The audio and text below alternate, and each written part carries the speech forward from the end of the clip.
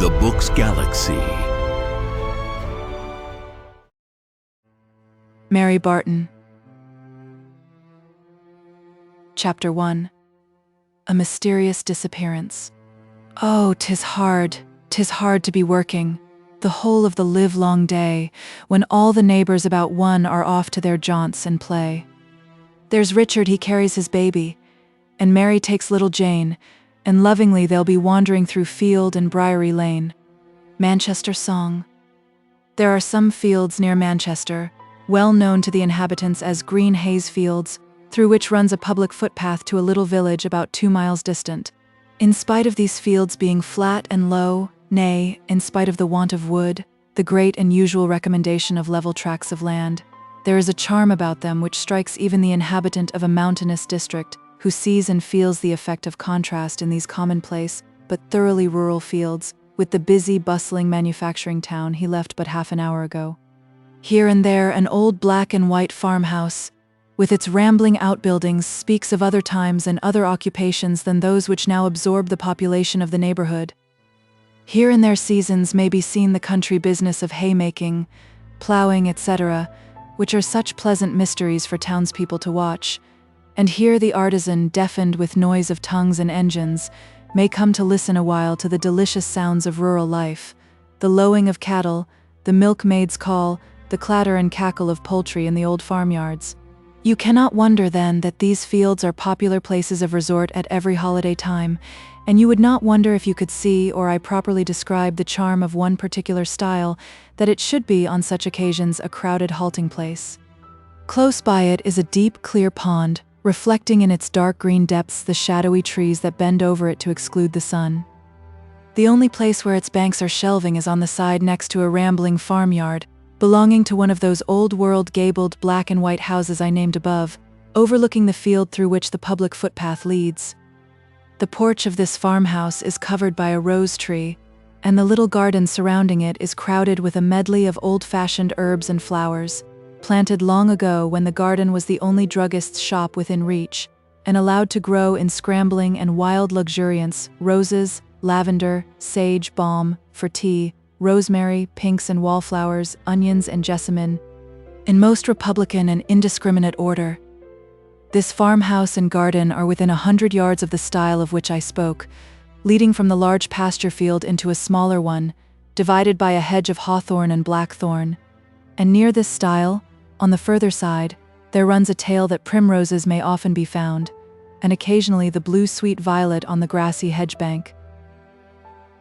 I do not know whether it was on a holiday granted by the masters, or a holiday seized in right of nature and her beautiful springtime by the workmen, but one afternoon now 10 or a dozen years ago, these fields were much thronged.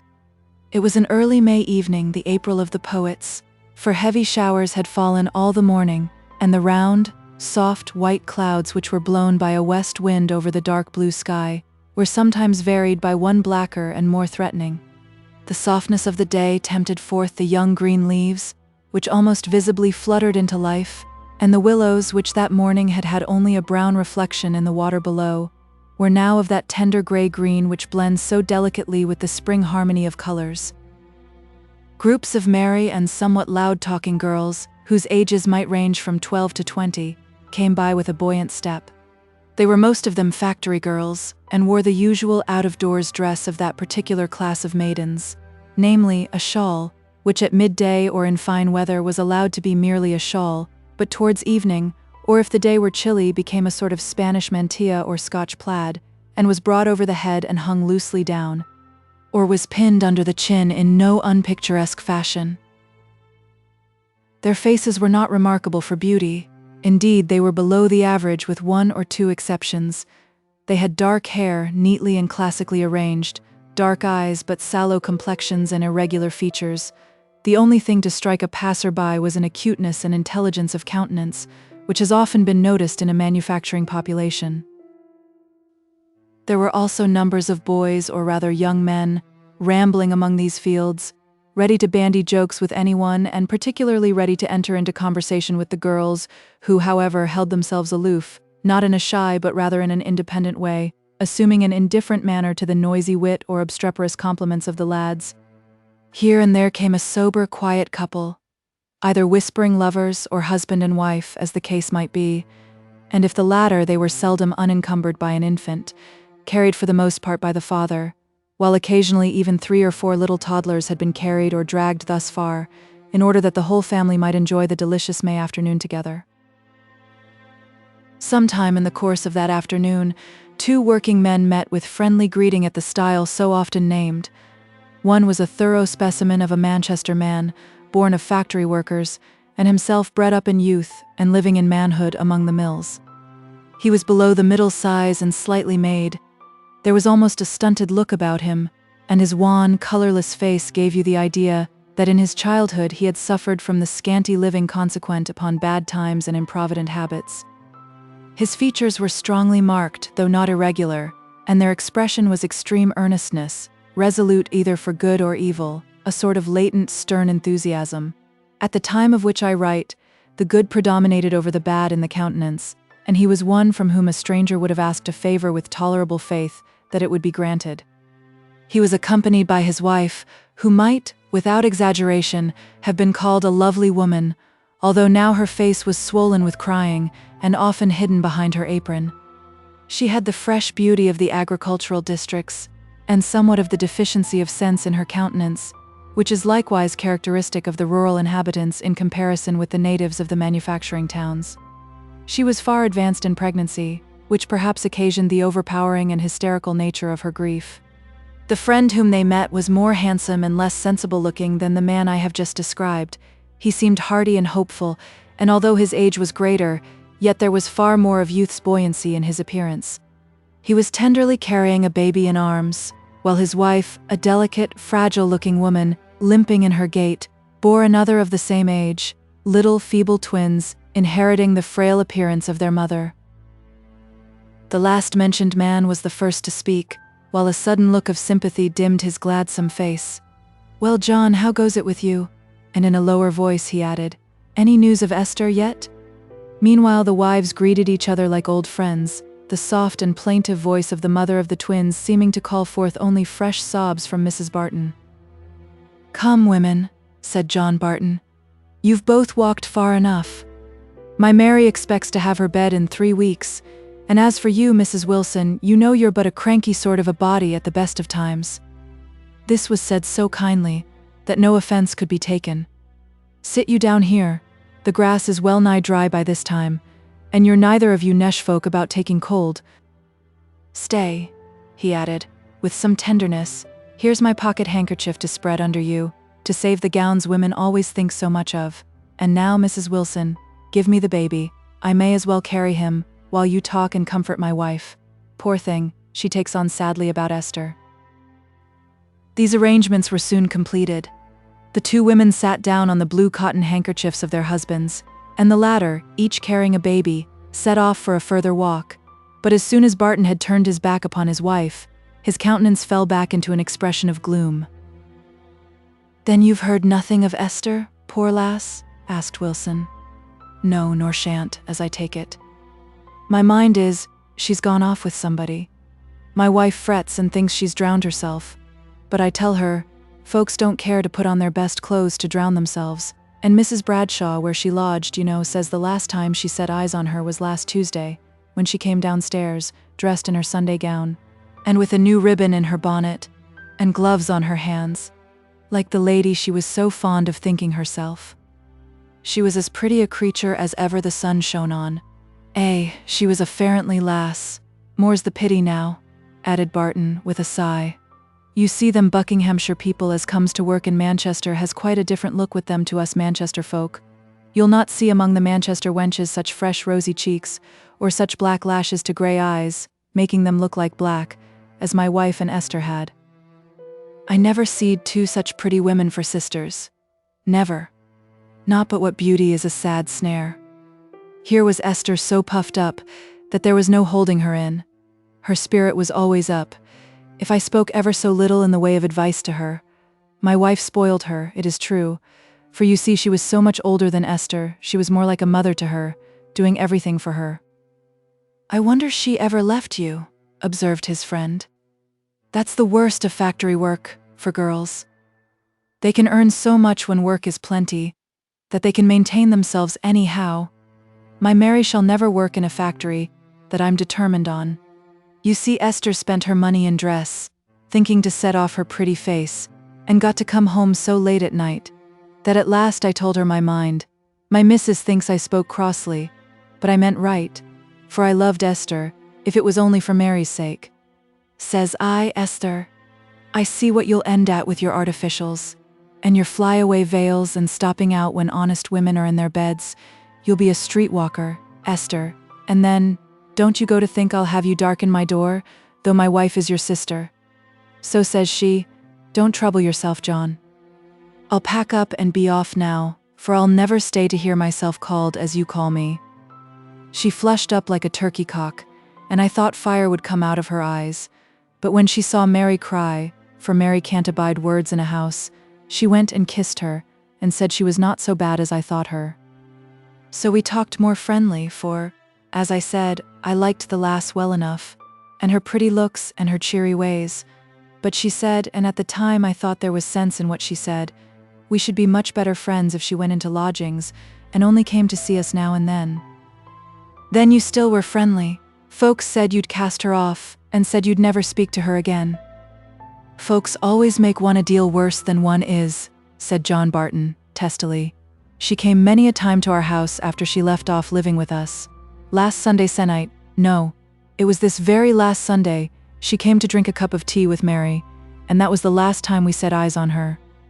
Was she anyways different in her manner? Asked Wilson. Well, I don't know. I have thought several times since that she was a bit quieter, and more womanly-like, more gentle and more blushing, and not so riotous and noisy. She comes in toward 4 o'clock when afternoon church was loosing, and she goes and hangs her bonnet up on the old nail we used to call hers, while she lived with us. I remember thinking what a pretty lass she was, as she sat on a low stool by Mary, who was rocking herself, and in rather a poor way. She laughed and cried by turns, but all so softly and gently like a child, that I couldn't find in my heart to scold her, especially as Mary was fretting already. One thing I do remember I did say, and pretty sharply too. She took our little Mary by the waist, and, "Thou must leave off calling her little Mary. She's growing up into as fine a lass as one can see on a summer's day. More of her mother's stock than thine," interrupted Wilson.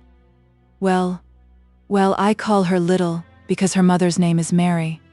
But as I was saying, she takes Mary in a coaxing sort of way, and, "Mary," says she, "what should you think if I sent for you some day and made a lady of you?"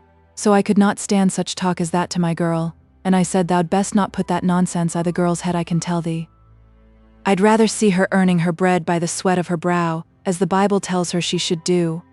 Aye, though she never got butter to her bread, than be like a do-nothing lady, worrying shopmen all morning, and screeching at her peony all afternoon, and going to bed without having done a good turn to any one of God's creatures but herself.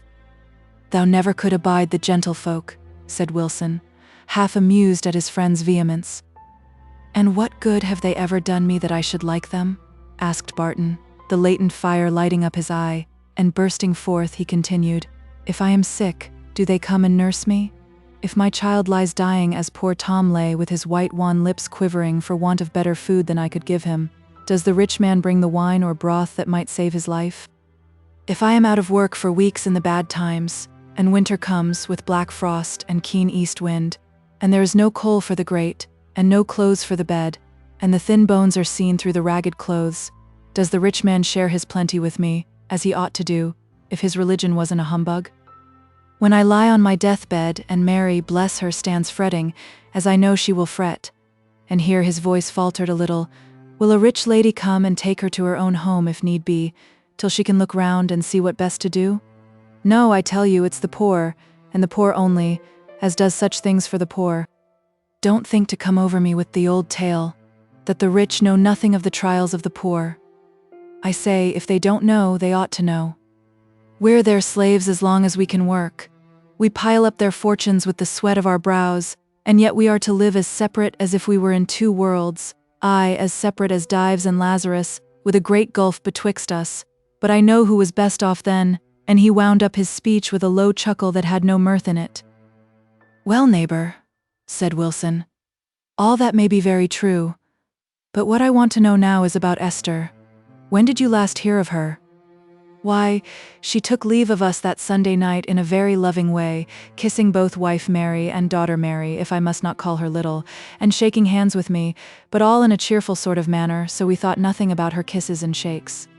But on Wednesday night comes Mrs. Bradshaw's son with Esther's box, and presently Mrs. Bradshaw follows with the key, and when we began to talk, we found Esther told her she was coming back to live with us, and would pay her week's money for not giving notice. And on Tuesday night she carried off a little bundle, her best clothes were on her back as I said before, and told Mrs. Bradshaw not to hurry herself about the big box but bring it when she had time. So of course she thought she should find Esther with us, and when she told her story my missus set up such a screech and fell down in a dead swoon. Mary ran up with water for her mother, and I thought so much about my wife, I did not seem to care at all for Esther. But the next day I asked all the neighbors, both our own and Bradshaw's, and they'd none of 'em heard or seen nothing of her. I even went to a policeman, a good enough sort of man, but a fellow I'd never spoke to before because of his livery, and I asks him if his cuteness could find anything out for us. So I believe he asks other policemen, and one on 'em had seen a wench, like our Esther, walking very quickly, with a bundle under her arm, on Tuesday night, toward 8 o'clock, and get into a hackney coach near Holme Church, and we don't know the number, and can't trace it no further. I'm sorry enough for the girl, for bad's come over her, one way or another, but I'm sorrier for my wife. She loved her next to me and Mary, and she's never been the same body since poor Tom's death. However, let's go back to them. Your old woman may have done her good. As they walked homewards with a brisker pace, Wilson expressed a wish that they still were the near neighbors they once had been. Still, our Alice lives in the cellar under number 14 in Barber Street, and if you'd only speak the word she'd be with you in 5 minutes, to keep your wife company when she's lonesome. Though I'm Alice's brother, and perhaps ought not to say it, I will say there's none more ready to help with heart or hand than she is. Though she may have done a hard day's wash, there's not a child ill within the street, but Alice goes to offer to sit up, and does sit up too, though maybe she's to be at her work by 6 next morning. She's a poor woman, and can feel for the poor, Wilson, was Barton's reply. And then he added, thank you kindly for your offer, and mayhap I may trouble her to be a bit with my wife, for while I'm at work, and Mary's at school, I know she frets above a bit. See? There's Mary. And the father's eye brightened as in the distance, among a group of girls, he spied his only daughter, a bonny lassie of 13 or so, who came bounding along to meet and to greet her father, in a manner which showed that the stern-looking man had a tender nature within. The two men had crossed the last stile while Mary loitered behind to gather some buds of the coming hawthorn, when an overgrown lad came past her and snatched a kiss, exclaiming, "For old acquaintance' sake, Mary." "Take that for old acquaintance' sake, then," said the girl, blushing rosy red, more with anger than shame, as she slapped his face. The tones of her voice called back her father and his friend, and the aggressor proved to be the eldest son of the latter, the senior by 18 years of his little brothers. "Here, children, instead o' kissing and quarreling, do ye each take a baby, for if Wilson's arms be like mine, they are heartily tired." Mary sprang forward to take her father's charge, with a girl's fondness for infants, and with some little foresight of the events soon to happen at home, while young Wilson seemed to lose his rough, cubbish nature as he crowed and cooed to his little brother. "Twins is a great trial to a poor man. Bless 'em," said the half-proud, half-weary father, as he bestowed a smacking kiss on the babe ere he parted with it. Chapter 2. A Manchester Tea Party. "Polly, put the kettle on, and let's have tea. Polly, put the kettle on, and we'll all have tea." "Here we are, wife. Didst thou think thou'd lost us?" quoth hearty-voiced Wilson, as the two women rose and shook themselves in preparation for their homeward walk. Mrs. Barton was evidently soothed, if not cheered, by the unburdening of her fears and thoughts to her friend, and her approving look went far to second her husband's invitation that the whole party should adjourn from Greenhithe Fields to tea at the Bartons' house. The only faint opposition was raised by Mrs. Wilson, on account of the lateness of the hour at which they would probably return, which she feared on her baby's account. Now, "Hold your tongue, missus, will you?" said her husband, good-temperedly. "Don't you know them brats never goes to sleep till long past 10? And haven't you a shawl under which you can tuck one lad's head, as safe as a bird's under its wing? And as for t'other one, I'll put it in my pocket rather than not stay, now we are this far away from Ancoats." "Or I can lend you another shawl?" suggested Mrs. Barton. "Aye, anything rather than not stay." The matter being decided, the party proceeded home, through many half-finished streets, all so like one another that you might have easily been bewildered and lost your way. Not a step, however, did our friends lose down this entry, cutting off that corner until they turned out of one of these innumerable streets into a little paved court, having the backs of houses at the end opposite to the opening, and a gutter running through the middle to carry off household slops, washing suds, etc. The women who lived in the court were busy taking in strings of caps, frocks, and various articles of linen, which hung from side to side, dangling so low that if our friends had been a few minutes sooner, they would have had to stoop very much, or else the half-wet clothes would have flapped in their faces. But although the evening seemed yet early when they were in the open fields, among the pent-up houses, night, with its mists and its darkness, had already begun to fall. Many greetings were given and exchanged between the Wilsons and these women, for not long ago they had also dwelt in this court. Two rude lads, standing at a disorderly-looking house door, exclaimed as Mary Barton, the daughter, passed, "Look, Polly Barton's gotten a sweetheart." Of course this referred to young Wilson, who stole a look to see how Mary took the idea. He saw her assume the air of a young fury, and to his next speech she answered not a word. Mrs. Barton produced the key of the door from her pocket, and on entering the house-place it seemed as if they were in total darkness, except one bright spot, which might be a cat's eye, or might be what it was, a red-hot fire smoldering under a large piece of coal, which John Barton immediately applied himself to break up. And the effect instantly produced was warm and glowing light in every corner of the room. To add to this, although the coarse yellow glare seemed lost in the ruddy glow from the fire, Mrs. Barton lighted a dip by sticking it in the fire, and having placed it satisfactorily in a tin candlestick, began to look further about her on hospitable thoughts intent. The room was tolerably large and possessed many conveniences. On the right of the door as you entered was a longish window with a broad ledge. On each side of this hung blue and white check curtains, which were now drawn to shut in the friends met to enjoy themselves. Two geraniums, unpruned and leafy, which stood on the sill, formed a further defense from outdoor pryers. In the corner between the window and the fireside was a cupboard, apparently full of plates and dishes, cups and saucers, and some more nondescript articles, for which one would have fancied their possessors could find no use, such as triangular pieces of glass to save carving knives and forks from dirtying tablecloths. However, it was evident Mrs. Barton was proud of her crockery and glass, for she left her cupboard door open, with a glance round of satisfaction and pleasure. On the opposite side to the door and window was the staircase, and two doors, one of which, the nearest to the fire, led into a sort of little back kitchen, where dirty work such as washing up dishes might be done, and whose shelves served as larder, and pantry, and storeroom, and all. The other door, which was considerably lower, opened into the coal hole, the slanting closet under the stairs, from which to the fireplace there was a gay-colored piece of oilcloth laid. The place seemed almost crammed with furniture, sure sign of good times among the mills. Beneath the window was a dresser with 3 deep drawers. Opposite the fireplace was a table which I should call a Pembroke, only that it was made of deal, and I cannot tell how far such a name may be applied to such humble material. On it, resting against the wall, was a bright green japanned tea tray, having a couple of scarlet lovers embracing in the middle. The firelight danced merrily on this, and really, setting all taste but that of a child's aside, it gave a richness of coloring to that side of the room. It was in some measure propped up by a crimson tea caddy, also of japannware.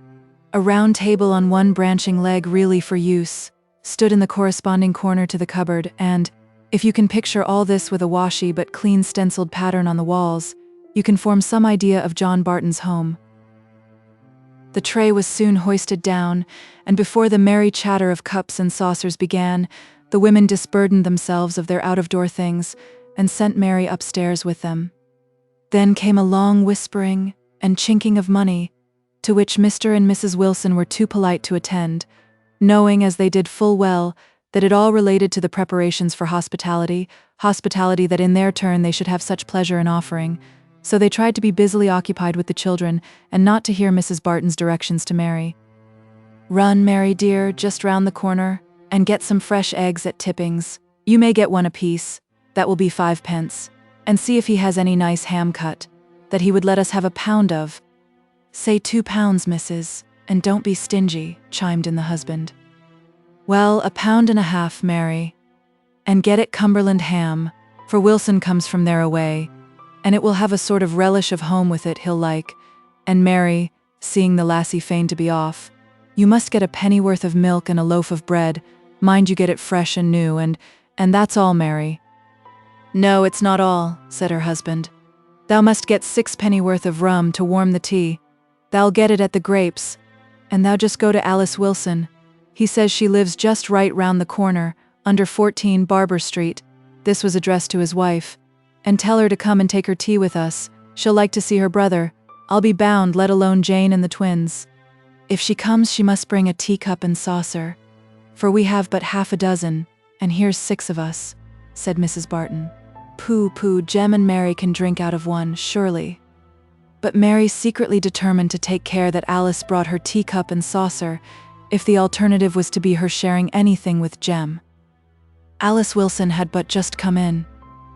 She had been out all day in the fields, gathering wild herbs for drinks and medicine, for in addition to her invaluable qualities as a sick nurse and her worldly occupation as a washerwoman, she added a considerable knowledge of hedge and field simples, and on fine days when no more profitable occupation offered itself, she used to ramble off into the lanes and meadows as far as her legs could carry her.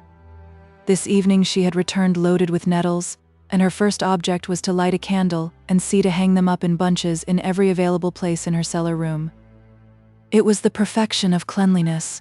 In one corner stood the modest-looking bed, with a check curtain at the head, the whitewashed wall filling up the place where the corresponding one should have been. The floor was bricked, and scrupulously clean, although so damp that it seemed as if the last washing would never dry up. As the cellar window looked into an area in the street, down which boys might throw stones, it was protected by an outside shelter, and was oddly festooned with all manner of hedgerow, ditch, and field plants, which we are accustomed to call valueless, but which have a powerful effect either for good or for evil, and are consequently much used among the poor. The room was strewed, hung, and darkened with these bunches, which emitted no very fragrant odor in their process of drying. In one corner was a sort of broad hanging shelf, made of old planks, where some old hoards of Alice's were kept. Her little bit of crockery ware was ranged on the mantelpiece, where also stood her candlestick and box of matches. A small cupboard contained at the bottom coals, and at the top her bread and basin of oatmeal, her frying pan, teapot, and a small tin saucepan, which served as a kettle, as well as for cooking the delicate little messes of broth which Alice sometimes was able to manufacture for a sick neighbor.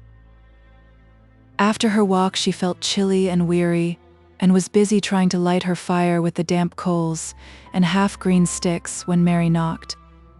"Come in," said Alice, remembering, however, that she had barred the door for the night, and hastening to make it possible for anyone to come in. "Is that you, Mary Barton?" exclaimed she as the light from her candle streamed on the girl's face. "How you are grown since I used to see you at my brother's. Come in, lass, come in." "Please," said Mary, almost breathless. "Mother says you're to come to tea and bring your cup and saucer, for George and Jane Wilson is with us, and the twins and Jem, and you're to make haste, please. I'm sure it's very neighborly and kind in your mother, and I'll come, with many thanks. Stay, Mary, has your mother got any nettles for spring drink? If she hasn't, I'll take her some." "No, I don't think she has." Mary ran off like a hare to fulfill what, to a girl of 13 fond of power, was the more interesting part of her errand, the money-spending part. And well and ably did she perform her business, returning home with a little bottle of rum and the eggs in one hand, while her other was filled with some excellent red and white smoke-flavored Cumberland ham wrapped up in paper. She was at home and frying ham before Alice had chosen her nettles, put out her candle, locked her door, and walked in a very footsore manner as far as John Barton's. What an aspect of comfort did his house-place present, after her humble cellar!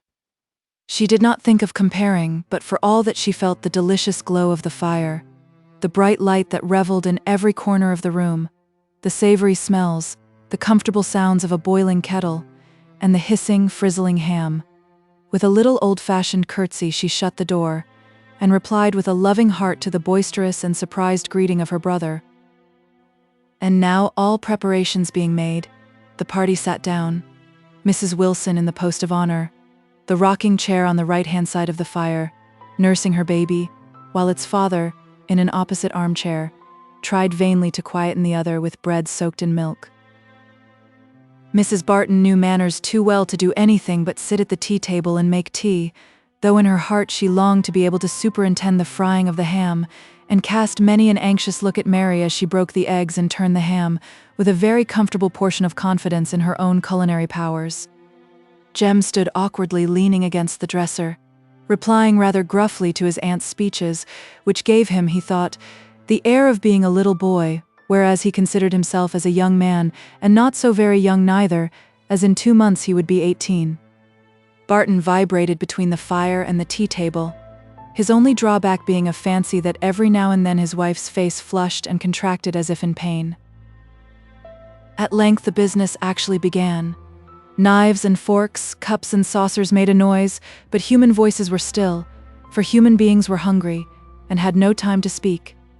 Alice first broke silence. Holding her teacup with the manner of one proposing a toast, she said, "Here's to absent friends. Friends may meet, but mountains never." It was an unlucky toast or sentiment, as she instantly felt. Everyone thought of Esther, the absent Esther, and Mrs. Barton put down her food and could not hide the fast-dropping tears. Alice could have bitten her tongue out. It was a wet blanket to the evening, for though all had been said and suggested in the fields that could be said or suggested, everyone had a wish to say something in the way of comfort to poor Mrs. Barton, and a dislike to talk about anything else, while her tears fell fast and scalding. So George Wilson, his wife and children, set off early home, not before, in spite of malapropos speeches, they had expressed a wish that such meetings might often take place, and not before John Barton had given his hearty consent, and declared that as soon as ever his wife was well again they would have just such another evening.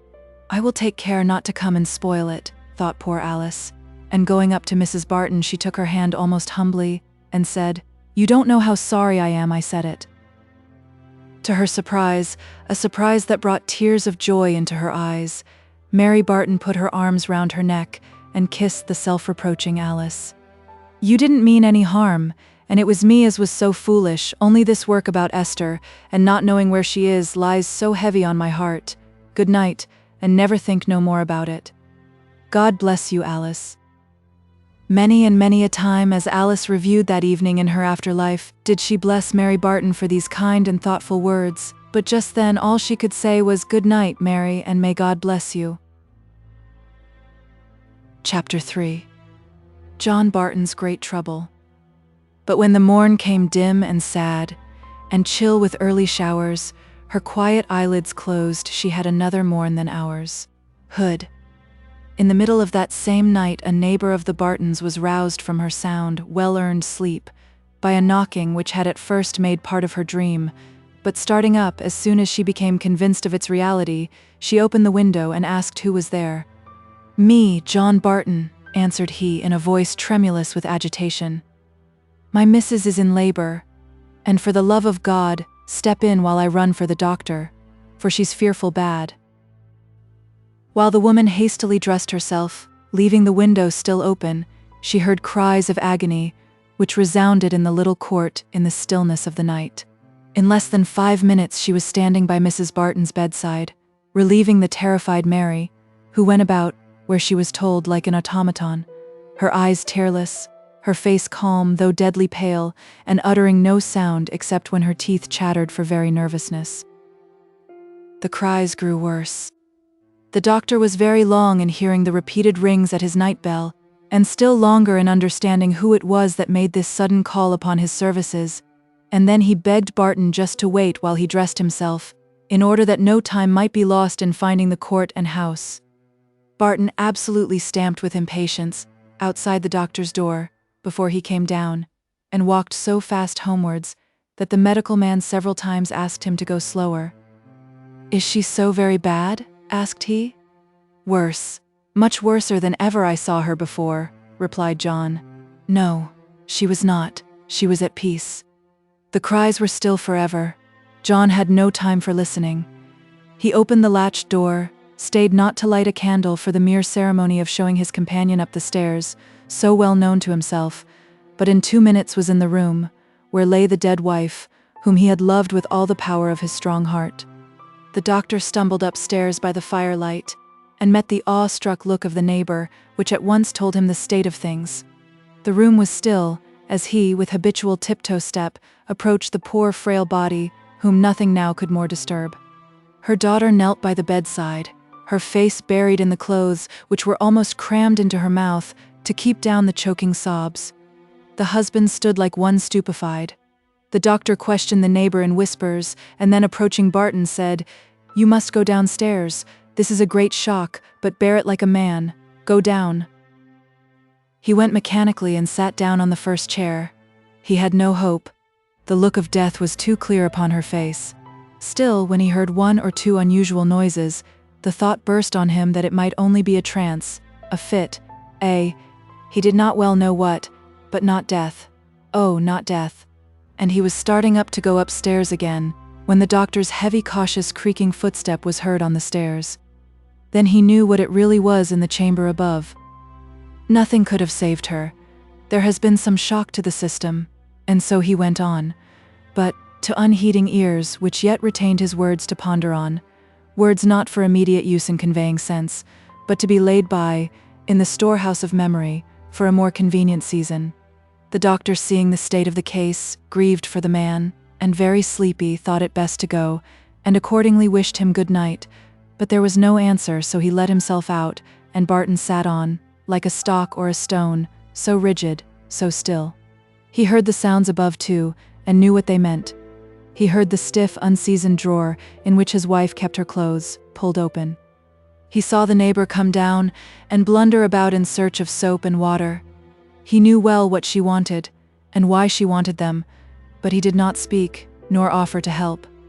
At last she went, with some kindly meant words, a text of comfort, which fell upon a deafened ear, and something about Mary, but which Mary, in his bewildered state, he could not tell. He tried to realize it, to think it possible, and then his mind wandered off to other days, to far different times. He thought of their courtship, of his first seeing her, an awkward, beautiful rustic, far too shiftless for the delicate factory work to which she was apprenticed, of his first gift to her, a bead necklace, which had long ago been put by, in one of the deep drawers of the dresser, to be kept for Mary.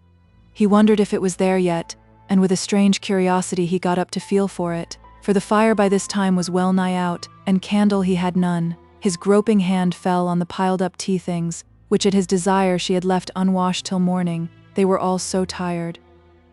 He was reminded of one of the daily little actions which acquire such power when they have been performed for the last time by one we love. He began to think over his wife's daily round of duties, and something in the remembrance that these would never more be done by her touched the source of tears, and he cried aloud. Poor Mary, meanwhile, had mechanically helped the neighbor in all the last attentions to the dead, and when she was kissed and spoken to soothingly, tears stole quietly down her cheeks, but she reserved the luxury of a full burst of grief till she should be alone. She shut the chamber door softly, after the neighbor had gone, and then shook the bed by which she knelt, with her agony of sorrow. She repeated over and over again the same words, the same vain, unanswered address to her who was no more. "Oh, mother, mother, are you really dead? Oh, mother, mother." At last she stopped, because it flashed across her mind that her violence of grief might disturb her father. All was still below. She looked on the face so changed and yet so strangely like. She bent down to kiss it. The cold, unyielding flesh struck a shudder to her heart, and hastily obeying her impulse, she grasped the candle and opened the door. Then she heard the sobs of her father's grief, and quickly, quietly, stealing down the steps, she knelt by him and kissed his hand. He took no notice at first, for his burst of grief would not be controlled. But when her shriller sobs, her terrified cries, which she could not repress, rose upon his ear. He checked himself. "Child, we must be all to one another now she is gone," whispered he. "Oh, Father, what can I do for you? Do tell me. I'll do anything. I know thou wilt. Thou must not fret thyself ill. That's the first thing I ask. Thou must leave me and go to bed now, like a good girl as thou art." "Leave you, Father? Oh, don't say so." "Aye, but thou must. Thou must go to bed and try and sleep. Thou'lt have enough to do and to bear, poor wench, tomorrow." Mary got up, kissed her father, and sadly went upstairs to the little closet where she slept. She thought it was of no use undressing, for that she could never sleep, so threw herself on her bed in her clothes, and before 10 minutes had passed away, the passionate grief of youth had subsided into sleep. Barton had been roused by his daughter's entrance, both from his stupor and from his uncontrollable sorrow. He could think on what was to be done, could plan for the funeral, could calculate the necessity of soon returning to his work, as the extravagance of the past night would leave them short of money if he long remained away from the mill. He was in a club, so that money was provided for the burial. These things settled in his own mind. He recalled the doctor's words and bitterly thought of the shock his poor wife had so recently had in the mysterious disappearance of her cherished sister. His feelings towards Esther almost amounted to curses. It was she who had brought on all this sorrow. Her giddiness, her lightness of conduct had wrought this woe. His previous thoughts about her had been tinged with wonder and pity, but now he hardened his heart against her forever. One of the good influences over John Barton's life had departed that night. One of the ties which bound him down to the gentle humanities of earth was loosened, and henceforward the neighbors all remarked he was a changed man. His gloom and his sternness became habitual instead of occasional. He was more obstinate, but never to marry. Between the father and the daughter there existed in full force that mysterious bond which unites those who have been loved by one who is now dead and gone. While he was harsh and silent to others, he humored Mary with tender love. She had more of her own way than is common in any rank with girls of her age. Part of this was the necessity of the case, for, of course, all the money went through her hands, and the household arrangements were guided by her will and pleasure.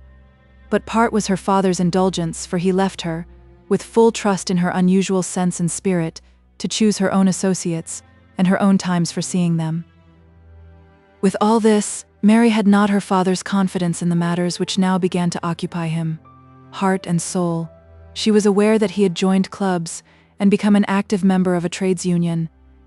But it was hardly likely that a girl of Mary's age, even when 2 or 3 years had elapsed since her mother's death, should care much for the differences between the employers and the employed, an eternal subject for agitation in the manufacturing districts, which, however it may be lulled for a time, is sure to break forth again with fresh violence at any depression of trade, showing that in its apparent quiet, the ashes had still smoldered in the breasts of a few.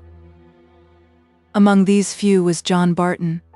At all times it is a bewildering thing to the poor weaver to see his employer removing from house to house, each one grander than the last, till he ends in building one more magnificent than all, or withdraws his money from the concern, or sells his mill to buy an estate in the country, while all the time the weaver, who thinks he and his fellows are the real makers of this wealth, is struggling on for bread for their children, through the vicissitudes of lowered wages, short hours, fewer hands employed, etc. And when he knows trade is bad, and could understand at least partially that there are not buyers enough in the market to purchase the goods already made, and consequently that there is no demand for more, when he would bear and endure much without complaining, could he also see that his employers were bearing their share? He is, I say, bewildered and, to use his own word, aggravated to see that all goes on just as usual with the mill owners. Large houses are still occupied while spinners' and weavers' cottages stand empty, because the families that once occupied them are obliged to live in rooms or cellars. Carriages still roll along the streets. Concerts are still crowded by subscribers. The shops for expensive luxuries still find daily customers, while the workman loiters away his unemployed time in watching these things, and thinking of the pale, uncomplaining wife at home, and the wailing children asking in vain for enough of food, of the sinking health, of the dying life of those near and dear to him. The contrast is too great. Why should he alone suffer from bad times? I know that this is not really the case, and I know what is the truth in such matters, but what I wish to impress is what the workman feels and thinks. True, that with childlike improvidence, good times will often dissipate his grumbling and make him forget all prudence and foresight. But there are earnest men among these people, men who have endured wrongs without complaining, but without ever forgetting or forgiving those whom, they believe, have caused all this woe. Among these was John Barton. His parents had suffered. His mother had died from absolute want of the necessaries of life. He himself was a good, steady workman, and, as such, pretty certain of steady employment. But he spent all he got with the confidence, you may also call it improvidence, of one who was willing, and believed himself able to supply all his wants by his own exertions. And when his master suddenly failed, and all hands in that mill were turned back, one Tuesday morning, with the news that Mr. Hunter had stopped, Barton had only a few shillings to rely on, but he had good heart of being employed at some other mill. And accordingly, before returning home, he spent some hours in going from factory to factory, asking for work. But at every mill was some sign of depression of trade. Some were working short hours, some were turning off hands, and for weeks Barton was out of work, living on credit. It was during this time his little son, the apple of his eye, the cynosure of all his strong power of love, fell ill of the scarlet fever. They dragged him through the crisis, but his life hung on a gossamer thread. Everything, the doctor said, depended on good nourishment, on generous living, to keep up the little fellow's strength, in the prostration in which the fever had left him, mocking words, when the commonest food in the house would not furnish one little meal. Barton tried credit, but it was worn out at the little provision shops, which were now suffering in their turn. He thought it would be no sin to steal, and would have stolen, but he could not get the opportunity in the few days the child lingered. Hungry himself, almost to an animal pitch of ravenousness, but with the bodily pain swallowed up in anxiety for his little sinking lad, he stood at one of the shop windows where all edible luxuries are displayed. Haunches of venison, Stilton cheeses, molds of jelly, all appetizing sights to the common passerby. And out of this shop came Mrs. Hunter.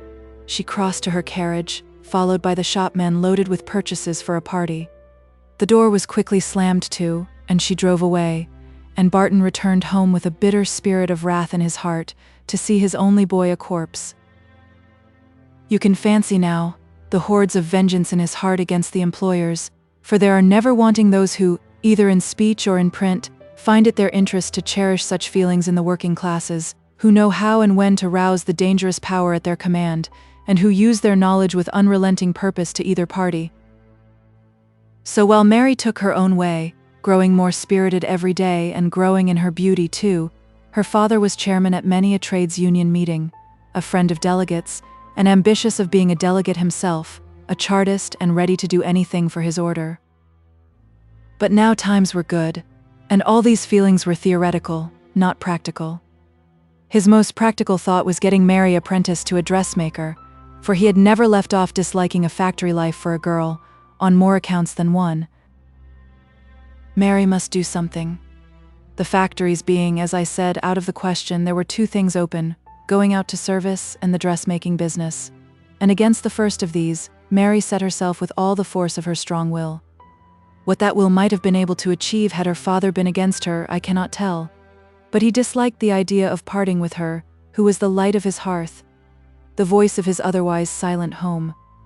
Besides, with his ideas and feelings towards the higher classes, he considered domestic servitude as a species of slavery, a pampering of artificial wants on the one side, a giving up of every right of leisure by day and quiet rest by night on the other. How far his strong, exaggerated feelings had any foundation in truth, it is for you to judge. I am afraid that Mary's determination not to go to service arose from far less sensible thoughts on the subject than her father's. 3 years of independence of action, since her mother's death such a time had now elapsed, had little inclined her to submit to rules as to hours and associates, to regulate her dress by a mistress's ideas of propriety, to lose the dear feminine privileges of gossiping with a merry neighbor, and working night and day to help one who was sorrowful. Besides all this, the sayings of her absent, her mysterious aunt, Esther, had an unacknowledged influence over Mary. She knew she was very pretty, the factory people as they poured from the mills and in their freedom told the truth, whatever it might be, to every passer-by, had early let Mary into the secret of her beauty. If their remarks had fallen on an unheeding ear, there were always young men enough, in a different rank from her own, who were willing to compliment the pretty weaver's daughter as they met her in the streets. Besides, trust a girl of 16 for knowing well if she is pretty. Concerning her plainness, she may be ignorant. So with this consciousness, she had early determined that her beauty should make her a lady. The rank she coveted the more for her father's abuse, the rank to which she firmly believed her lost Aunt Esther had arrived. Now, while a servant must often drudge and be dirty, must be known as a servant by all who visited at her master's house, a dressmaker's apprentice must, or so Mary thought, be always dressed with a certain regard to appearance, must never soil her hands, and need never redden or dirty her face with hard labor. Before my telling you so truly what folly Mary felt or thought injures her without redemption in your opinion, think what are the silly fancies of 16 years of age in every class, and under all circumstances. The end of all the thoughts of father and daughter was, as I said before, Mary was to be a dressmaker, and her ambition prompted her unwilling father to apply at all the first establishments, to know on what terms of painstaking and zeal his daughter might be admitted into ever so humble a workwoman's situation. But high premiums were asked at all. Poor man. He might have known that without giving up a day's work to ascertain the fact. He would have been indignant indeed had he known that if Mary had accompanied him, the case might have been rather different, as her beauty would have made her desirable as a show-woman. Then he tried second-rate places. At all the payment of a sum of money was necessary, and money he had none. Disheartened and angry he went home at night, declaring it was time lost, that dressmaking was at all events a toilsome business, and not worth learning. Mary saw that the grapes were sour, and the next day set out herself, as her father could not afford to lose another day's work.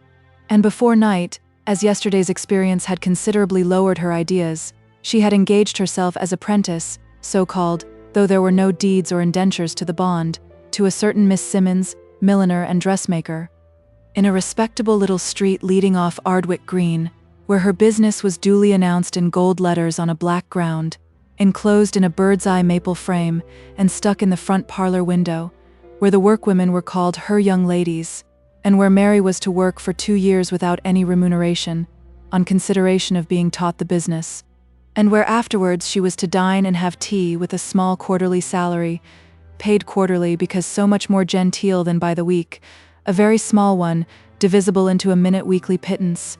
In summer she was to be there by 6, bringing her day's meals during the first 2 years. In winter she was not to come till after breakfast. Her time for returning home at night must always depend upon the quantity of work Miss Simmons had to do. And Mary was satisfied. And seeing this, her father was contented too, although his words were grumbling and morose. But Mary knew his ways, and coaxed and planned for the future so cheerily that both went to bed with easy if not happy hearts. Chapter 4. Old Alice's History. To envy naught beneath the ample sky, to mourn no evil deed, no hour misspent, and like a living violet, silently return in sweets to heaven what goodness lent, then bend beneath the chastening shower content. Eliot. Another year passed on. The waves of time seemed long since to have swept away all trace of poor Mary Barton, but her husband still thought of her, although with a calm and quiet grief, in the silent watches of the night, and Mary would start from her hard-earned sleep and think in her half-dreamy, half-awakened state she saw her mother stand by her bedside, as she used to do in the days of long ago, with a shaded candle and an expression of ineffable tenderness, while she looked on her sleeping child. But Mary rubbed her eyes and sank back on her pillow, awake, and knowing it was a dream, and still, in all her troubles and perplexities, her heart called on her mother for aid, and she thought, if mother had but lived, she would have helped me, forgetting that the woman's sorrows are far more difficult to mitigate than a child's, even by the mighty power of a mother's love, and unconscious of the fact that she was far superior in sense and spirit to the mother she mourned. Aunt Esther was still mysteriously absent, and people had grown weary of wondering and began to forget. Barton still attended his club and was an active member of a trades union, indeed more frequently than ever, since the time of Mary's return in the evening was so uncertain. and as she occasionally, in very busy times, remained all night. His chiefest friend was still George Wilson, although he had no great sympathy on the questions that agitated Barton's mind. Still, their hearts were bound by old ties to one another, and the remembrance of former times gave an unspoken charm to their meetings. Our old friend, the cub-like lad, Jem Wilson, had shot up into the powerful, well-made young man, with a sensible face enough, nay, a face that might have been handsome, had it not been here and there marked by the smallpox. He worked with one of the great firms of engineers who send from out their towns of workshops engines and machinery to the dominions of the Tsar and the Sultan. His father and mother were never weary of praising Jem, at all which commendation pretty Mary Barton would toss her head, seeing clearly enough that they wished her to understand what a good husband he would make, and to favor his love, about which he never dared to speak, whatever eyes and looks revealed. One day in the early winter time, when people were provided with warm, substantial gowns, not likely soon to wear out, and when, accordingly, business was rather slack at Miss Simmons', Mary met Alice Wilson, coming home from her half-day's work at some tradesman's house. Mary and Alice had always liked each other. Indeed, Alice looked with particular interest on the motherless girl, the daughter of her whose forgiving kiss had so comforted her in many sleepless hours.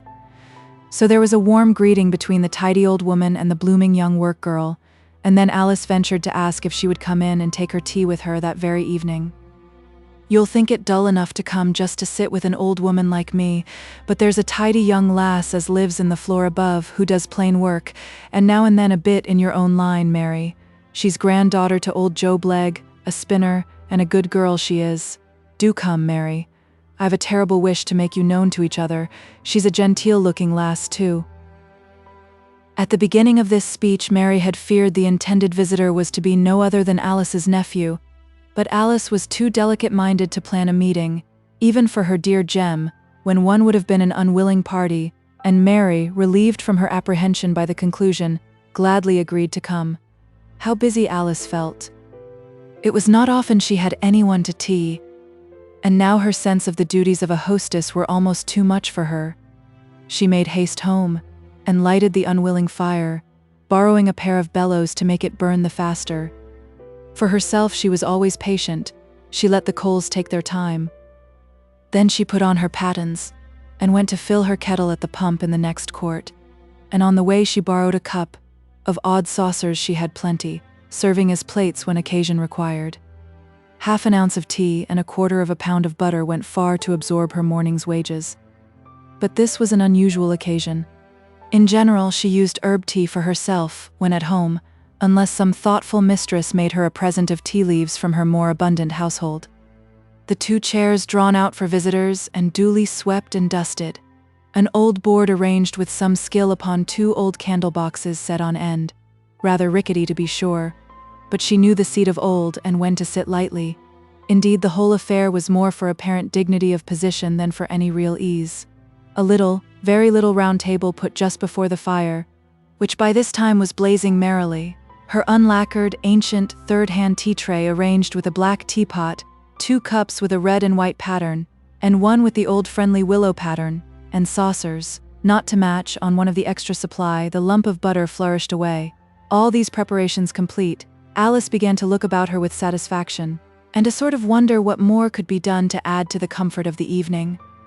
She took one of the chairs away from its appropriate place by the table, and putting it close to the broad, large hanging shelf I told you about when I first described her cellar dwelling, and mounting on it, she pulled towards her an old deal box, and took thence a quantity of the oat bread of the north, the clap bread of Cumberland and Westmoreland, and descending carefully with the thin cakes threatening to break to pieces in her hand, she placed them on the bare table, with the belief that her visitors would have an unusual treat in eating the bread of her childhood.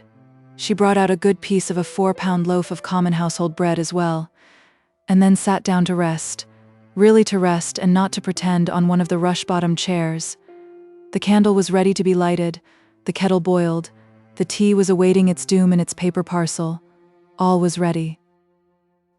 A knock at the door.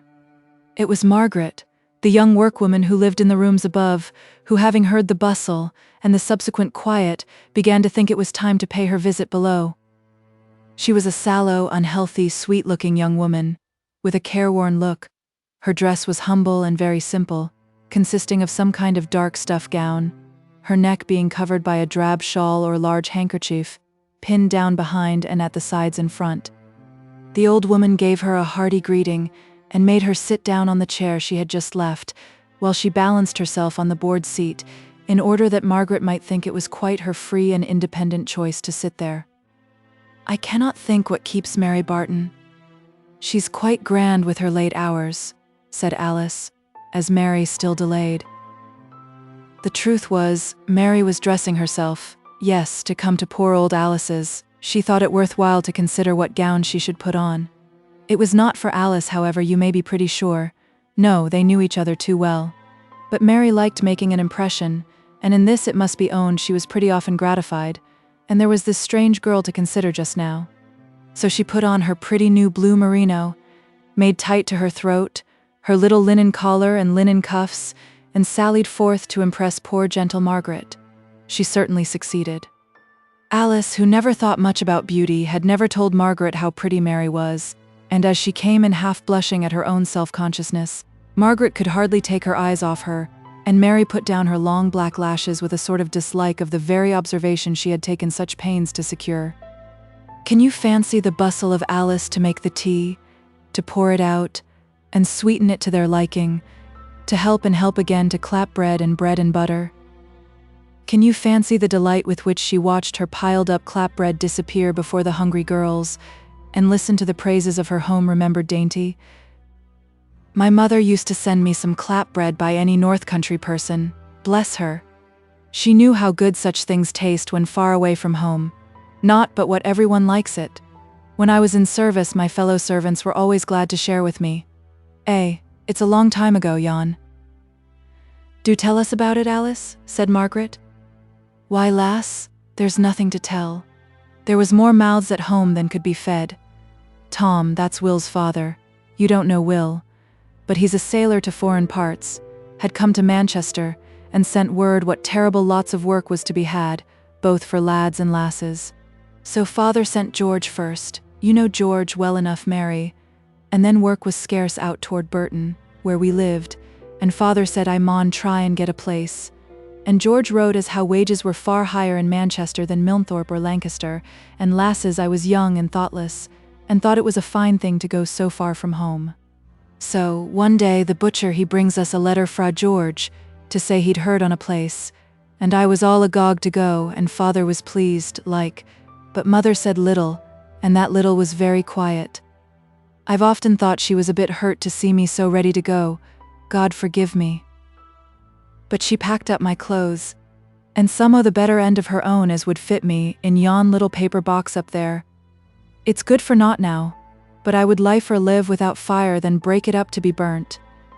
And yet it's going on for 80 years old, for she had it when she was a girl, and brought all her clothes in it to father's, when they were married.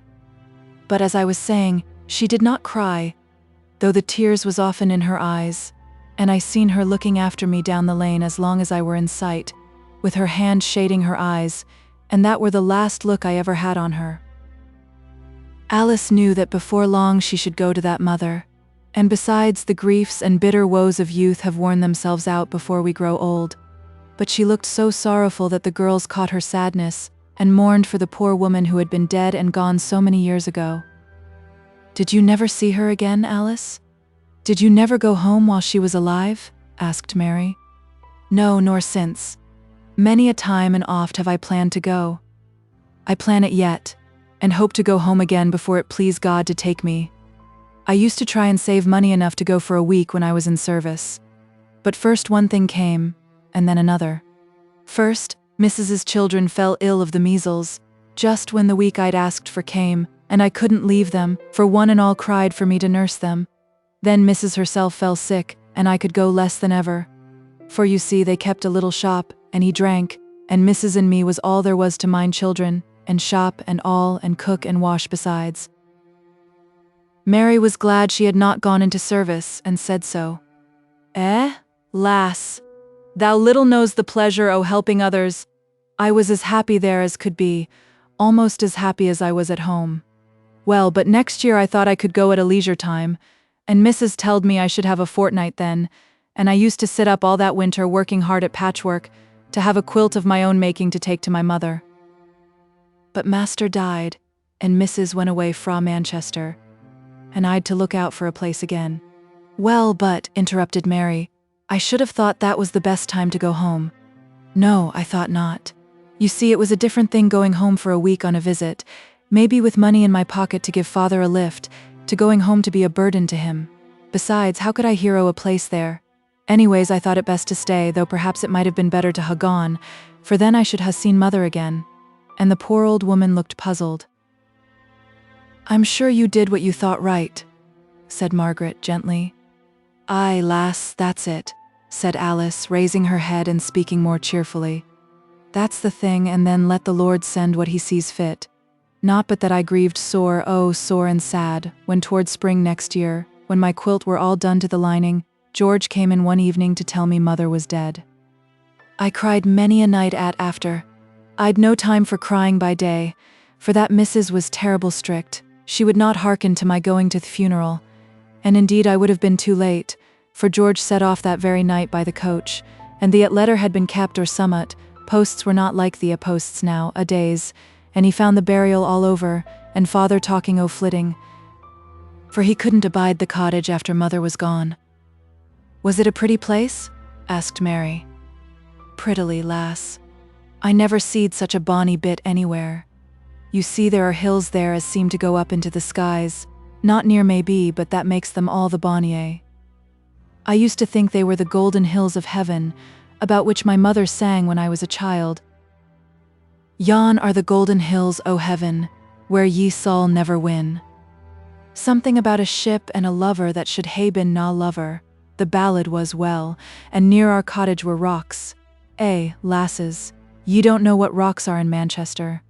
Grey pieces o' stone as large as a house, all covered over wi' moss of different colours, some yellow, some brown, and the ground beneath them knee-deep in purple heather, smelling sae sweet and fragrant, and the low music of the humming bee forever sounding among it. Mother used to send Sally and me out to gather ling and heather for besoms, and it was such pleasant work. We used to come home of an evening loaded so as you could not see us, for all that it was so light to carry. And then mother would make us sit down under the old hawthorn tree, where we used to make our house among the great roots as stood above the ground, to pick and tie up the heather. It seems all like yesterday, and yet it's a long, long time agone. Poor sister Sally has been in her grave this 40 year and more, but I often wonder if the hawthorn is standing yet, and if the lasses still go to gather heather, as we did many and many a year past and gone. I sicken at heart to see the old spot once again. Maybe next summer I may set off, if God spares me to see next summer. Why have you never been in all these many years? Asked Mary. Why, lass, first one wanted me and then another, and I couldn't go without money either, and I got very poor at times. Tom was a scapegrace, poor fellow, and always wanted help of one kind or another, and his wife, for I think scapegraces are always married long before steady folk, was but a helpless kind of body. She were always ailing, and he were always in trouble, so I had enough to do with my hands and my money too, for that matter. They died within 12 months of each other, leaving one lad. They had had 7, but the Lord had taken 6 to himself, Will, as I was telling you on, and I took him myself, and left service to make a bit on a home place for him, and a fine lad he was, the very spit of his father as to looks, only steadier, for he was steady, although naught would serve him but going to sea. I tried all I could to set him again a sailor's life. Says I, folks is as sick as dogs all the time they're at sea. Your own mother telled me, for she came from foreign parts, being a Manx woman, that she'd ha' thanked anyone for throwing her into the water. Nay, I sent him a the way to Runcorn by the Duke's Canal, that he might know what the sea were, and I looked to see him come back as white as a sheet with vomiting. But the lad went on to Liverpool and saw real ships, and came back more set than ever on being a sailor, and he said as how he had never been sick at all, and thought he could stand the sea pretty well. So I telled him he mun do as he liked, and he thanked me and kissed me, for all I was very frabbit with him, and now he's gone to South America, at t'other side of the sun, they tell me. Mary stole a glance at Margaret to see what she thought of Alice's geography, but Margaret looked so quiet and demure that Mary was in doubt if she were not really ignorant. Not that Mary's knowledge was very profound, but she had seen a terrestrial globe and knew where to find France and the continents on a map. After this long talking, Alice seemed lost for a time in reverie, and the girls, respecting her thoughts, which they suspected had wandered to the home and scenes of her childhood, were silent. All at once she recalled her duties as hostess, and by an effort brought back her mind to the present time. "Margaret, thou must let Mary hear thee sing. I don't know about fine music myself, but folks say Margaret is a rare singer, and I know she can make me cry at any time by singing The Odom Weaver. Do sing that, Margaret, there's a good lass." With a faint smile, as if amused at Alice's choice of a song, Margaret began. "Do you know The Oldham Weaver? Not unless you're a Lancashire born and bred, for it is a complete Lancashire ditty. I will copy it for you. The Oldham Weaver. 1. Oi am a poor cotton waver, as mony a one knows, oi have nowt for to yet, and oi have worn out my clues, yo ad hardly gie tuppence for a as oi have on, my clogs are both brosten, and stuckins oi have none, yo'd think it were hard to be browt into the world, to be clemmed and do the best as yo con. 2. Ode Dickie O'Billy's kept telling me lung, wheezed ha better toimes if I'd but howd my tongue. Oi've howden my tongue, till oi've near stopped my breath. Oi think I my heard oi's soon clem to death, Ode Dickie's wheel crammed. He never were clemmed, and he ne'er picked o'er I his loif. 3. We towered on 6 week, thinking each day worth last, we shifted, and shifted, till new were quite fast. We lived up o' nettles, while nettles were good, and Waterloo porridge the best ower vood, oi'm tellin' yo true. Oi can find folk now, as we're livin' na better nor me. 4. Ode Billy O'Dan sent Bailey's one day, for a shop deeped oi owed him, as oi could na pay, but he were too lat, for ode Billy o' the bent, had sewed the tit and cart, and tan goods for the rent. We'd nealt left bo the ode stew, that were seats for two, and on it sear ord Margaret and me. 5. Then to Bailey's looped reond as sloy as a muse, when they seed as all the goods were tan aot o tias. Says one chap to the tother, "Ah's gone the ah may see," says oi, "ne'er freet mon, you're welcome ta me." They made no more ado, but whopped up the eld stew, and we bu athlete whack upo to flags. 6. Then oi said to Ewer Margaret, as we lay upo to floor, "We's never be lower I this world, oi am sure. If ever things oddern, oi am sure they mun mend, for oi think I my heart were bueth at to far end, for meat we ha none, nor looms to wave on, idad, there is good lost as fund." 7. Ere Margaret declares had who clue is to put on, who'd go up to Lunnon and talk to the great mon, and if things were not ordered when their who had been, who's fully resolved sew up mouth and eend, who's neat to say again to king, but who loikes a fair thing, and who says who can tell when who's hurt. The air to which this is sung is a kind of droning recitative, depending much on expression and feeling. To read it, it may perhaps seem humorous, but it is that humor which is near akin to pathos, and to those who have seen the distress it describes, it is a powerfully pathetic song. Margaret had both witnessed the destitution and had the heart to feel it, and withal her voice was of that rich and rare order, which does not require any great compass of notes to make itself appreciated. Alice had her quiet enjoyment of tears, but Margaret, with fixed eye and earnest, dreamy look, seemed to become more and more absorbed in realizing to herself the woe she had been describing, and which she felt might at that very moment be suffering and hopeless within a short distance of their comparative comfort. Suddenly she burst forth with all the power of her magnificent voice, as if a prayer from her very heart for all who were in distress, in the grand supplication, "Lord, remember David." Mary held her breath, unwilling to lose a note. It was so clear, so perfect, so imploring.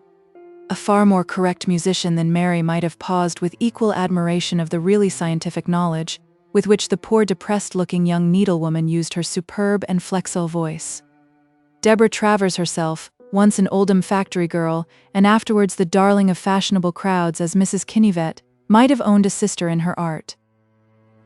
She stopped, and with tears of holy sympathy in her eyes, Alice thanked the songstress, who resumed her calm, demure manner, much to Mary's wonder, for she looked at her unweariedly, as if surprised that the hidden power should not be perceived in the outward appearance. When Alice's little speech of thanks was over, there was quiet enough to hear a fine, though rather quavering male voice, going over again one or two strains of Margaret's song. "That's grandfather," exclaimed she.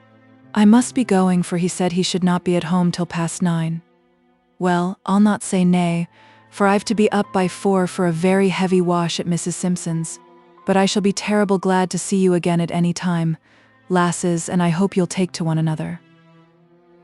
As the girls ran up the cellar steps together, Margaret said, "Just step in and see grandfather. I should like him to see you." And Mary consented. Chapter 5. The mill on fire, Jem Wilson to the rescue. Learned he was, nor bird nor insect flew, but he its leafy home and history knew, nor wild flower decked the rock, nor moss the well, but he its name and qualities could tell. Eliot. There is a class of men in Manchester, unknown even to many of the inhabitants, and whose existence will probably be doubted by many, who yet may claim kindred with all the noble names that science recognizes. I said in Manchester, but they are scattered all over the manufacturing districts of Lancashire. In the neighborhood of Oldham there are weavers, common handloom weavers, who throw the shuttle with unceasing sound, though Newton's Principia lie open on the loom, to be snatched at in work hours, but revelled over in mealtimes or at night. Mathematical problems are received with interest, and studied with absorbing attention by many a broad-spoken, common-looking factory hand. It is perhaps less astonishing that the more popularly interesting branches of natural history have their warm and devoted followers among this class. There are botanists among them, equally familiar with either the Linnean or the natural system, who know the name and habitat of every plant within a day's walk from their dwellings, who steal the holiday of a day or two when any particular plant should be in flower, and tying up their simple food in their pocket handkerchiefs, set off with single purpose to fetch home the humble-looking weed. There are entomologists who may be seen with a rude-looking net, ready to catch any winged insect, or a kind of dredge, with which they rake the green and slimy pools, practical, shrewd, hard-working men, who pore over every new specimen with real scientific delight. Nor is it the common and more obvious divisions of entomology and botany that alone attract these earnest seekers after knowledge. Perhaps it may be owing to the great annual town holiday of Whitsun week, so often falling in May or June, that the two great beautiful families of Ephemeridae and Phragonidae have been so much and so closely studied by Manchester workmen, while they have in a great measure escaped general observation. If you will refer to the preface to Sir J.E. Smith's Life, I have it not by me, or I would copy you the exact passage, you will find that he names a little circumstance corroborative of what I have said. Sir J.E. Smith, being on a visit to Roscoe, of Liverpool, made some inquiries from him as to the habitat of a very rare plant, said to be found in certain places in Lancashire. Mr. Roscoe knew nothing of the plant, but stated that if anyone could give him the desired information, it would be a handloom weaver in Manchester, whom he named. Sir J.E. Smith proceeded by coach to Manchester, and on arriving at that town he inquired of the porter who was carrying his luggage if he could direct him to so-and-so. "Oh yes," replied the man, "he does a bit in my way," and on further investigation it turned out that both the porter and his friend the weaver were skillful botanists and able to give Sir J.E. Smith the very information which he wanted. Such are the tastes and pursuits of some of the thoughtful, little-understood working men of Manchester. And Margaret's grandfather was one of these. He was a little wiry-looking old man, who moved with a jerking motion, as if his limbs were worked by a string like a child's toy, with dun-colored hair lying thin and soft at the back and sides of his head. His forehead was so large it seemed to overbalance the rest of his face, which had indeed lost its natural contour by the absence of all the teeth. The eyes absolutely gleamed with intelligence, so keen, so observant, you felt as if they were almost wizard-like. Indeed, the whole room looked not unlike a wizard's dwelling. Instead of pictures were hung rude wooden frames of impaled insects, the little table was covered with cabalistic books, and a case of mysterious instruments lay beside, one of which Job Legh was using when his granddaughter entered. On her appearance he pushed his spectacles up so as to rest midway on his forehead, and gave Mary a short, kind welcome, But Margaret he caressed as a mother caresses her firstborn, stroking her with tenderness, and almost altering his voice as he spoke to her. Mary looked round on the odd, strange things she had never seen at home, and which seemed to her to have a very uncanny look. "Is your grandfather a fortune-teller?" whispered she to her new friend. "No," replied Margaret in the same voice, "but you're not the first as has taken him for such. He is only fond of such things as most folks know nothing about." "And do you know aught about them too?" "I know a bit about some of the things grandfather is fond on. Just because he's fond on 'em I tried to learn about them." "What things are these?" said Mary, struck with the weird-looking creatures that sprawled around the room in their roughly made glass cases. But she was not prepared for the technical names which Job Legh pattered down on her ear, on which they fell like hail on a skylight, and the strange language only bewildered her more than ever. Margaret saw the state of the case, and came to the rescue. "Look, Mary, at this horrid scorpion. He gave me such a fright. I'm all of a twitter yet when I think of it. Grandfather went to Liverpool one Whitsun week to go strolling about the docks and pick up what he could from the sailors, who often bring some queer thing or another from the hot countries they go to, and so he sees a chap with a bottle in his hand, like a druggist's physic bottle, and says, 'Grandfather, what have ye gotten there?' So the sailor holds it up, and grandfather knew it was a rare kind of scorpion, not common even in the East Indies where the man came from, and says he, 'How did ye catch this fine fellow, for he wouldn't be taken for nothing, I'm thinking.' And the man said as how when they were unloading the ship he'd found him lying behind a bag of rice, and he thought the cold had killed him, for he was not squashed nor injured a bit. He did not like to part with any of the spirit out of his grog to put the scorpion in, but slipped him into the bottle, knowing there were folks enow who would give him something for him. So grandfather gives him a shilling." "2 shilling," interrupted Job Legh, "and a good bargain it was. Well, grandfather came home as proud as Punch, and pulled the bottle out of his pocket. But you see the scorpion were doubled up, and grandfather thought I couldn't fairly see how big he was, so he shakes him out right before the fire, and a good warm one it was, for I was ironing, I remember. I left off ironing and stooped down over him to look at him better, and grandfather got a book and began to read how this very kind were the most poisonous and vicious species, how their bite were often fatal, and then went on to read how people who were bitten got swelled and screamed with pain. I was listening hard, but as it fell out, I never took my eyes off the creature, though I could not ha' told I was watching it. Suddenly it seemed to give a jerk, and before I could speak it gave another, and in a minute it was as wild as could be, running at me just like a mad dog." "What did you do?" asked Mary. "Me, why, I jumped first on a chair and then on all the things I'd been ironing on the dresser, and I screamed for grandfather to come up by me, but he did not hearken to me." "Why, if I'd come up by thee, who'd ha' caught the creature, I should like to know?" "Well, I begged grandfather to crush it, and I had the iron right over it once, ready to drop, but grandfather begged me not to hurt it in that way. So I couldn't think what he'd have, for he hopped round the room as if he were sore afraid, for all he begged me not to injure it. At last he goes to the kettle, and lifts up the lid and peeps in. What on earth is he doing that for, thinks I? He'll never drink his tea with a scorpion running free and easy about the room. Then he takes the tongs and he settles his spectacles on his nose, and in a minute he had lifted the creature up by the leg and dropped him into the boiling water." "And did that kill him?" said Mary. "Aye, sure enough, he boiled for longer time than grandfather liked though, but I was so afeard of his coming round again. I ran to the public house for some gin, and grandfather filled the bottle, and then we poured off the water, and picked him out of the kettle, and dropped him into the bottle, and he were there above a 12-month. "What brought him to life at first?" asked Mary. "Why, you see, he were never really dead, only torpid, that is, dead asleep with the cold, and our good fire brought him round." "I'm glad father does not care for such things," said Mary. "Are you?" "Well, I'm often downright glad grandfather is so fond of his books, and his creatures, and his plants. It does my heart good to see him so happy, sorting them all at home, and so ready to go in search of more whenever he's a spare day. Look at him now. He's gone back to his books, and he'll be as happy as a king, working away till I make him go to bed. It keeps him silent, to be sure, but so long as I see him earnest, and pleased and eager, what does that matter? Then, when he has his talking bouts, you can't think how much he has to say. Dear grandfather, you don't know how happy we are.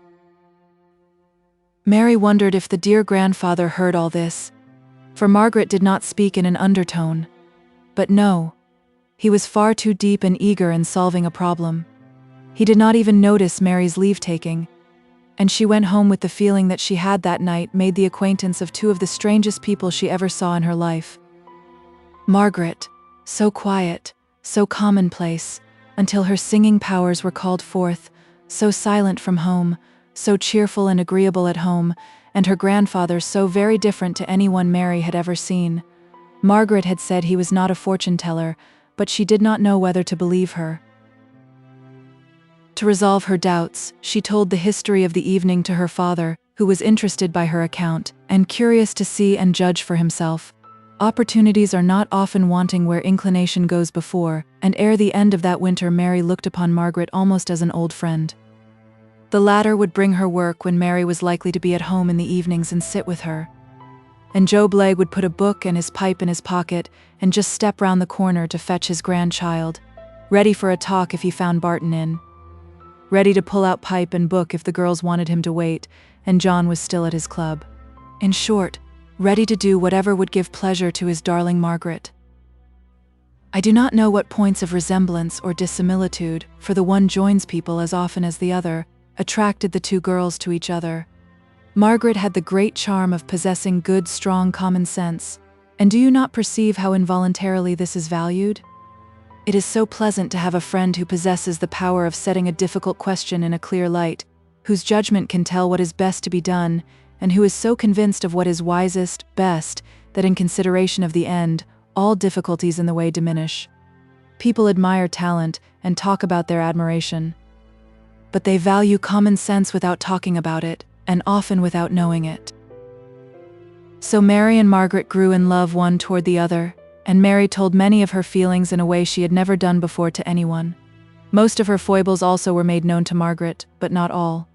There was one cherished weakness still concealed from everyone. It concerned a lover, not beloved, but favored by fancy, a gallant, handsome young man, but not beloved. Yet Mary hoped to meet him every day in her walks, blushed when she heard his name, and tried to think of him as her future husband, and above all, tried to think of herself as his future wife. Alas, poor Mary, bitter woe did thy weakness work thee. She had other lovers. One or two would gladly have kept her company, but she held herself too high, they said. Jem Wilson said nothing, but loved on and on, ever more fondly. He hoped against hope. He would not give up, for it seemed like giving up life to give up thought of Mary. He did not dare to look to any end of all this. The present, so that he saw her, touched the hem of her garment, was enough. Surely in time such deep love would beget love. He would not relinquish hope, and yet her coldness of manner was enough to daunt any man, and it made Jem more despairing than he would acknowledge for a long time even to himself. But one evening he came round by Barton's house, a willing messenger for his father, and opening the door saw Margaret sitting asleep before the fire. She had come in to speak to Mary, and worn out by a long working, watching night, she fell asleep in the genial warmth. An old-fashioned saying about a pair of gloves came into Jem's mind, and stepping gently up he kissed Margaret with a friendly kiss. She awoke, and perfectly understanding the thing, she said, "For shame of yourself, Jem. What would Mary say?" Lightly said, lightly answered. She'd no but say, "Practice makes perfect," and they both laughed. But the words Margaret had said rankled in Jem's mind. Would Mary care? Would she care in the very least? They seemed to call for an answer by night and by day, and Jem felt that his heart told him Mary was quite indifferent to any action of his. Still he loved on and on, ever more fondly. Mary's father was well aware of the nature of Jem Wilson's feelings for his daughter, but he took no notice of them to anyone, thinking Mary full young yet for the cares of married life, and unwilling too to entertain the idea of parting with her at any time, however distant. But he welcomed Jem at his house, as he would have done his father's son, whatever were his motives for coming, and now and then admitted the thought that Mary might do worse when her time came, then married Jem Wilson, a steady workman at a good trade, a good son to his parents, and a fine, manly-spirited chap, at least when Mary was not by, for when she was present he watched her too closely, and too anxiously to have much of what John Barton called spunk in him. It was towards the end of February in that year, and a bitter black frost had lasted for many weeks. The keen east wind had long since swept the streets clean, though on a gusty day the dust would rise like pounded ice, and make people's faces quite smart with the cold force with which it blew against them.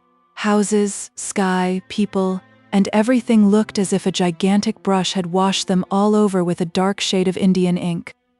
There was some reason for this grimy appearance on human beings, whatever there might be for the dun looks of the landscape, for soft water had become an article not even to be purchased, and the poor washerwomen might be seen vainly trying to procure a little by breaking the thick gray ice that coated the ditches and ponds in the neighborhood. People prophesied a long continuance to this already lengthened frost, said the spring would be very late, no spring fashions required, no summer clothing purchased for a short, uncertain summer. Indeed, there was no end to the evil prophesied during the continuance of that bleak east wind. Mary hurried home one evening, just as daylight was fading, from Miss Simmons with her shawl held up to her mouth and her head bent as if in deprecation of the meeting wind. So she did not perceive Margaret till she was close upon her at the very turning into the court. "Bless me, Margaret, is that you? Where are you bound to?" "To nowhere but your own house. That is, if you'll take me in. I've a job of work to finish tonight, mourning as must be in time for the funeral tomorrow, and grandfather has been out moss hunting, and will not be home till late. Oh, how charming it will be! I'll help you if you're backward. Have you much to do?" "Yes, I only got the order yesterday at noon, and there's 3 girls beside the mother, and what with trying on and matching the stuff, for there was not enough in the piece they chose first, I'm above a bit behindhand. I've the skirts all to make. I kept that work till candlelight, and the sleeves, to say nothing of little bits to the bodies, for the missus is very particular, and I could scarce keep from smiling while they were crying so, really taking on sadly, I'm sure, to hear first one and then t'other clear up to notice the sit of her gown. They weren't to be misfits, I promise you, though they were in such trouble. Well, Margaret, you're right welcome, as you know, and I'll sit down and help you with pleasure, though I was tired enough of sewing tonight at Miss Simmons."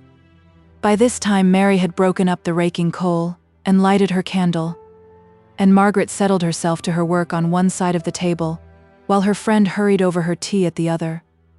The things were then lifted en masse to the dresser, and dusting her side of the table with the apron she always wore at home, Mary took up some breadths and began to run them together. "Who's it all for? For if you told me I've forgotten?" "Why, for Mrs. Ogden, as keeps the greengrocer's shop in Oxford Road.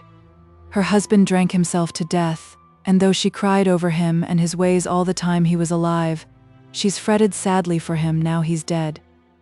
"Has he left her much to go upon?" asked Mary, examining the texture of the dress. "This is beautifully fine, soft bombazine." "No, I'm much afeard there's but little, and there's several young children besides the 3 Miss Ogdens." "I should have thought girls like them would ha' made their own gowns," observed Mary.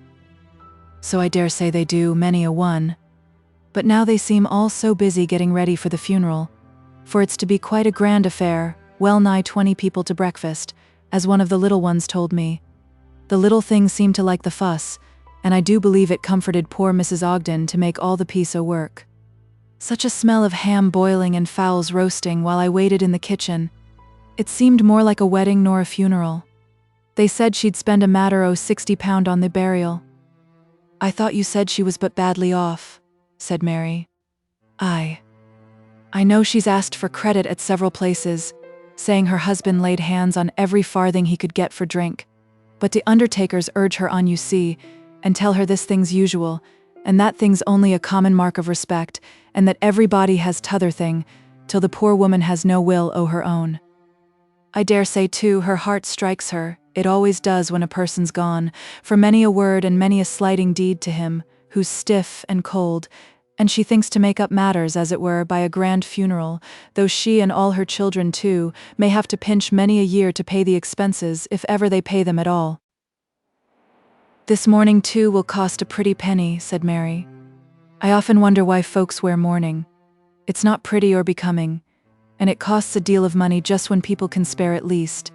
And if what the Bible tells us be true, we ought not to be sorry when a friend who's been good goes to his rest, and as for a bad man, one's glad enough to get shut on him. I cannot see what good comes out o' wearing mourning. I'll tell you what I think fancy was sent for. Old Alice calls everything sent for, and I believe she's right. It does do good, though not as much as it costs, that I do believe in setting people, as is cast down by sorrow and feels themselves unable to settle to anything but crying, something to do. Why now I told you how they were grieving, for perhaps he was a kind husband and father in his thoughtless way, when he wasn't in liquor. But they cheered up wonderful while I was there, and I asked 'em for more directions than usual, that they might have something to talk over and fix about, and I left 'em my fashion book, though it were 2 months old, just a purpose. I don't think everyone would grieve that way.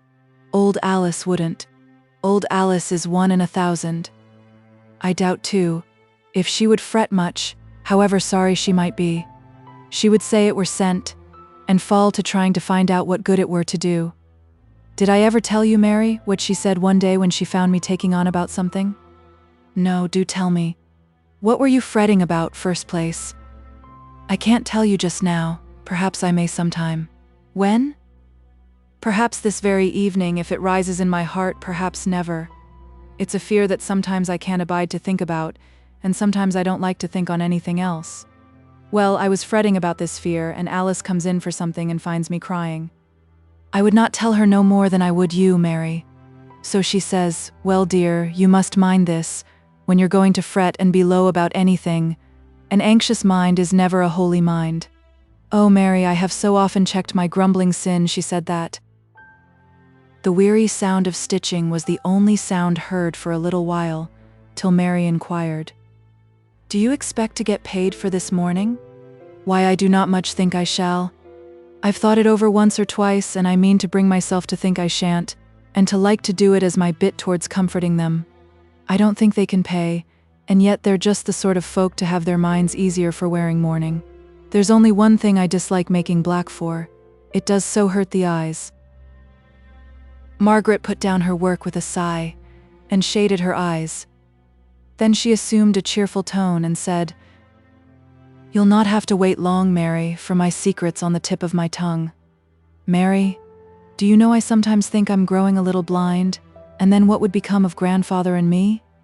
Oh, God help me, Lord help me.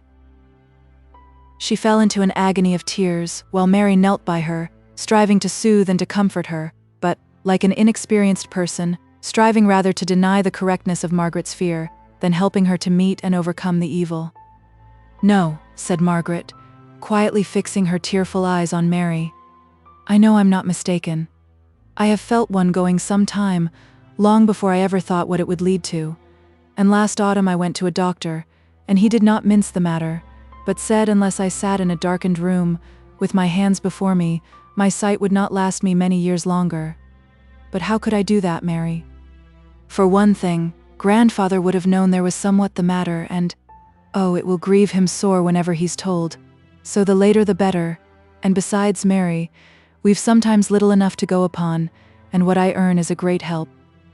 For grandfather takes a day here and a day there for botanizing or going after insects, and he'll think little enough of 4 or 5 shillings for a specimen. Dear grandfather, and I'm so loath to think he should be stinted of what gives him such pleasure.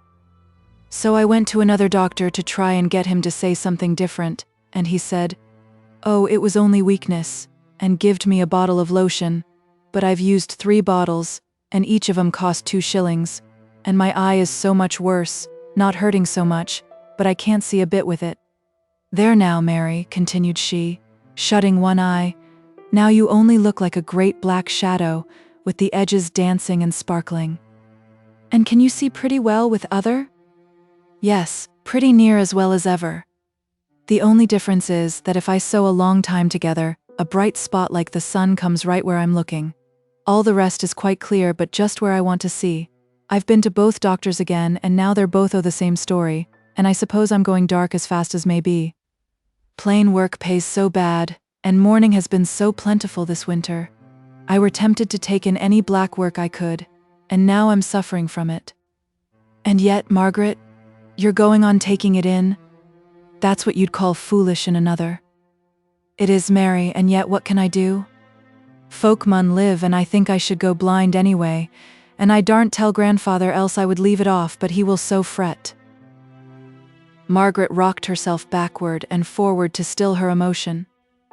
Oh, Mary, she said, I try to get his face off by heart, and I stare at him so when he's not looking, and then shut my eyes to see if I can remember his dear face. There's one thing, Mary, that serves a bit to comfort me. You'll have heard of old Jacob Butterworth, the singing weaver? Well, I knowed him a bit, so I went to him and said how I wished he'd teach me the right way o' singing, and he says I've a rare fine voice, and I go once a week and take a lesson fra him. He's been a grand singer in his day. He's led the choruses at the festivals, and got thanked many a time by London folk, and one foreign singer, Madame Catalani, turned round and shook him by the hand before the Oud church full o' people. He says I may gain ever so much money by singing, but I don't know. Any rate, it's sad work, being blind. She took up her sewing, saying her eyes were rested now, and for some time they sewed on in silence. Suddenly there were steps heard in the little paved court. Person after person ran past the curtained window. Something's up, said Mary.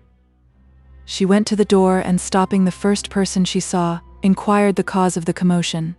Wench, donna ye see the firelight? Carson's mill is blazing away like fun, and away her informant ran. Come, Margaret, on wi' your bonnet, and let's go to see Carson's mill. It's a fire, and they say a burning mill is such a grand sight. I never saw one. Well, I think it's a fearful sight. Besides, I've all this work to do. But Mary coaxed in her sweet manner, and with her gentle caresses, promising to help with the gowns all night long if necessary, nay, saying she should quite enjoy it. The truth was, Margaret's secret weighed heavily and painfully on her mind, and she felt her inability to comfort. Besides, she wanted to change the current of Margaret's thoughts, and in addition to these unselfish feelings, came the desire she had honestly expressed of seeing a factory on fire.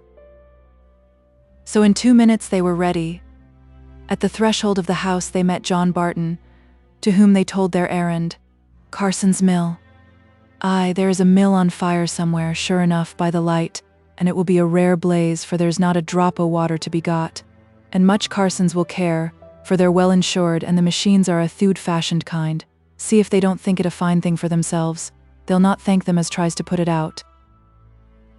He gave way for the impatient girls to pass. Guided by the ruddy light more than by any exact knowledge of the streets that led to the mill, they scampered along with bent heads, facing the terrible east wind as best they might. Carson's mill ran lengthways from east to west. Along it went one of the oldest thoroughfares in Manchester. Indeed, all that part of the town was comparatively old. It was there that the first cotton mills were built, and the crowded alleys and back streets of the neighborhood made a fire there particularly to be dreaded. The staircase of the mill ascended from the entrance at the western end, which faced into a wide, dingy-looking street, consisting principally of public houses, pawnbrokers' shops, rag and bone warehouses, and dirty provision shops. The other, the east end of the factory, fronted into a very narrow back street, not 20 feet wide, and miserably lighted and paved. Right against this end of the factory were the gable ends of the last house in the principal street, a house which, from its size, its handsome stone facings, and the attempt at ornament in the front, had probably been once a gentleman's house, but now the light which streamed from its enlarged front windows made clear the interior of the splendidly fitted-up room, with its painted walls, its pillared recesses, its gilded and gorgeous fittings-up, its miserable, squalid inmates. It was a gin palace. Mary almost wished herself away, so fearful, as Margaret had said, was the sight when they joined the crowd assembled to witness the fire. There was a murmur of many voices whenever the roaring of the flames ceased for an instant. It was easy to perceive the mass were deeply interested. "What do they say?" asked Margaret, of a neighbor in the crowd, as she caught a few words, clear and distinct, from the general murmur.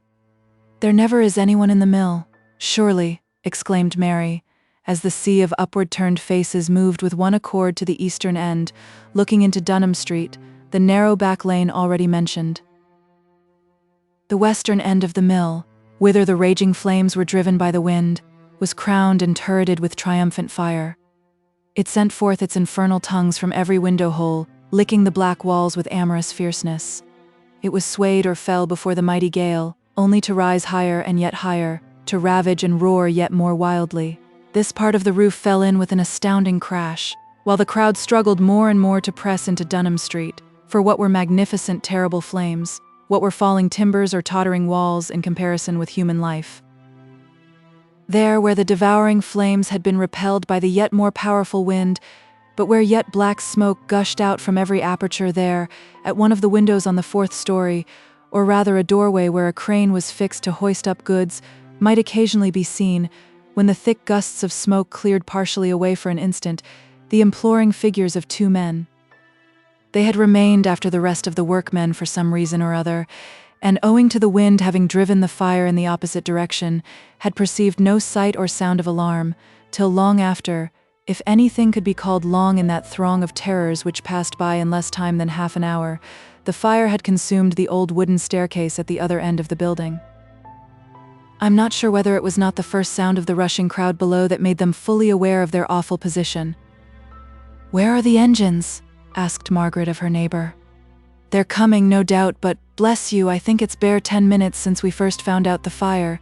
It rages so with this wind, and all so dry-like." "Is no one gone for a ladder?" gasped Mary, as the men were perceptibly, though not audibly, praying the great multitude below for help.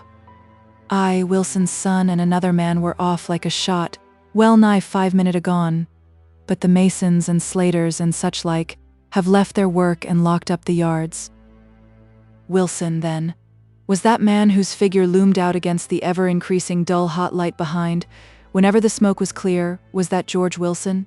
Mary sickened with terror. She knew he worked for Carson's, but at first she had had no idea any lives were in danger, and since she had become aware of this, the heated air, the roaring flames, the dizzy light, and the agitated and murmuring crowd had bewildered her thoughts. "Oh, let us go home, Margaret. I cannot stay." "We cannot go. See how we are wedged in by folks. Poor Mary. Ye won't hanker after a fire again. Hark, listen." For through the hushed crowd, pressing round the angle of the mill, and filling up Dunham Street, might be heard the rattle of the engine, the heavy quick tread of loaded horses. "Thank God," said Margaret's neighbor. "The engine's come." Another pause. The plugs were stiff, and water could not be got. Then there was a pressure through the crowd, the front rows bearing back on those behind, till the girls were sick with the close ramming confinement. Then a relaxation, and a breathing freely once more. "'Twas young Wilson and a fireman with a ladder," said Margaret's neighbor, a tall man who could overlook the crowd. "Oh, tell us what you see," begged Mary. "They've gotten it fixed again, the gin shop wall. One o' the men I' th' factory has fell back, dazed with the smoke, I'll warrant. The floor's not given way there. God," said he, bringing his eye lower down, "ladder's too short. It's over with them poor chaps. The fire's coming slow and sure to that end, and afore they've either gotten water or another ladder, they'll be dead out and out. Lord have mercy on them." A sob, as if of excited women, was heard in the hush of the crowd. Another pressure like the former. Mary clung to Margaret's arm with a pinching grasp and longed to faint and be insensible, to escape from the oppressing misery of her sensations. A minute or two. "They've taken the ladder into the temple of Apollo. Can't press back with it to the yard it came from." A mighty shout arose, a sound to wake the dead. Up on high, quivering in the air, was seen the end of the ladder, protruding out of a garret window, in the gable end of the gin palace, nearly opposite to the doorway where the men had been seen. Those in the crowd nearest the factory, and consequently best able to see up to the garret window, said that several men were holding one end, and guiding by their weight its passage to the doorway. The garret window frame had been taken out before the crowd below were aware of the attempt. At length, for it seemed long, measured by beating hearts, though scarce 2 minutes had elapsed, the ladder was fixed, an aerial bridge at a dizzy height across the narrow street. Every eye was fixed in unwinking anxiety, and people's very breathing seemed stilled in suspense. The men were nowhere to be seen, but the wind appeared for the moment higher than ever and drove back the invading flames to the other end. Mary and Margaret could see now, right above them danced the ladder in the wind. The crowd pressed back from under, firemen's helmets appeared at the window, holding the ladder firm, when a man, with quick steady tread and unmoving head, passed from one side to the other. The multitude did not even whisper while he crossed the perilous bridge, which quivered under him. But when he was across, safe comparatively in the factory, a cheer arose for an instant, checked, however, almost immediately by the uncertainty of the result, and the desire not in any way to shake the nerves of the brave fellow who had cast his life on such a die. There he is again, sprung to the lips of many as they saw him at the doorway, standing as if for an instant to breathe a mouthful of the fresher air before he trusted himself to cross. On his shoulders he bore an insensible body. "It's Jem Wilson and his father," whispered Margaret, but Mary knew it before. The people were sick with anxious terror. He could no longer balance himself with his arms. Everything must depend on nerve and eye. They saw the ladder was fixed, by the position of the head which never wavered. The ladder shook under the double weight, but still he never moved his head. He dared not look below. It seemed an age before the crossing was accomplished. At last the window was gained. The bearer relieved from his burden. Both had disappeared. Then the multitude might shout, and above the roaring flames, louder than the blowing of the mighty wind, arose that tremendous burst of applause at the success of the daring enterprise. Then a shrill cry was heard, asking, "Is the ood man alive, and likely to do?" "Aye," answered one of the firemen to the hushed crowd below. "He's coming round finely, now he's had a dash of cowed water." He drew back his head, and the eager inquiries, the shouts, the sea-like murmurs of the moving, rolling mass began again to be heard, but for an instant though, in far less time than even that in which I have endeavored briefly to describe the pause of events. The same bold hero stepped again upon the ladder, with evident purpose to rescue the man yet remaining in the burning mill. He went across in the same quick, steady manner as before, and the people below, made less acutely anxious by his previous success, were talking to each other, shouting out intelligence of the progress of the fire at the other end of the factory, telling of the endeavors of the firemen at that part to obtain water, while the closely packed body of men heaved and rolled from side to side. It was different from the former silent, breathless hush. I do not know if it were from this cause or from the recollection of peril past, or that he looked below in the breathing moment before returning with the remaining person, a slight little man, slung across his shoulders, but Jem Wilson's step was less steady, his tread more uncertain.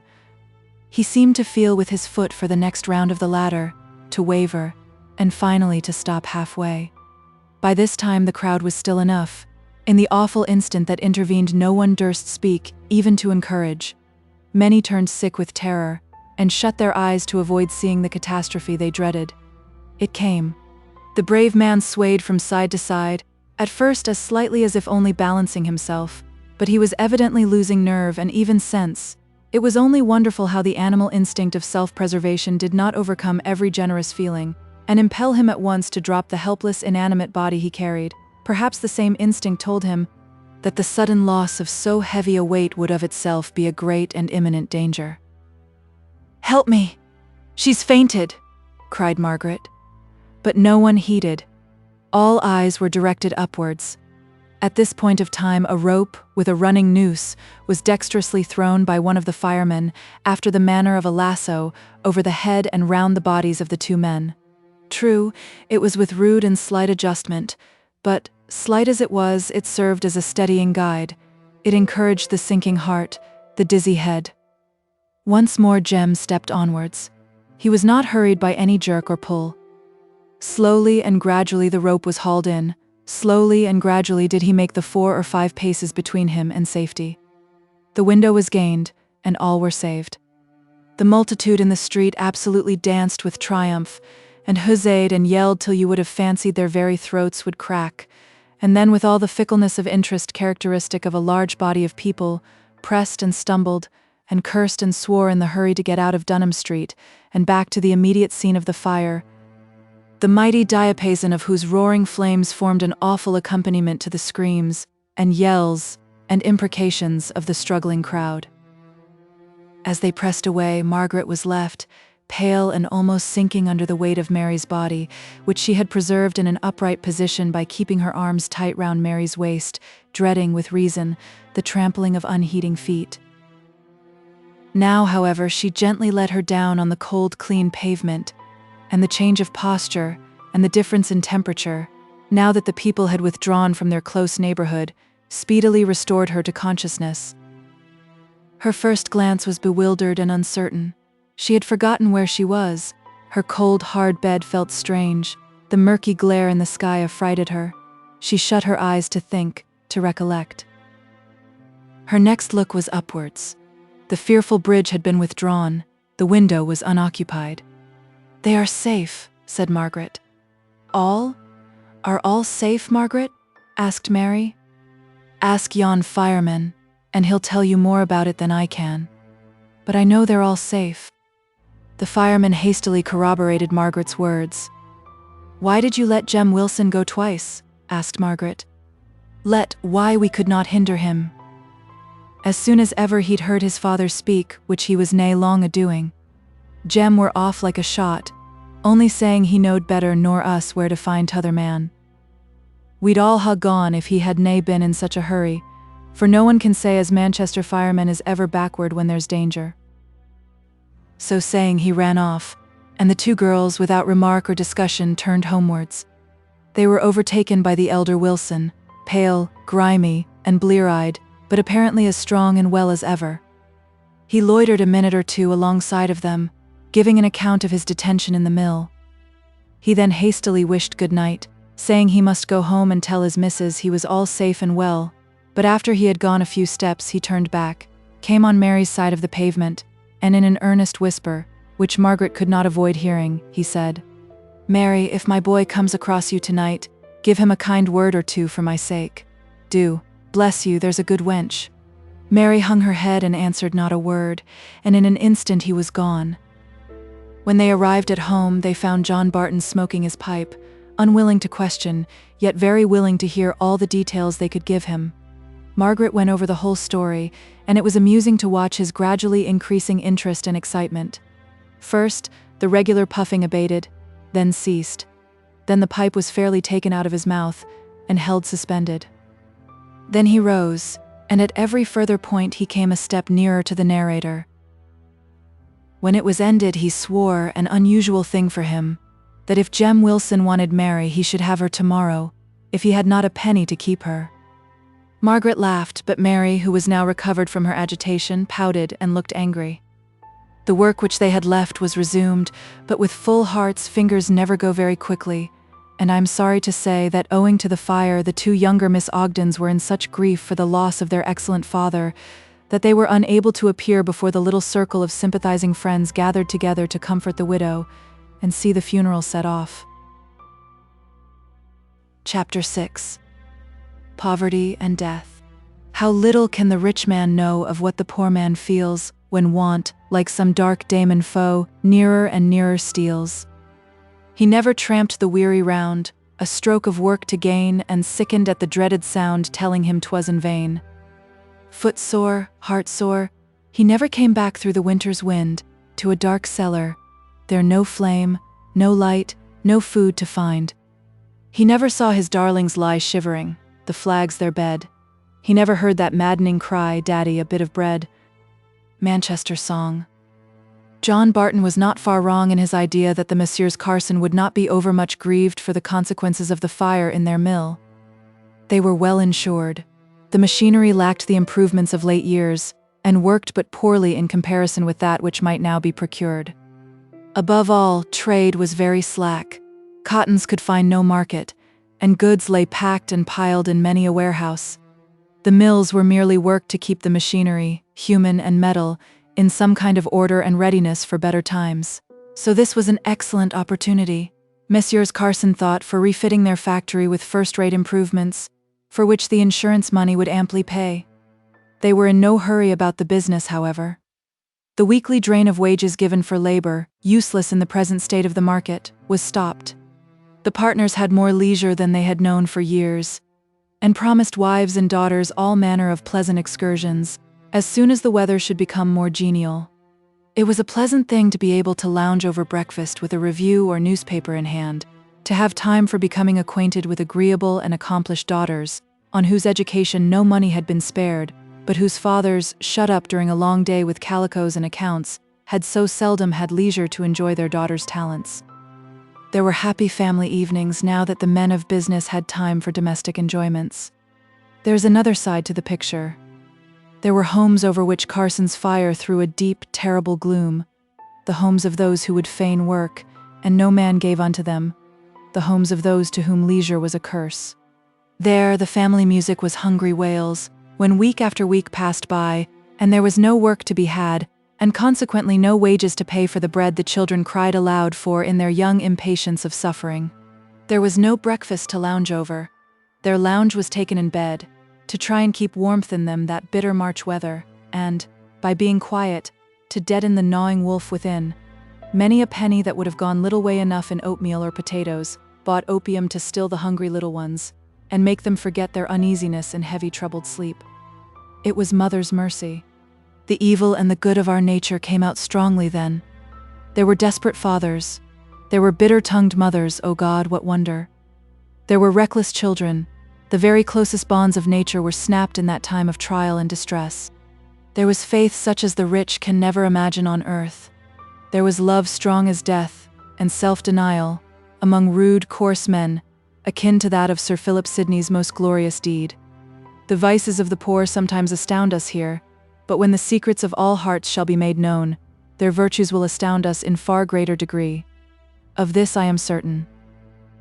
As the cold, bleak spring came on, spring in name alone, and consequently as trade continued dead, other mills shortened hours, turned off hands, and finally stopped work altogether. Barton worked short hours. Wilson, of course, being a hand in Carson's factory, had no work at all, but his son, working at an engineer's and a steady man, obtained wages enough to maintain all the family in a careful way. Still it preyed on Wilson's mind to be so long indebted to his son. He was out of spirits and depressed. Barton was morose and soured towards mankind as a body, and the rich in particular. One evening, when the clear light at 6 o'clock contrasted strangely with the Christmas cold, and when the bitter wind piped down every entry and through every cranny, Barton sat brooding over his stinted fire and listening for Mary's step, in unacknowledged trust that her presence would cheer him. The door was opened, and Wilson came breathless in. "You've not got a bit o' money by you, Barton?" asked he. "Not I, who has now, I'd like to know. Whatten you want it for?" "I do not want it for mysel, though we've none to spare. But don't you know Ben Davenport as worked at Carson's? He's down with the fever, and ne'er a stick o' fire, nor a cowed potato in the house." "I han got no money, I tell ye," said Barton. Wilson looked disappointed. Barton tried not to be interested, but he could not help it in spite of his gruffness. He rose and went to the cupboard, his wife's pride long ago. There lay the remains of his dinner, hastily put by ready for supper. Bread and a slice of cold fat boiled bacon. He wrapped them in his handkerchief, put them in the crown of his hat, and said, "Come, let's be going." "Going? Art thou going to work this time o' day?" "No, stupid, to be sure not going to see the fellow thou spoke on." So they put on their hats and set out. On the way Wilson said Davenport was a good fellow, though too much of the methody, that his children were too young to work, but not too young to be cold and hungry, that they had sunk lower and lower, and pawned thing after thing, and that now they lived in a cellar in Berry Street, off Store Street. Barton growled inarticulate words of no benevolent import to a large class of mankind, and so they went along till they arrived in Berry Street. It was unpaved, and down the middle a gutter forced its way, every now and then forming pools in the holes with which the street abounded. Never was the old Edinburgh cry of Gardes Low more necessary than in this street. As they passed, women from their doors tossed household slops of every description into the gutter. They ran into the next pool, which overflowed and stagnated. Heaps of ashes were the stepping stones. on which the passer-by, who cared in the least for cleanliness, took care not to put his foot. Our friends were not dainty, but even they picked their way till they got to some steps leading down into a small area, where a person standing would have his head about 1 foot below the level of the street, and might at the same time, without the least motion of his body, touch the window of the cellar and the damp, muddy wall right opposite. You went down 1 step even from the foul area into the cellar in which a family of human beings lived. It was very dark inside. The window panes were, many of them, broken and stuffed with rags, which was reason enough for the dusky light that pervaded the place even at midday. After the account I have given of the state of the street, no one can be surprised that on going into the cellar inhabited by Davenport, the smell was so fetid as almost to knock the 2 men down. Quickly recovering themselves, as those inured to such things do, they began to penetrate the thick darkness of the place, and to see 3 or 4 little children rolling on the damp, nay wet brick floor, through which the stagnant, filthy moisture of the street oozed up. The fireplace was empty and black. The wife sat on her husband's lair and cried in the dank loneliness. "See, missus, I'm back again. Hold your noise, children, and don't mither your mammy for bread. Here's a chap as has got some for you." In that dim light, which was darkness to strangers, they clustered round Barton and tore from him the food he had brought with him. It was a large hunch of bread, but it vanished in an instant. "We mun do summut for him," said he to Wilson. "Yo, stop here, and I'll be back in half an hour." So he strode and ran and hurried home. He emptied into the ever-useful pocket-handkerchief the little meal remaining in the mug. Mary would have her tea at Miss Simmons'. Her food for the day was safe. Then he went upstairs for his better coat, and his one gay red and yellow silk pocket-handkerchief, his jewels, his plate, his valuables these were. He went to the pawn-shop. He pawned them for 5 shillings. He stopped not, nor stayed, till he was once more in London Road, within 5 minutes' walk of Berry Street. Then he loitered in his gate, in order to discover the shops he wanted. He bought meat, and a loaf of bread, candles, chips, and from a little retail yard he purchased a couple of hundredweights of coals. Some money yet remained, all destined for them, but he did not yet know how best to spend it. Food, light, and warmth he had instantly seen were necessary. For luxuries he would wait. Wilson's eyes filled with tears when he saw Barton enter with his purchases. He understood it all and longed to be once more in work, that he might help in some of these material ways, without feeling that he was using his son's money. But though silver and gold he had none, he gave heart service and love works of far more value. Nor was John Barton behind in these. The fever was, as it usually is in Manchester, of a low, putrid, typhoid kind, brought on by miserable living, filthy neighborhood, and great depression of mind and body. It is virulent, malignant, and highly infectious. But the poor are fatalists with regard to infection, and well for them it is so, for in their crowded dwellings no invalid can be isolated. Wilson asked Barton if he thought he should catch it, and was laughed at for his idea.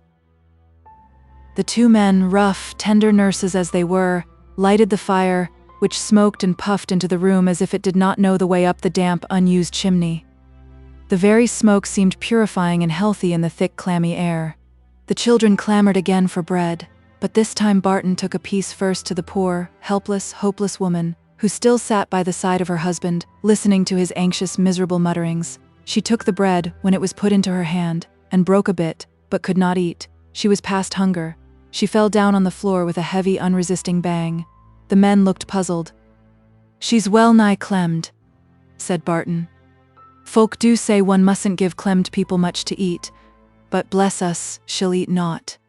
"I'll tell yo what I'll do," said Wilson. "I'll take these 2 big lads, as does naught but fight, home to my missis's for tonight, and I'll get a jug o' tea. Them women always does best with tea and such like slop."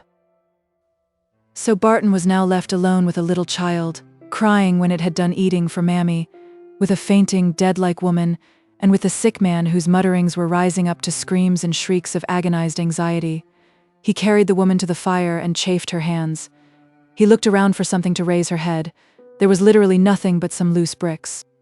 However, those he got, and taking off his coat he covered them with it as well as he could. He pulled her feet to the fire, which now began to emit some faint heat. He looked round for water, But the poor woman had been too weak to drag herself out to the distant pump, and water there was none. He snatched the child and ran up the area steps to the room above, and borrowed their only saucepan with some water in it. Then he began with the useful skill of a working man to make some gruel, and when it was hastily made he seized a battered iron tablespoon, kept when many other little things had been sold in a lot, in order to feed baby, and with it he forced 1 or 2 drops between her clenched teeth. The mouth opened mechanically to receive more, and gradually she revived. She sat up and looked round, and recollecting all, fell down again in weak and passive despair. Her little child crawled to her, and wiped with its fingers the thick-coming tears which she now had strength to weep. It was now high time to attend to the man. He lay on straw so damp and mouldy no dog would have chosen it in preference to flags. Over it was a piece of sacking, coming next to his worn skeleton of a body. Above him was mustered every article of clothing that could be spared by mother or children this bitter weather, and in addition to his own, these might have given as much warmth as 1 blanket, could they have been kept on him. But as he restlessly tossed to and fro, they fell off and left him shivering in spite of the burning heat of his skin. Every now and then he started up in his naked madness, looking like the prophet of woe in the fearful plague picture, but he soon fell again in exhaustion, and Barton found he must be closely watched, lest in these falls he should injure himself against the hard brick floor. He was thankful when Wilson reappeared, carrying in both hands a jug of steaming tea, intended for the poor wife, but when the delirious husband saw drink, he snatched at it with animal instinct, with a selfishness he had never shown in health. Then the 2 men consulted together. It seemed decided, without a word being spoken on the subject, that both should spend the night with the forlorn couple. That was settled. But could no doctor be had? In all probability, no. The next day an infirmary order might be begged, but meanwhile the only medical advice they could have must be from a druggist's. So Barton, being the moneyed man, set out to find a shop in London Road. It is a pretty sight to walk through a street with lighted shops. The gas is so brilliant, the display of goods so much more vividly shown than by day, and of all shops a druggist's looks the most like the tales of our childhood, from Aladdin's garden of enchanted fruits to the charming Rosamond with her purple jar. No such associations had Barton, yet he felt the contrast between the well-filled, well-lighted shops and the dim, gloomy cellar, and it made him moody that such contrasts should exist. They are the mysterious problem of life to more than him.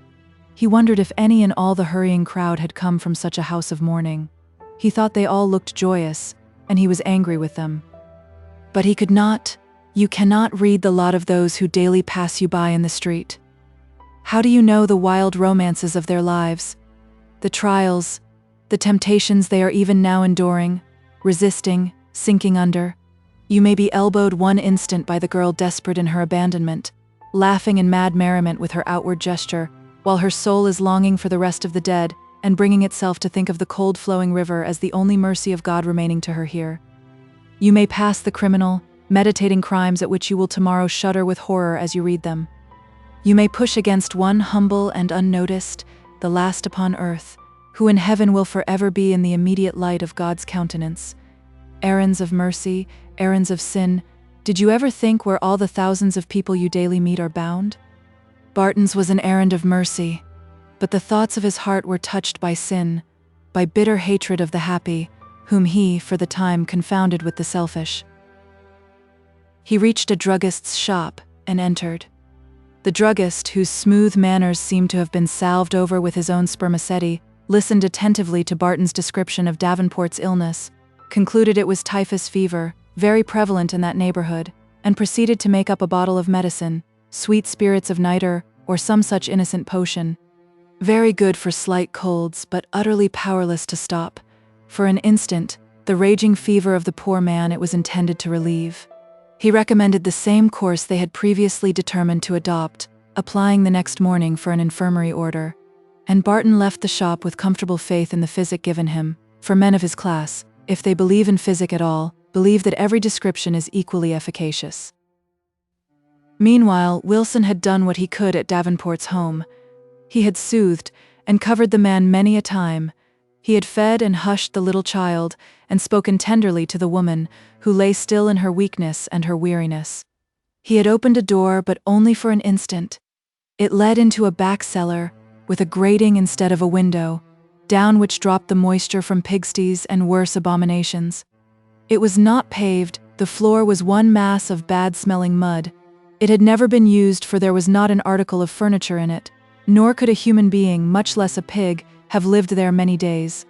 Yet the back apartment made a difference in the rent.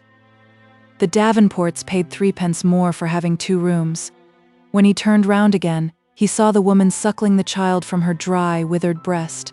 "Surely the lad is weaned," exclaimed he in surprise. "Why, how old is he?" "Going on 2 year," she faintly answered. "But oh, it keeps him quiet when I've naught else to guy him, and he'll get a bit of sleep lying there, if he's gettin' naught beside. We han done our best to guy the childer food, howe'er we pinched ourselves." "Han ye had no money fra the town?" "No. My master is Buckinghamshire born, and he's feared the town would send him back to his parish if he went to the board, so we've just borne on in hope o' better times. But I think they'll never come in my day." And the poor woman began her weak, high-pitched cry again. "Here, sup this drop o' gruel, and then try and get a bit o' sleep. John and I'll watch by your master tonight. God's blessing be on you." She finished the gruel and fell into a deep sleep. Wilson covered her with his coat as well as he could, and tried to move lightly for fear of disturbing her. But there need have been no such dread, for her sleep was profound and heavy with exhaustion. Once only she roused to pull the coat round her little child. And now all Wilson's care, and Barton's to boot, was wanted to restrain the wild mad agony of the fevered man. He started up, he yelled, he seemed infuriated by overwhelming anxiety. He cursed and swore, which surprised Wilson, who knew his piety and health, and who did not know the unbridled tongue of delirium. At length he seemed exhausted, and fell asleep, and Barton and Wilson drew near the fire, and talked together in whispers. They sat on the floor, for chairs there were none. The sole table was an old tub turned upside down. They put out the candle and conversed by the flickering firelight. "Han yo known this chap long?" asked Barton. "Better nor 3 year. He's worked with Carsons that long, and we're alway a steady, civil-spoken fellow, though, as I said afore, somewhat of a methody. I wish I'd gotten a letter he sent his missus, a week or 2 agone, when he were on tramp for work. It did my heart good to read it, for, yo see, I were a bit grumbling mysel. It seemed hard to be sponging on Jem, and taking a his flesh-meat money to buy bread for me and them as I ought to be keeping. But, yo know, though I can earn naught, I mun eat sommut. Well, as I telled ye, I were grumbling, when she, indicating the sleeping woman by a nod, brought me Ben's letter, for she could na read hersel. It were as good as Bible words, ne'er a word o' repining, about God being our Father, and that we mun bear patiently whate'er he sends. Don ye think he's the master's father too? I'd be loath to have him for brothers."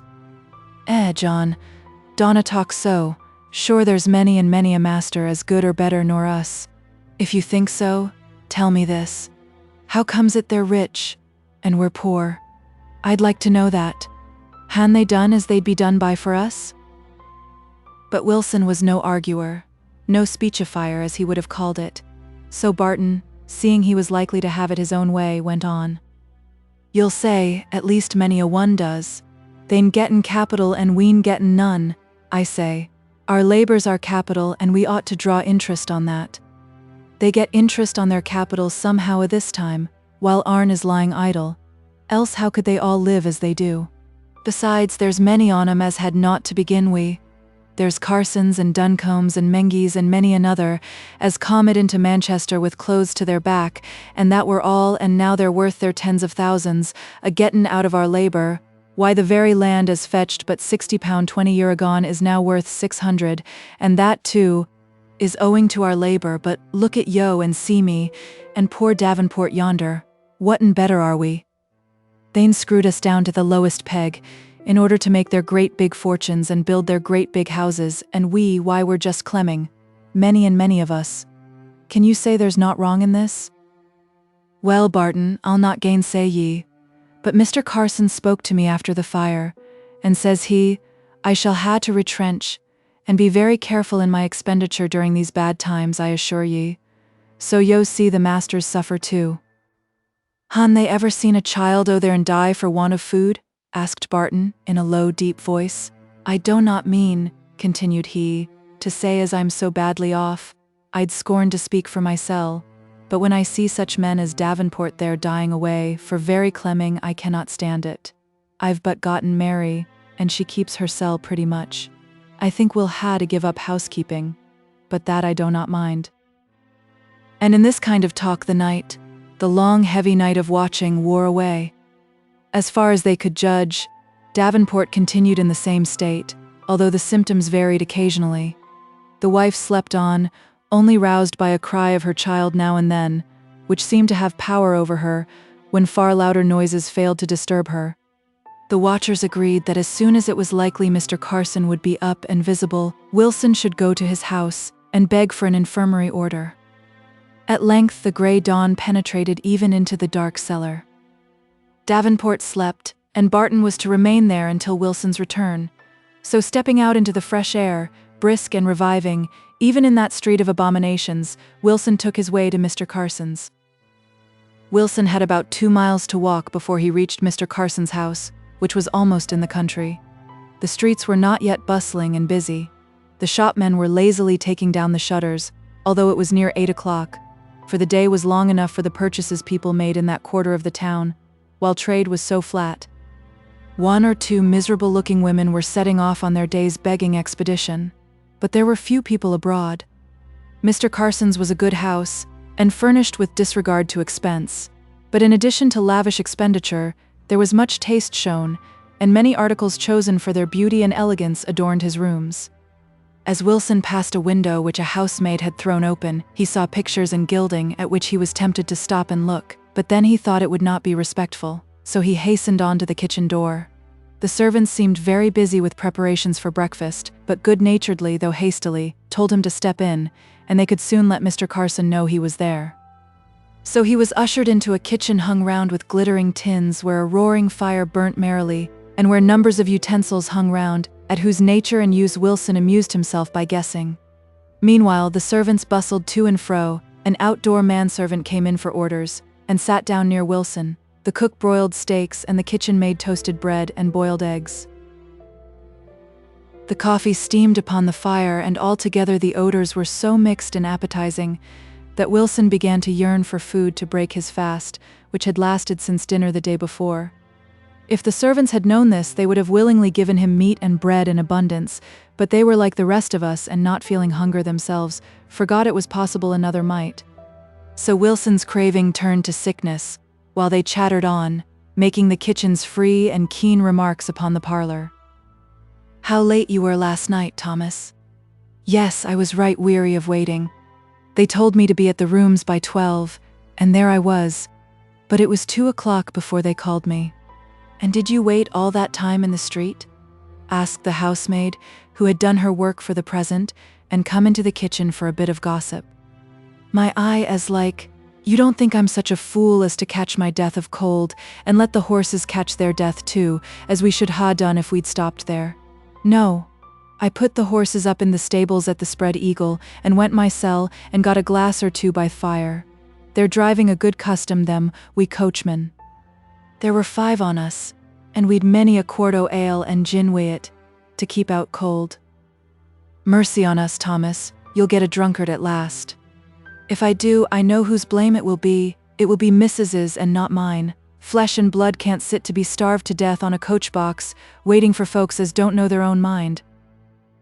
A servant, semi-upper housemaid, semi-lady's maid, now came down with orders from her mistress.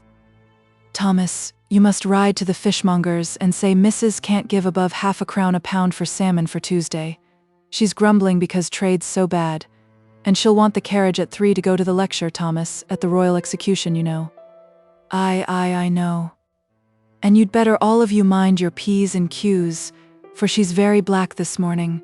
She's got a bad headache. It's a pity Miss Jenkins is not here to match her. Lord, how she and Mrs. did quarrel, which had got the worst headaches. It was that Miss Jenkins left for. She would not give up having bad headaches, and Mrs. could not abide anyone to have 'em but herself. Mrs. will have her breakfast upstairs cook, and the cold partridge as was left yesterday, and put plenty of cream in her coffee, and she thinks there's a roll left, and she would like it well buttered." So saying, the maid left the kitchen to be ready to attend to the young lady's bell when they chose to ring, after their late assembly the night before. In the luxurious library at the well-spread breakfast table sat the two Mr. Carsons, father and son. Both were reading, the father a newspaper, the son a review, while they lazily enjoyed their nicely prepared food. The father was a prepossessing-looking old man, perhaps self-indulgent you might guess. The son was strikingly handsome, and knew it. His dress was neat and well-appointed, and his manners far more gentlemanly than his father's. He was the only son, and his sisters were proud of him. His father and mother were proud of him. He could not set up his judgment against theirs. He was proud of himself. The door opened, and in bounded Amy, the sweet youngest daughter of the house, a lovely girl of 16, fresh and glowing and bright as a rosebud.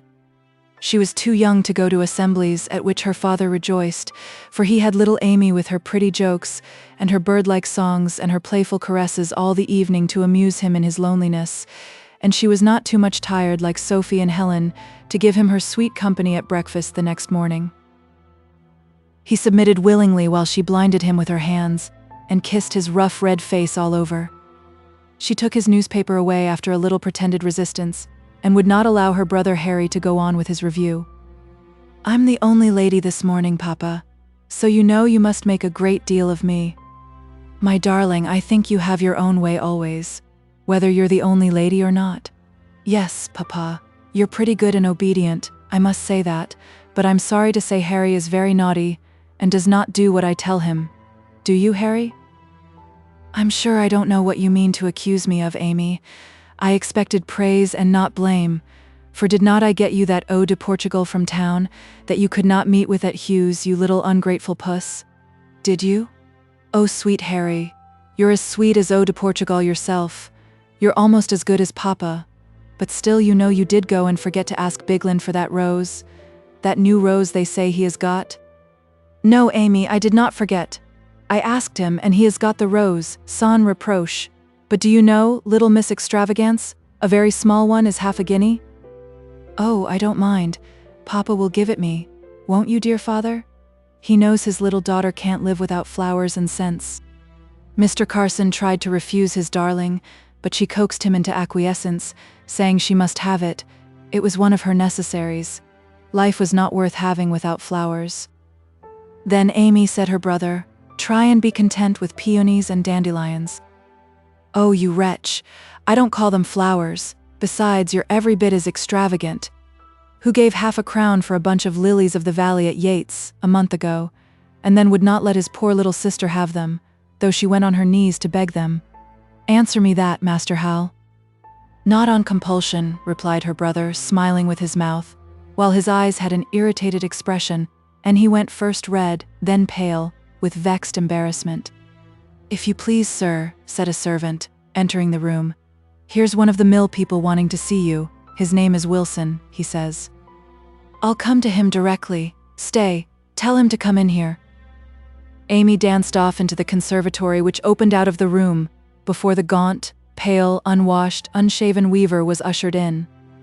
There he stood at the door, sleeking his hair with old country habit, and every now and then stealing a glance round at the splendor of the apartment. "Well, Wilson, and what do you want today, man?" "Please, sir, Davenport's ill of the fever, and I'm come to know if you've got an infirmary order for him." Davenport. Who is the fellow? I don't know the name." "He's worked in your factory better nor 3 years, sir." "Very likely I don't pretend to know the names of the men I employ, that I leave to the overlooker. So he's ill, eh?" "Aye, sir, he's very bad. We want to get him in at the fever wards. I doubt if I have an inpatient's order to spare. They're always wanted for accidents, you know. But I'll give you an outpatient's and welcome." So saying, he rose up, unlocked a drawer, pondered a minute, and then gave Wilson an outpatient's order to be presented the following Monday.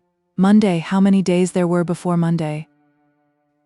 Meanwhile, the younger Mr. Carson had ended his review and began to listen to what was going on.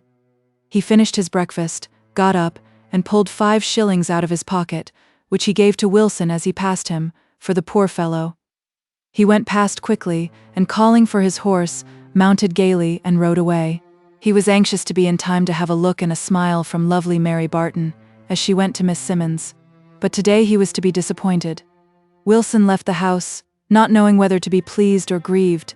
It was long to Monday, but they had all spoken kindly to him, and who could tell if they might not remember this, and do something before Monday. Besides the cook, who, when she had had time to think after breakfast was sent in, had noticed his paleness, had had meat and bread ready to put in his hand when he came out of the parlor, and a full stomach makes every one of us more hopeful.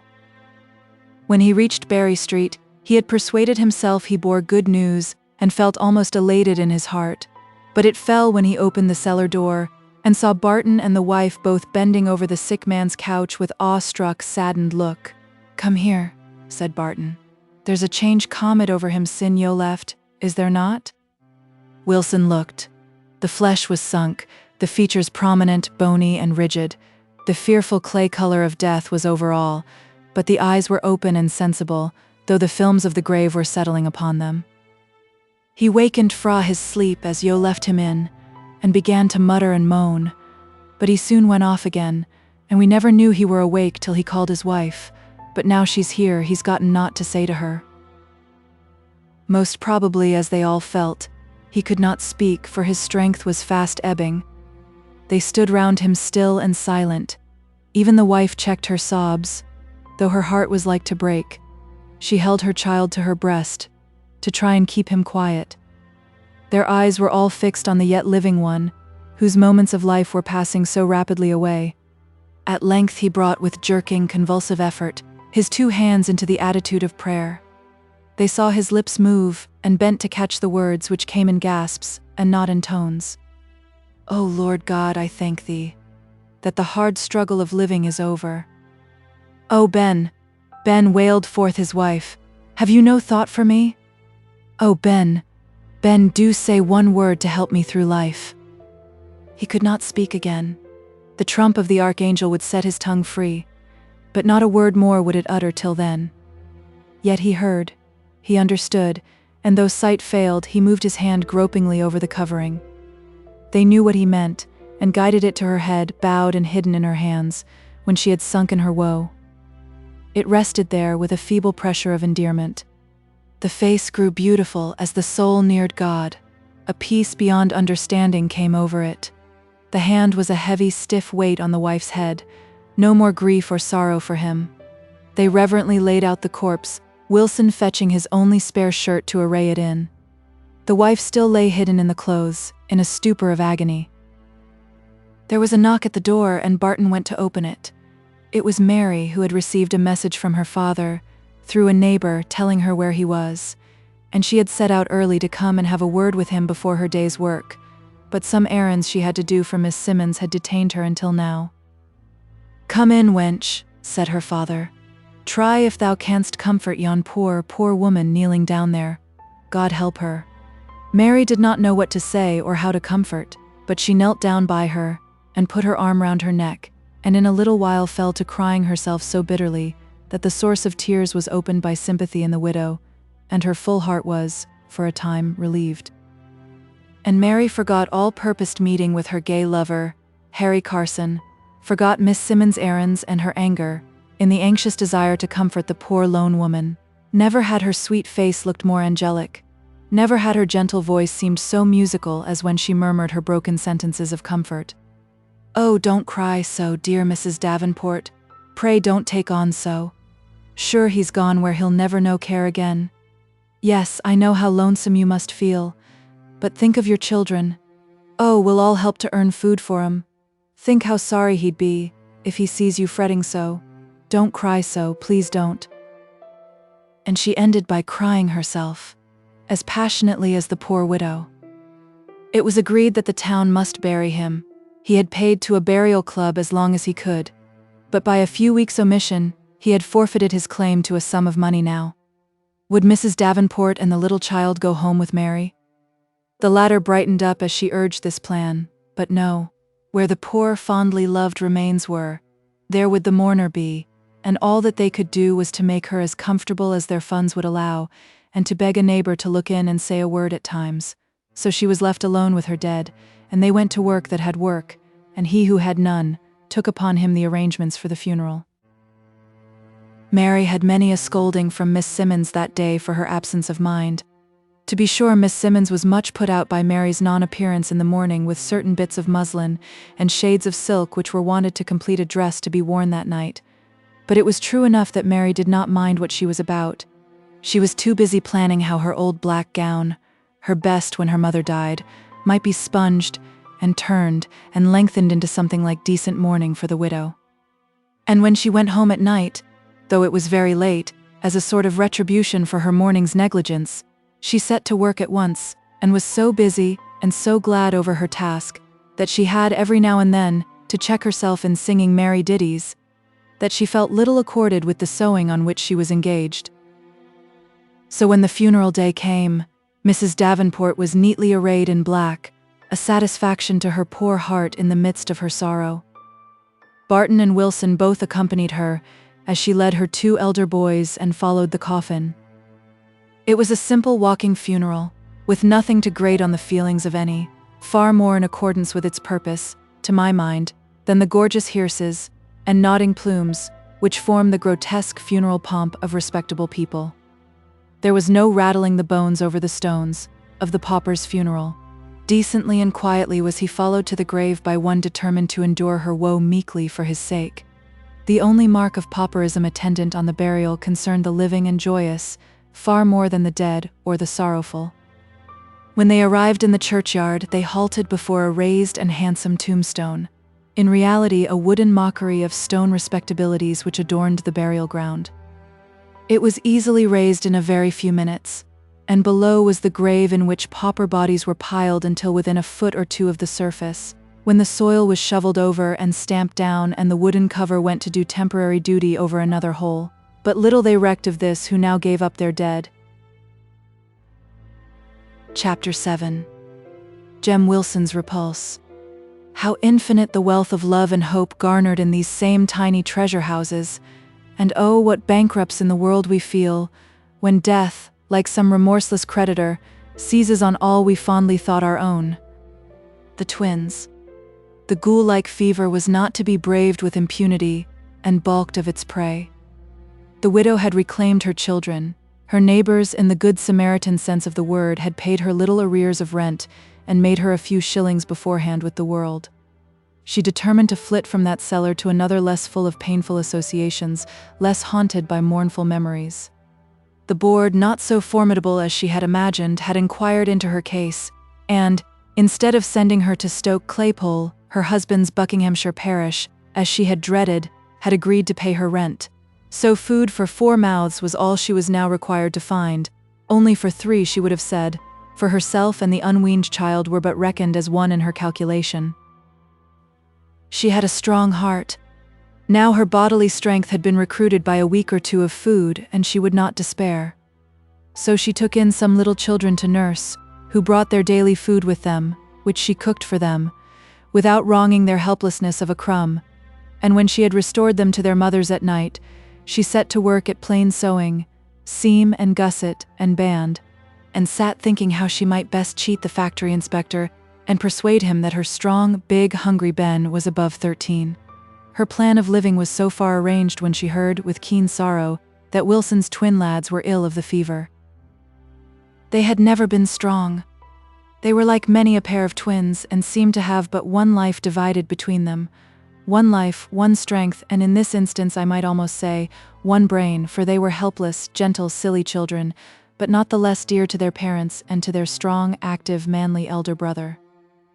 They were late on their feet, late in talking, late every way, had to be nursed and cared for when other lads of their age were tumbling about in the street and losing themselves, and being taken to the police office miles away from home. Still want had never yet come in at the door to make love for these innocents fly out at the window. Nor was this the case even now, when Jem Wilson's earnings and his mother's occasional charrings were barely sufficient to give all the family their fill of food. But when the twins, after ailing many days and caring little for their meat, fell sick on the same afternoon, with the same heavy stupor of suffering, the 3 hearts that loved them so, each felt, though none acknowledged to the other that they had little chance for life. It was nearly a week before the tale of their illness spread as far as the court where the Wilsons had once dwelt, and the Bartons yet lived.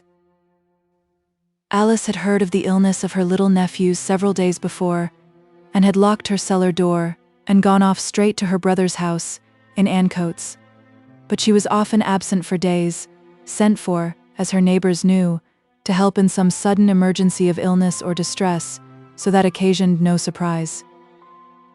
Margaret met Jem Wilson several days after his brothers were seriously ill, and heard from him the state of things at his home.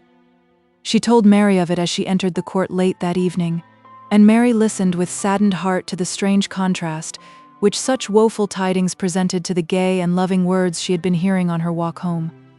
She blamed herself for being so much taken up with visions of the golden future, that she had lately gone but seldom on Sunday afternoons or other leisure time to see Mrs. Wilson, her mother's friend, and with hasty purpose of amendment she only stayed to leave a message for her father with the next-door neighbor, and then went off at a brisk pace on her way to the house of mourning.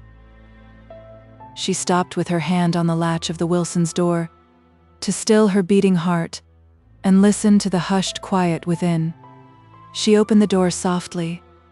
There sat Mrs. Wilson in the old rocking chair, with one sick, death-like boy lying on her knee, crying without let or pause, but softly, gently, as fearing to disturb the troubled, gasping child, while behind her, old Alice let her fast-dropping tears fall down on the dead body of the other twin, which she was laying out on a board, placed on a sort of sofa settee in a corner of the room.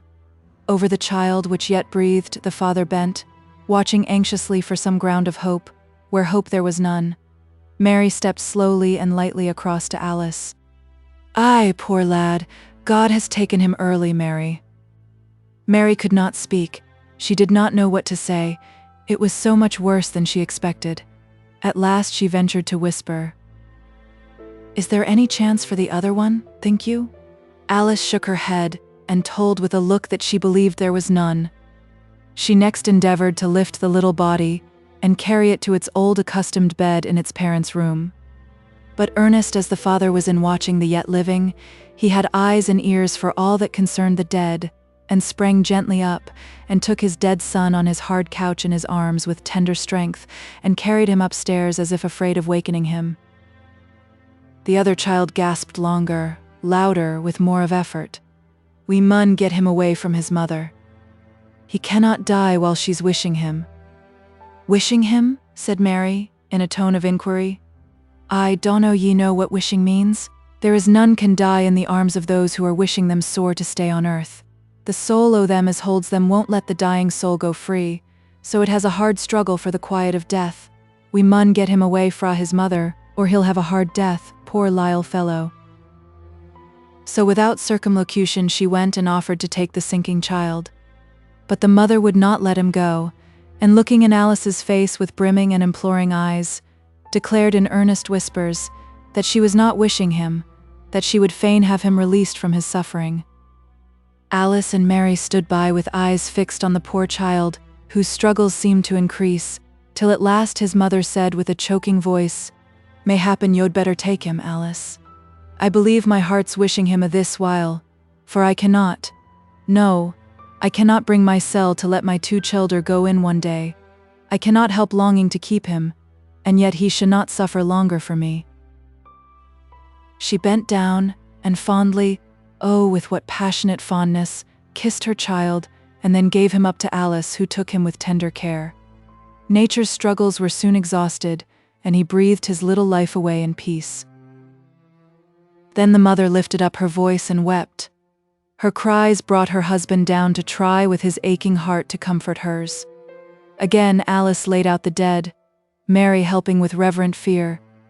The father and mother carried him upstairs to the bed, where his little brother lay in calm repose.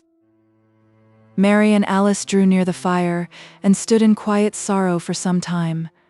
Then Alice broke the silence by saying, "It will be bad news for Jem, poor fellow, when he comes home." "Where is he?" asked Mary. "Working over hours at the shop. They'n getten a large order fra foreign parts, and yo know Jem mun work, though his heart's well nigh breaking for these poor laddies." Again they were silent in thought, and again Alice spoke first. I sometimes think the Lord is against planning. Whene'er I plan over much, he is sure to send and mar all my plans, as if he would ha me put the future into his hands. Afore Christmas time I was as full could be, of going home for good and all. Johann heard how I've wished it this terrible long time. And a young lass from behind Barton came into place in Manchester last Martinmas. So after a while she had a Sunday out, and she comes to me, and tells me some cousins o' mine bid her find me out, and say how glad they should be to ha me to bide with 'em, and look after the childer, for they'n getten a big farm, and she's a deal to do among the cows. So many a winter's night did I lie awake and think that please God come summer, I'd bid George and his wife goodbye, and go home at last. Little did I think how God Almighty would balk me for not leaving my days in his hands, who had led me through the wilderness hitherto. Here's George out o' work, and more cast down than ever I seed him, wanting every chip o' comfort he can get, e'en afore this last heavy stroke, and now I'm thinking the Lord's finger points very clear to my fit abiding place, and I'm sure if George and Jane can say his will be done, it's no more than what I'm beholden to do. So saying, she fell to tidying the room, removing as much as she could every vestige of sickness, making up the fire, and setting on the kettle for a cup of tea for her sister-in-law, whose low moans and sobs were occasionally heard in the room below. Mary helped her in all these little offices. They were busy in this way when the door was softly opened, and Jem came in, all grimed and dirty from his night work, his soiled apron wrapped round his middle, in guise and apparel in which he would have been sorry at another time to have been seen by Mary. But just now he hardly saw her.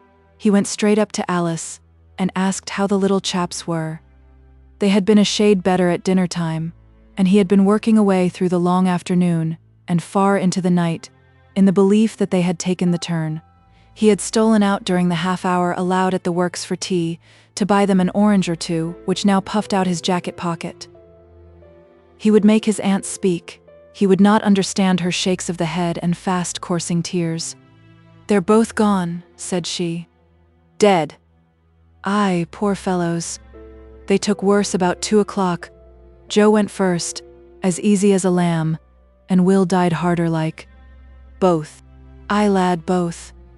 The Lord has ta'en them from some evil to come, or he would na ha made choice o' them. Ye may rest sure o' that." Jem went to the cupboard and quietly extricated from his pocket the oranges he had bought. But he stayed long there, and at last his sturdy frame shook with his strong agony. The two women were frightened, as women always are, on witnessing a man's overpowering grief. They cried afresh in company. Mary's heart melted within her as she witnessed Jem's sorrow, and she stepped gently up to the corner where he stood, with his back turned to them, and putting her hand softly on his arm, said, "Oh, Jem, don't give way so. I cannot bear to see you." Jem felt a strange leap of joy in his heart, and knew the power she had of comforting him.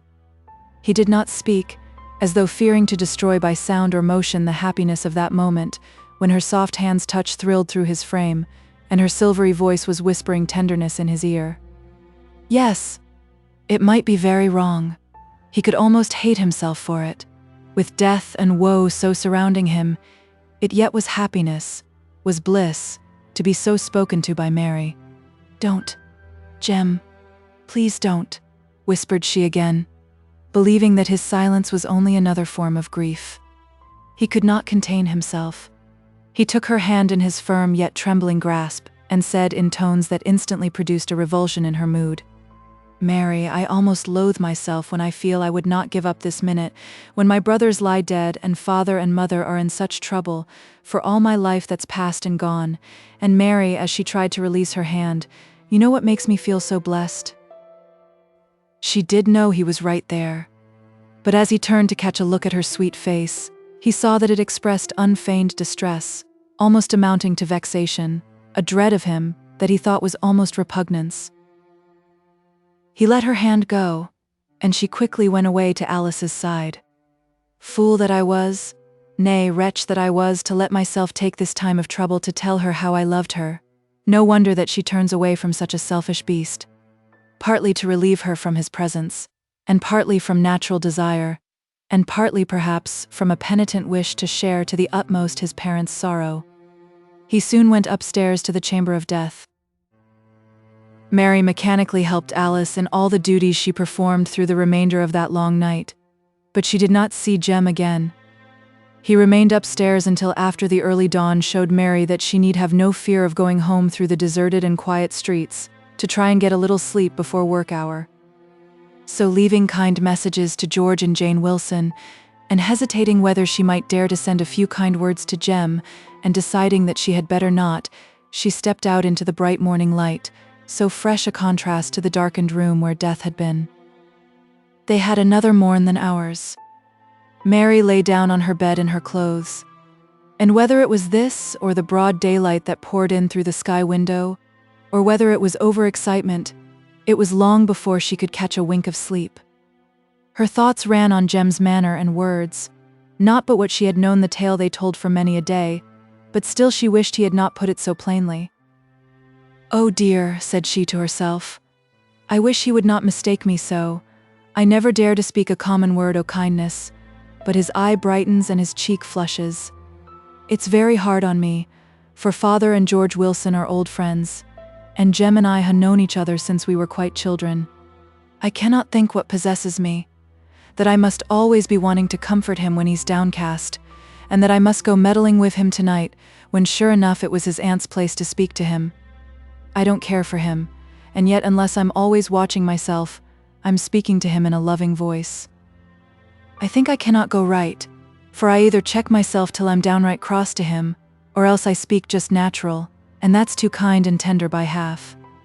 And I'm as good as engaged to be married to another, and another far handsomer than Jem.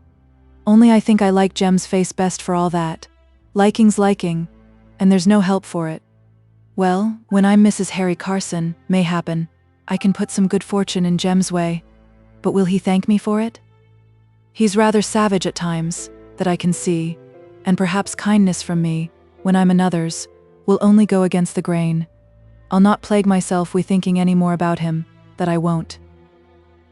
So she turned on her pillow, and fell asleep, and dreamt of what was often in her waking thoughts, of the day when she should ride from church in her carriage, with wedding bells ringing, and take up her astonished father, and drive away from the old dim workaday court forever, to live in a grand house, where her father should have newspapers, and pamphlets, and pipes, and meat dinners every day, and all day long if he liked. Such thoughts mingled in her predilection for the handsome young Mr. Carson who, unfettered by work hours, let scarcely a day pass without contriving a meeting with the beautiful little milliner he had first seen while lounging in a shop where his sisters were making some purchases, and afterwards never rested till he had freely, though respectfully, made her acquaintance in her daily walks.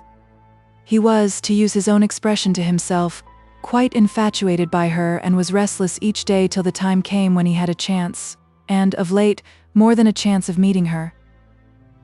There was something of keen practical shrewdness about her, which contrasted very bewitchingly with the simple, foolish, unworldly ideas she had picked up from the romances which Miss Simmons' young ladies were in the habit of recommending to each other.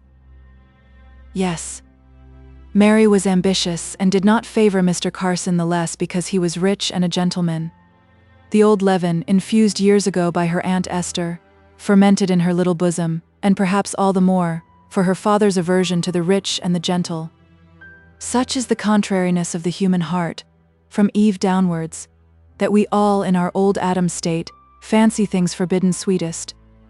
So Mary dwelt upon and enjoyed the idea of some day becoming a lady, and doing all the elegant nothings appertaining to ladyhood. It was a comfort to her, when scolded by Miss Simmons, to think of the day when she would drive up to the door in her own carriage, to order her gowns from the hasty-tempered yet kind dressmaker. It was a pleasure to her to hear the general admiration of the two elder Miss Carsons, acknowledged beauties in ballroom and street, on horseback and on foot, and to think of the time when she should ride and walk with them in loving sisterhood. But the best of her plans, the holiest, that which in some measure redeemed the vanity of the rest, were those relating to her father, her dear father, now oppressed with care, and always a disheartened, gloomy person. How she would surround him with every comfort she could devise. Of course he was to live with them, till he should acknowledge riches to be very pleasant things, and bless his lady daughter. Everyone who had shown her kindness in her low estate should then be repaid 100-fold. Such were the castles in air, the Alnaschar visions in which Mary indulged, and which she was doomed in after days to expiate with many tears. Meanwhile, her words, or, even more, her tones would maintain their hold on Jem Wilson's memory. A thrill would yet come over him when he remembered how her hand had rested on his arm. The thought of her mingled with all his grief, and it was profound, for the loss of his brothers. Chapter 8. Margaret's debut as a public singer. Deal gently with them, they have much endured. Scoff not at their fond hopes and earnest plans, though they may seem to thee wild dreams and fancies. Perchance in the rough school of stern experience, they've something learned which theory does not teach, or if they greatly err, deal gently still, and let their error but the stronger plead give us the light and guidance that we need. Love thoughts. One Sunday afternoon, about 3 weeks after that mournful night, Jem Wilson set out with the ostensible purpose of calling on John Barton. He was dressed in his best, his Sunday suit of course, while his face glittered with the scrubbing he had bestowed on it. His dark black hair had been arranged and rearranged before the household looking-glass, and in his buttonhole he stuck a narcissus, a sweet Nancy is its pretty Lancashire name, hoping it would attract Mary's notice, so that he might have the delight of giving it her. It was a bad beginning of his visit of happiness that Mary saw him some minutes before he came into her father's house. She was sitting at the end of the dresser, with the little window blind drawn on one side, in order that she might see the passers-by, in the intervals of reading her Bible, which lay open before her. So she watched all the greeting a friend gave Jem. She saw the face of condolence, the sympathetic shake of the hand, and had time to arrange her own face and manner before Jem came in, which he did, as if he had eyes for no one but her father, who sat smoking his pipe by the fire, while he read an old Northern Star, borrowed from a neighboring public house.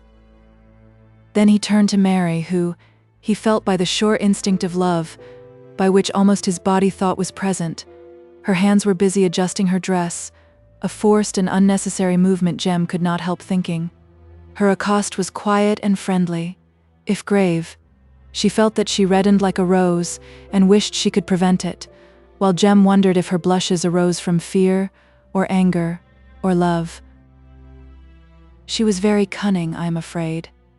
She pretended to read diligently and not to listen to a word that was said, while in fact she heard all sounds, even to Jem's long, deep sighs, which wrung her heart. At last she took up her Bible, and as if their conversation disturbed her, went upstairs to her little room. And she had scarcely spoken a word to Jem, scarcely looked at him. Never noticed his beautiful sweet Nancy, which only awaited her least word of praise to be hers. He did not know that pang was spared, that in her little dingy bedroom stood a white jug, filled with a luxuriant bunch of early spring roses, making the whole room fragrant and bright. They were the gift of her richer lover. So Jem had to go on sitting with John Barton, fairly caught in his own trap, and had to listen to his talk and answer him as best he might. There's the right stuff in this here Star, and no mistake. Such a right-down piece for short hours. At the same rate of wages as now? Asked Jem. Aye, else where's the use? It's only taking out of the master's pocket what they can well afford. Did I ever tell yo what the infirmary chap let me into, many a year agone? No, said Jem, listlessly. Well, yo must know I were in the infirmary for a fever, and times were rare and bad, and there be good chaps there to a man, while he's wick, whate'er they may be about cutting him up at after. So when I were better oath fever, but weak as water, they says to me, says they, if yo can write, yo may stay in a week longer, and help our surgeon with sorting his papers. And we'll take care yo of your belly full o' meat and drink. You'll be twice as strong in a week. So there wanted but one word to that bargain. So I were set to writing and copying. The writing I could do well enough, but they'd such queer ways o' spelling that I'd ne'er been used to, that I'd to look first at the copy and then at my letters, for all the world like a cock picking up grains o' corn. But one thing startled me e'en then, and I thought I'd make bold to ask the surgeon the meaning o't. I've gotten no head for numbers, but this I know, that by far the greater part of accidents as come it in, happened in the last 2 hours o' work, when folk gettin' tired and careless. The surgeon said it were all true, and that he were going to bring that fact to light. Jem was pondering Mary's conduct, but the pause made him aware he ought to utter some civil listening noise, so he said, "Very true.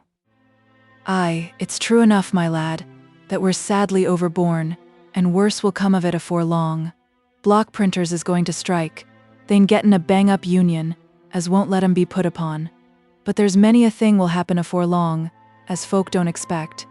Yo may take my word for that, Jem." Jem was very willing to take it, but did not express the curiosity he should have done, so John Barton thought he'd try another hint or two. "Working folk won't be ground to the dust much longer. We'na had as much to bear as human nature can bear, so if masters can't do us no good and they say they can't, we mun try higher folk." Still, Jem was not curious. He gave up hope of seeing Mary again by her own good free will, and the next best thing would be to be alone to think of her.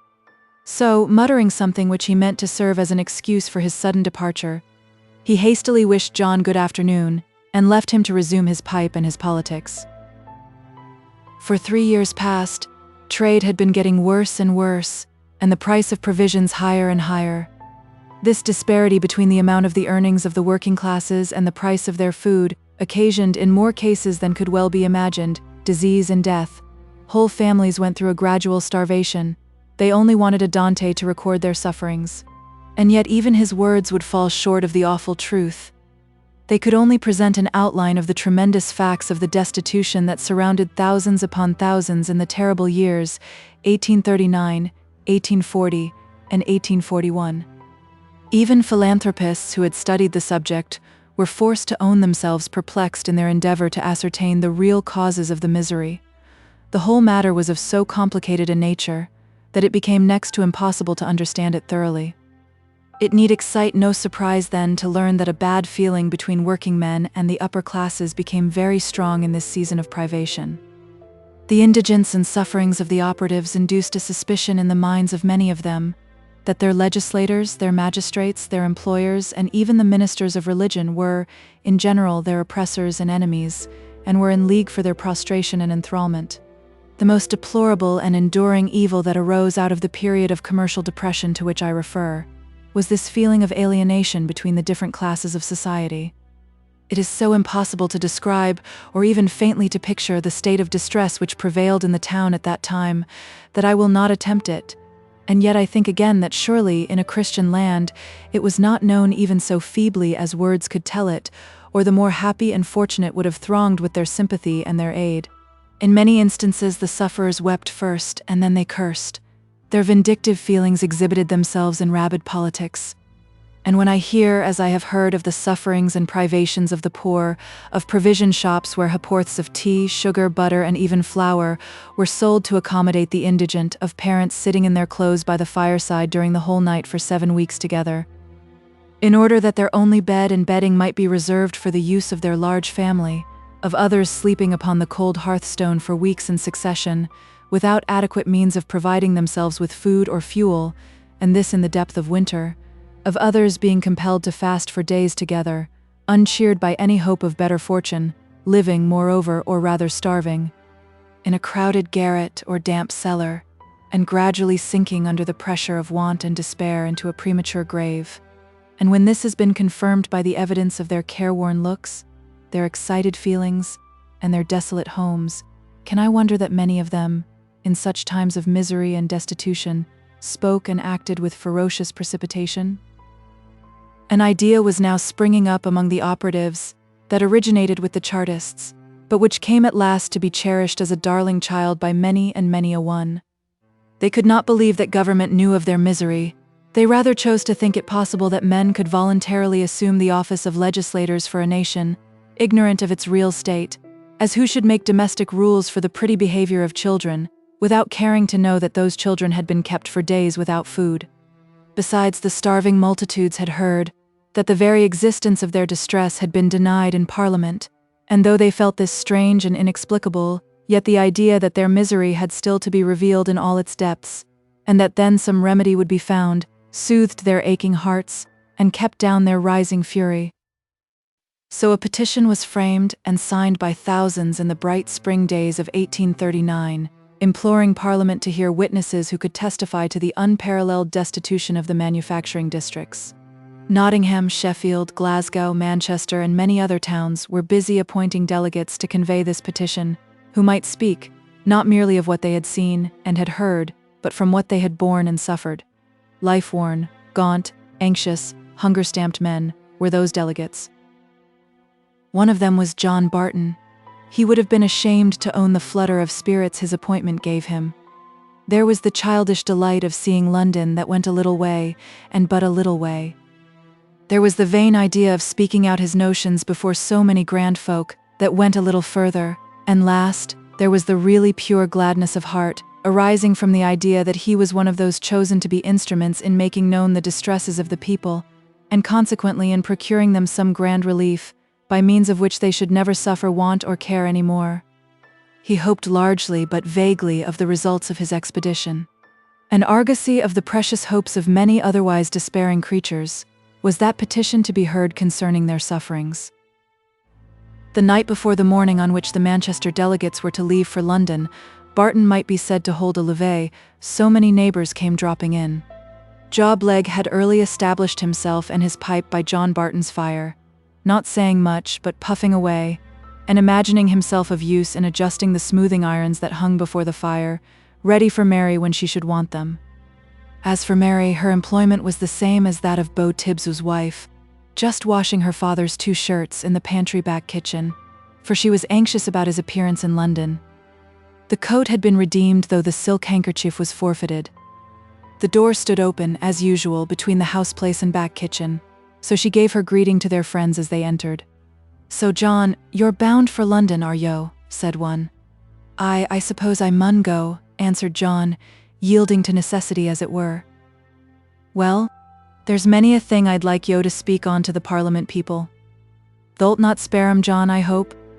Tell 'em our minds, how we're thinking we've been clemmed long enough, and we do not see whatten good they'n been doing, if they can't give us what we're all crying for sin the day we were born.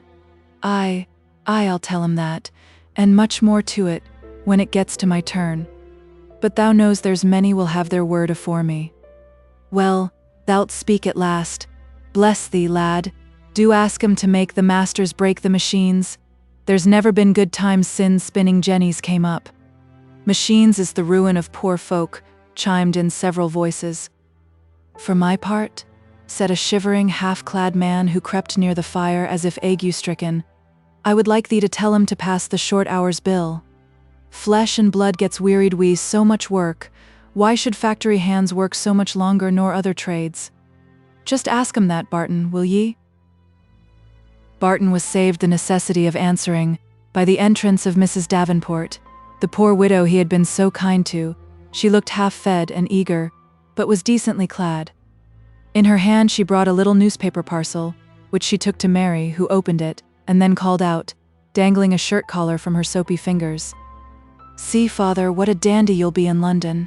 Mrs. Davenport has brought you this, made new cut, all after the fashion. Thank you for thinking on him." Mary," said Mrs. Davenport in a low voice, "whatten's all I can do to what he's done for me and mine. But Mary, sure I can help ye, for you'll be busy with this journey. Just help me wring these out, and then I'll take 'em to mangle." So Mrs. Davenport became a listener to the conversation, and after a while joined in. "I'm sure, John Barton, if yo are taking messages to the Parliament folk, you'll not object to telling 'em what a sore trial it is, this law o' theirs, keeping childer fra factory work, whether they be weakly or strong. There's our Ben. Why, porridge seems to go no way wi' him. He eats so much, and I han gotten no money to send him to school, as I would like, and there he is, rampaging about this streets a day, getting hungrier and picking up a manner o' bad ways, and the inspector won't let him in to work in the factory, because he's not right age. Though he's twice as strong as Sankey's little riddling of a lad, as works till he cries for his legs aching so, though he is right age, and better. I've one plan I wish to tell John Barton, said a pompous, careful-speaking man, and I should like him for to lay it afore the honourable house. My mother comed out o' Oxfordshire, and were under laundry maid in Sir Francis Dashwood's family, and when we were little ones, she'd tell us stories of their grandeur, and one thing she named were that Sir Francis wore 2 shirts a day. Now he were all as one as a Parliament man, and many on 'em I hun no doubt are like extravagant. Just tell 'em, John, do, that they'd be doing that Lancashire weavers a great kindness if they'd ha their shirts a made o' calico. 'Twould make trade brisk, that would, with the power o' shirts they wear. Job Legh now put in his word, taking the pipe out of his mouth, and addressing the last speaker, he said, "I'll tell you what, Bill, and no offence, mind ye. There's but hundreds of them Parliament folk as wear so many shirts to their back, but there's thousands and thousands o' poor weavers as han only gotten 1 shirt i' the world. Aye, and don't know where to get another when that rag's done, though they're turning out miles o' calico every day, and many a mile odd is lying in warehouses, stopping up trade for want o' purchasers. Yo take my advice, John Barton, and ask Parliament to set trade free, so as workmen can earn a decent wage, and buy their 2 and 3 shirts a year. That would make weaving brisk." He put his pipe in his mouth again, and redoubled his puffing to make up for lost time. "I'm afeard, neighbours," said John Barton. "I've not much chance o' telling 'em all yo say. What I think on is just speaking out about the distress that they say is not. When they hear o' children born on wet flags, without a rag to cover 'em, or a bit o' food for the mother, when they hear of folk lying down to die art streets, or hiding their want I some hole o' a cellar till death come to set 'em free, and when they hear o' all this plague, pestilence, and famine, they'll surely do somewhat wiser for us than we can guess at now. Howe'er, I han no objection, if so be there's an opening, to speak up for what yo say. Anyhow, I'll do my best, and yo see now if better times don't come after Parliament knows all." Some shook their heads, but more looked cheery, and then one by one dropped off, leaving John and his daughter alone. "Didst thou mark how poorly Jane Wilson looked?" asked he, as they wound up their hard day's work by a supper eaten over the fire, which glowed and glimmered through the room and formed their only light. "No, I can't say as I did, but she's never rightly held up her head since the twins died, and all along she has never been a strong woman. Never sin her accident. Afore that I mind her looking as fresh and likely a girl as e'er a one in Manchester." "What accident, father?" She cotched her side again a wheel. "It were afore wheels were boxed up. It were just when she were to have been married, and many a one thought George would have been off his bargain, but I knew he weren't the chap for that trick. Pretty near the first place she went to when she were able to go about again was Tissot Church. Poor wench, all pale and limping, she went up the aisle, George holding her up as tender as a mother, and walking as slow as e'er he could, not to hurry her, though there were plenty enow of rude lads to cast their jests at him and her. Her face were white like a sheet when she came in church, but afore she got to the altar she were all one flush. But for a' that it's been a happy marriage, and George has stuck by me through life like a brother. He'll never hold up his head again if he loses Jane. I didn't like her looks tonight." And so he went to bed, the fear of forthcoming sorrow to his friend mingling with his thoughts of tomorrow and his hopes for the future. Mary watched him set off, with her hands over her eyes to shade them from the bright slanting rays of the morning sun, and then she turned into the house to arrange its disorder before going to her work. She wondered if she should like or dislike the evening and morning solitude. For several hours when the clock struck she thought of her father, and wondered where he was. She made good resolutions according to her lights, and by came the distractions and events of the broad full day to occupy her with the present, and to deaden the memory of the absent. One of Mary's resolutions was that she would not be persuaded or induced to see Mr. Harry Carson during her father's absence.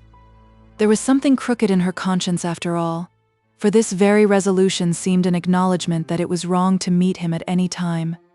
And yet she had brought herself to think her conduct quite innocent and proper, for although unknown to her father, and certain, even did he know it, to fail of obtaining his sanction, she esteemed her love meetings with Mr. Carson as sure to end in her father's good and happiness. But now that he was away, she would do nothing that he would disapprove of. No, not even though it was for his own good in the end. Now, amongst Miss Simmons' young ladies was one who had been from the beginning a confidant in Mary's love affair, made so by Mr. Carson himself. He had felt the necessity of some third person to carry letters and messages, and to plead his cause when he was absent. In a girl named Sally Leadbitter, he had found a willing advocate. She would have been willing to have embarked in a love affair herself, especially a clandestine one, for the mere excitement of the thing, but her willingness was strengthened by sundry half-sovereigns, which from time to time Mr. Carson bestowed upon her. Sally Leadbitter was vulgar-minded to the last degree, never easy unless her talk was of love and lovers. In her eyes it was an honor to have had a long list of wooers. So constituted, it was a pity that Sally herself was but a plain, red-haired, freckled girl, never likely, one would have thought, to become a heroine on her own account. But what she lacked in beauty she tried to make up for by a kind of witty boldness, which gave her what her betters would have called piquancy. Considerations of modesty or propriety never checked her utterance of a good thing. She had just talent enough to corrupt others. Her very good nature was an evil influence. They could not hate one who was so kind. They could not avoid one who was so willing to shield them from scrapes by any exertion of her own, whose ready fingers would at any time make up for their deficiencies, and whose still more convenient tongue would at any time invent for them. The Jews or Mohammedans, I forget which, believe that there is one little bone of our body, one of the vertebrae, if I remember rightly, which will never decay and turn to dust, but will lie incorrupt and indestructible in the ground until the last day. This is the seed of the soul. The most depraved have also their seed of the holiness that shall one day overcome their evil, their one good quality lurking hidden, but safe, among all the corrupt and bad. Sally's seed of the future soul was her love for her mother, an aged bedridden woman. For her she had self-denial. For her, her good nature rose into tenderness, to cheer her lonely bed. Her spirits, in the evenings when her body was often woefully tired, never flagged, but were ready to recount the events of the day, to turn them into ridicule, and to mimic, with admirable fidelity, any person gifted with an absurdity who had fallen under her keen eye. But the mother was lightly principled like Sally herself, nor was there need to conceal from her the reason why Mr. Carson gave her so much money. She chuckled with pleasure, and only hoped that the wooing would be long a-doing. Still neither she nor her daughter nor Harry Carson liked this resolution of Mary, not to see him during her father's absence. One evening, and the early summer evenings were long and bright now, Sally met Mr. Carson by appointment, to be charged with a letter for Mary, imploring her to see him, which Sally was to back with all her powers of persuasion. After parting from him, she determined, as it was not so very late, to go at once to Mary's, and deliver the message and letter.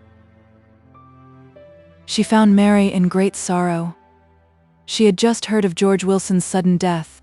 Her old friend, her father's friend, Jem's father, all his claims came rushing upon her, though not guarded from unnecessary sight or sound of death, as the children of the rich are, yet it had so often been brought home to her this last 3 or 4 months. It was so terrible thus to see friend after friend depart. Her father, too, who had dreaded Jane Wilson's death the evening before he set off, and she, the weakly, was left behind while the strong man was taken. At any rate, the sorrow her father had so feared for him was spared. Such were the thoughts which came over her. She could not go to comfort the bereaved, even if comfort were in her power to give, for she had resolved to avoid Jem, and she felt that this of all others was not the occasion on which she could keep up a studiously cold manner. And in this shock of grief, Sally Leadbitter was the last person she wished to see. However, she rose to welcome her, betraying her tear-swollen face. "Well, I shall tell Mr. Carson tomorrow how you're fretting for him. It's no more nor he's doing for you, I can tell you." "For him indeed," said Mary, with a toss of her pretty head. "Ay, miss, for him. You've been sighing as if your heart would break now for several days, over your work. Now, aren't you a little goose not to go and see one who I am sure loves you as his life, and whom you love? How much, Mary?" "This much," as the children say, opening her arms very wide. "Nonsense," said Mary, pouting. "I often think I don't love him at all." "And I'm to tell him that, am I, next time I see him?" asked Sally. "If you like," replied Mary. "I'm sure I don't care for that or anything else now," weeping afresh. But Sally did not like to be the bearer of any such news. She saw she had gone on the wrong tack, and that Mary's heart was too full to value either message or letter as she ought, so she wisely paused in their delivery and said in a more sympathetic tone than she had heretofore used, "Do tell me, Mary, what's fretting you so? You know I never could abide to see you cry." "George Wilson's dropped down dead this afternoon," said Mary, fixing her eyes for 1 minute on Sally, and the next hiding her face in her apron as she sobbed anew. "Dear, dear, all flesh is grass, here today and gone tomorrow, as the Bible says. Still he was an old man and not good for much. There's better folk than him left behind. Is the canting old maid as was his sister alive yet?" "I don't know who you mean," said Mary sharply, for she did know, and did not like to have her dear, simple Alice so spoken of. "Come, Mary, don't be so innocent. Is Miss Alice Wilson alive then? Will that please you? I haven't seen her hereabouts lately." "No, she's left living here. When the twins died she thought she could, maybe, be of use to her sister, who was sadly cast down, and Alice thought she could cheer her up. At any rate she could listen to her when her heart grew overburdened, so she gave up her cellar and went to live with them. Well, good go with her. I'd no fancy for her, and I'd no fancy for her making my pretty Mary into a Methodee." "She wasn't a Methodee, she was Church o' England." "Well, well, Mary, you're very particular, you know what I meant. Look, who is this letter from?" holding up Henry Carson's letter. "I don't know, and don't care," said Mary, turning very red. "My eye, as if I didn't know you did know and did care." "Well, give it me," said Mary impatiently, and anxious in her present mood for her visitor's departure. Sally relinquished it unwillingly. She had, however, the pleasure of seeing Mary dimple and blush as she read the letter, which seemed to say the writer was not indifferent to her. "You must tell him I can't come," said Mary, raising her eyes at last. "I have said I won't meet him while father is away, and I won't." "But Mary, he does so look for you. You'd be quite sorry for him. He's so put out about not seeing you. Besides, you go when your father's at home without letting on to him, and what harm would there be in going now?" "Well, Sally, you know my answer. I won't, and I won't. I'll tell him to come and see you himself some evening, instead o' sending me. He'd maybe find you not so hard to deal with." Mary flashed up. "If he dares to come here while father's away, I'll call the neighbors in to turn him out, so don't be putting him up to that." "Mercy on us. One would think you were the first girl that ever had a lover. Have you never heard what other girls do and think no shame of?"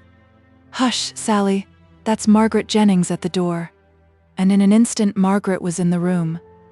Mary had begged Job Legh to let her come and sleep with her. In the uncertain firelight you could not help noticing that she had the groping walk of a blind person. "Well, I must go, Mary," said Sally.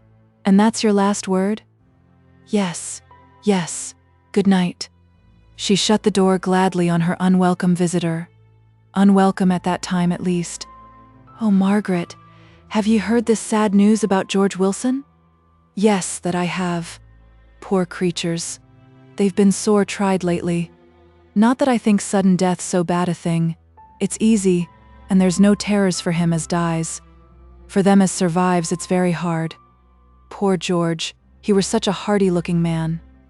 "Margaret," said Mary, who had been closely observing her friend, "thou'rt very blind tonight, aren't thou? Is it wi' crying? Your eyes are so swollen and red." "Yes, dear, but not crying for sorrow. Han ye heard where I was last night?" "No, where?" "Look here." She held up a bright golden sovereign. Mary opened her large grey eyes with astonishment. "I'll tell you all how and about it. You see, there's a gentleman lecturing on music at the mechanics, and he wants folk to sing his songs. Well, last night the counter got a sore throat and couldn't make a note, so they sent for me. Jacob Butterworth had said a good word for me, and they asked me would I sing? You may think I was frightened, but I thought now or never, and said I'd do my best. So I tried o'er the songs with lecturer, and then the managers told me I were to make myself decent and be there by 7. "And what did you put on?" asked Mary. "Oh, why didn't you come in for my pretty pink gingham?" "I did think on't, but you hadna come home then." "No, I put on my merino as was turned last winter, and my white shawl, and did my hair pretty tidy. It did well enough. Well, but as I was saying, I went at 7. I couldn't see to read my music, but I took the paper in with me, to ha somewhat to do with my fingers. Folks' heads danced as I stood as right afore 'em all as if I'd been going to play at ball with 'em. You may guess I felt squeamish, but mine weren't the first song, and the music sounded like a friend's voice telling me to take courage. So to make a long story short, when it were all o'er the lecturer thanked me, and the managers said as how there never was a new singer so applauded, for they'd clapped and stamped after I'd done, till I began to wonder how many pair o' shoes they'd get through a week at that rate, let alone their hands. So I'm to sing again o' Thursday, and I got a sovereign last night, and am to have half a sovereign every night the lecturer is at the mechanics. Well, Margaret, I'm right glad to hear it. And I don't think you've heard the best bit yet. Now that a way seemed open to me of not being a burden to anyone, though it did please God to make me blind, I thought I'd tell grandfather. I only telled him about the singing and the sovereign last night, for I thought I'd not send him to bed wi' a heavy heart, but this morning I telled him all, and how did he take it? He's not a man of many words, and it took him by surprise like. I wonder at that. I've noticed it in your ways ever since you telled me. Aye, that's it. If I'd not telled you and you'd seen me every day, you'd not ha' noticed the little mite o' difference fra day to day. Well, but what did your grandfather say? Why, Mary, said Margaret, half smiling, I'm a bit loath to tell yo, for unless yo knew grandfather's ways like me, yo'd think it strange.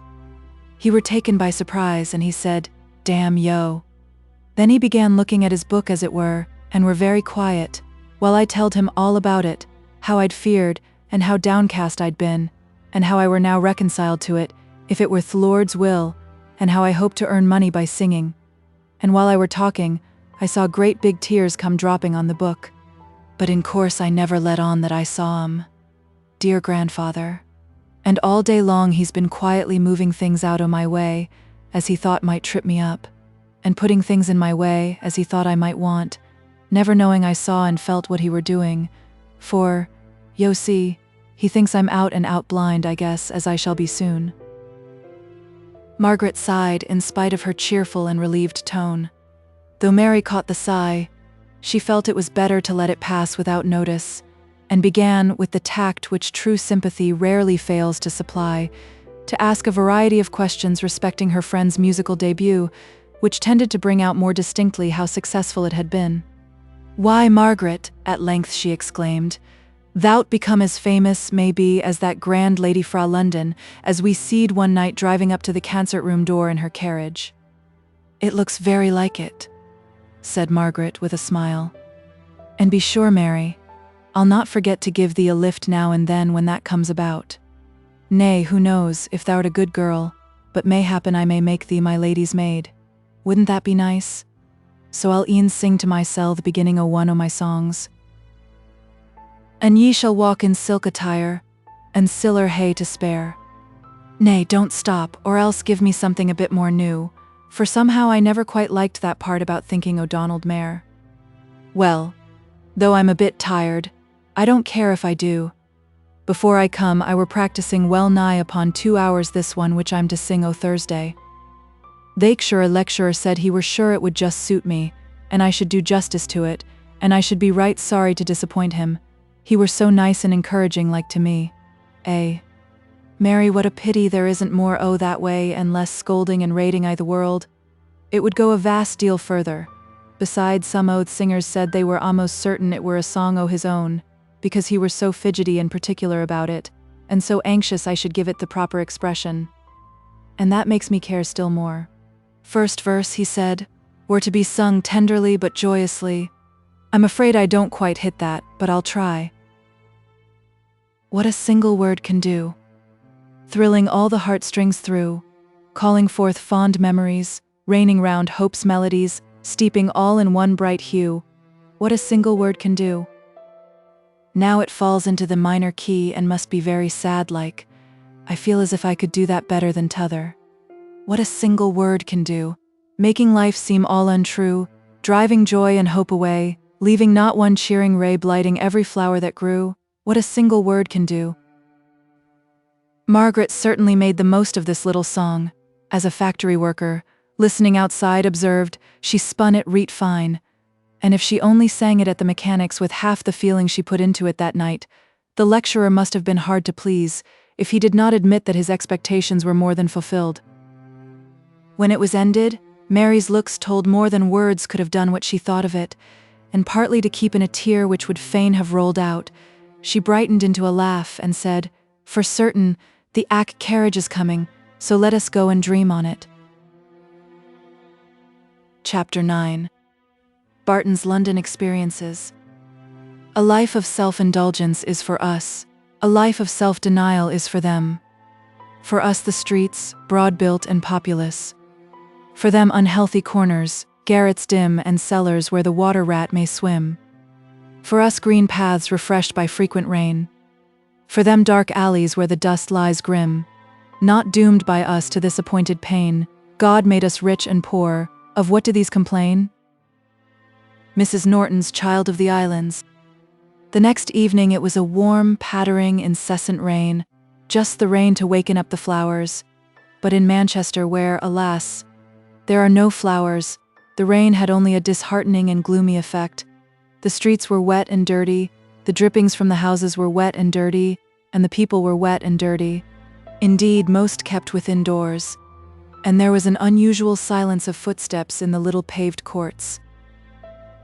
Mary had to change her clothes after her walk home, and had hardly settled herself before she heard someone fumbling at the door. The noise continued long enough to allow her to get up and go and open it. There stood, could it be? Yes, it was her father. Drenched and way-worn, there he stood. He came in with no word to Mary in return for her cheery and astonished greeting. He sat down by the fire in his wet things, unheeding, but Mary would not let him so rest. She ran up and brought down his working-day clothes and went into the pantry to rummage up their little bit of provision while he changed by the fire, talking all the while as gaily as she could, though her father's depression hung like lead on her heart.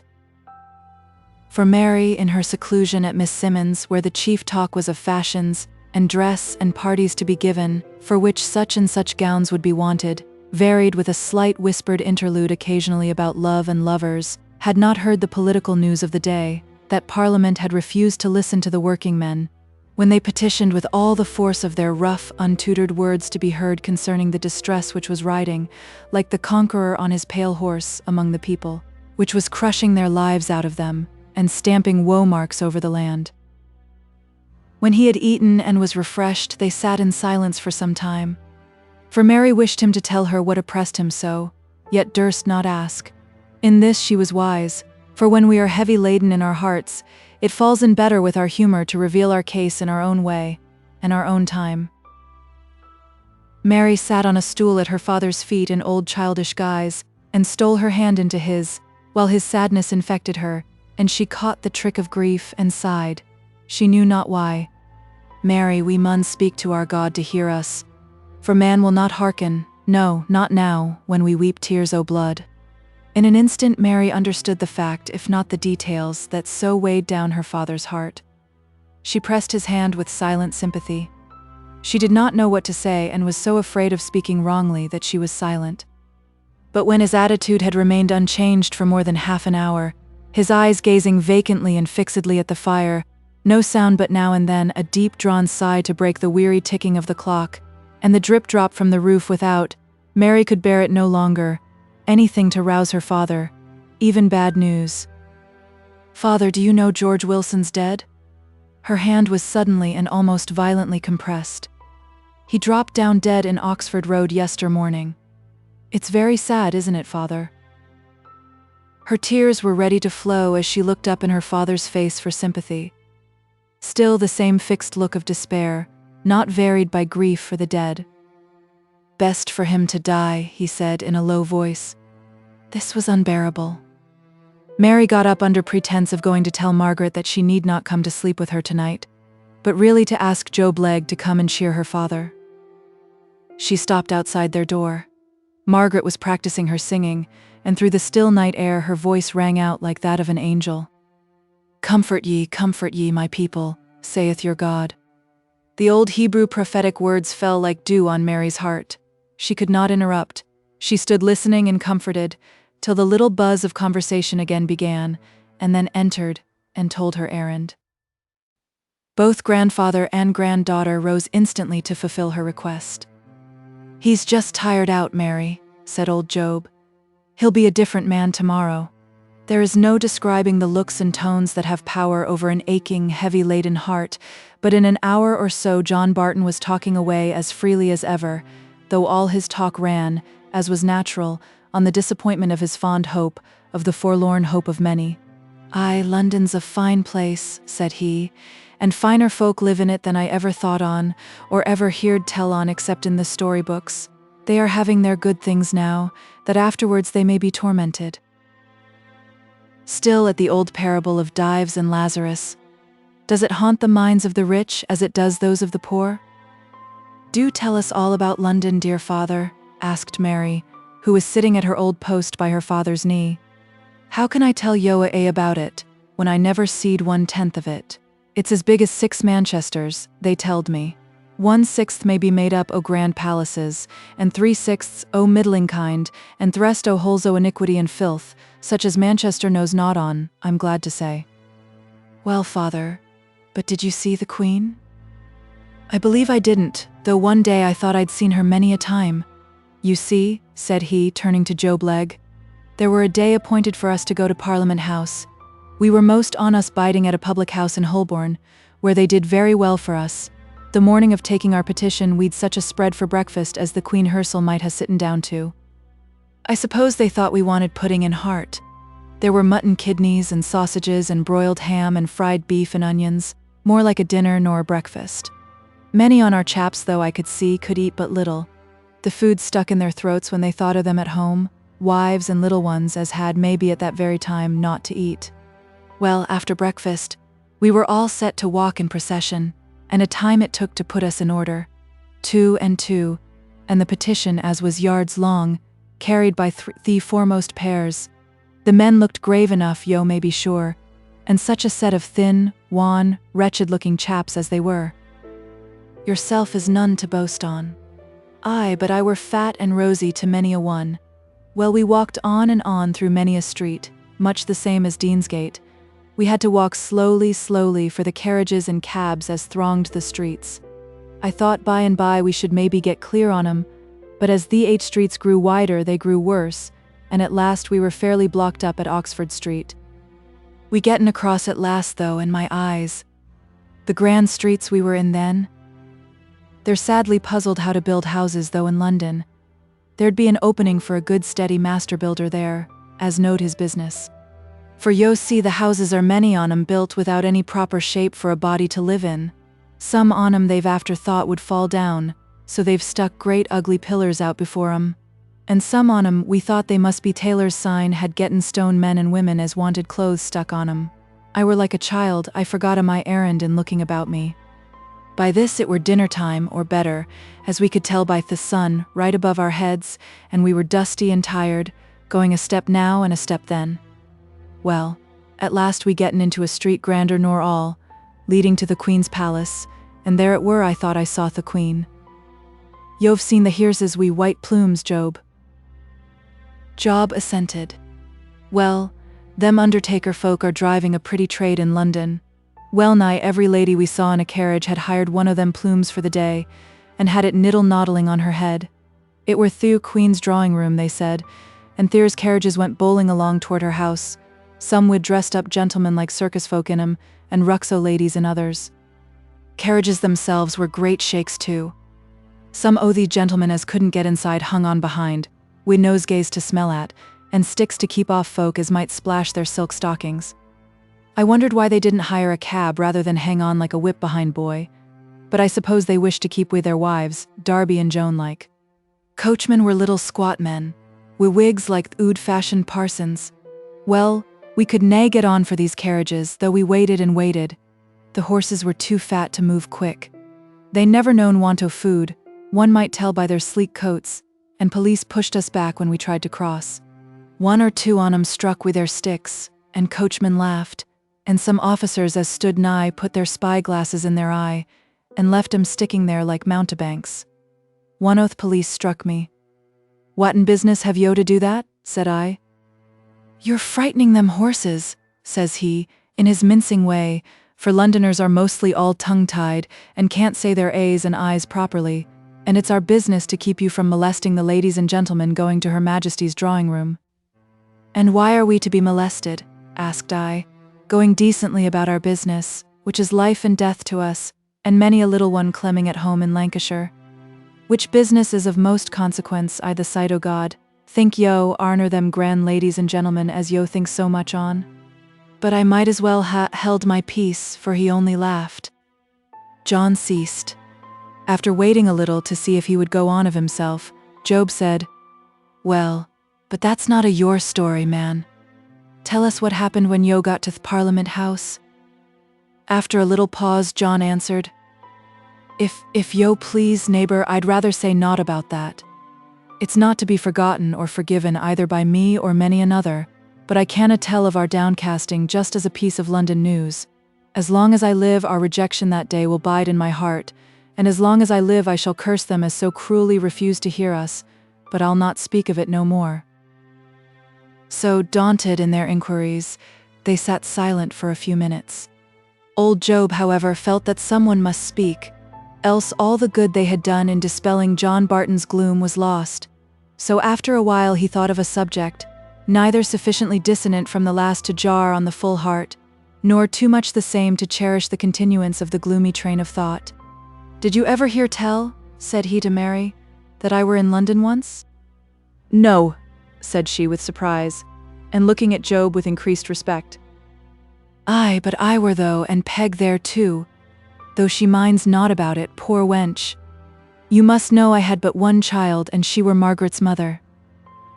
I loved her above a bit, and one day when she came, standing behind me for that I should not see her blushes, and stroking my cheeks in her own coaxing way, and told me she and Frank Jennings, as was a joiner lodging near us, should be so happy if they were married, I could not find in my heart to say her nay, though I went sick at the thought of losing her away from my home.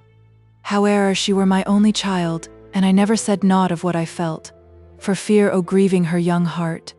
But I tried to think o' the time when I'd been young mysel, and had loved her blessed mother, and how we'd left father and mother, and gone out into the world together, and I'm now right thankful I held my peace, and didna fret her with telling her how sore I was at parting with her that were the light o' my eyes." "But," said Mary, "you said the young man were a neighbor." "Ow, aye, so he were, and his father afore him. But work were rather slack in Manchester, and Frank's uncle sent him word o' London work and London wages, so he were to go there, and it were there Margaret was to follow him.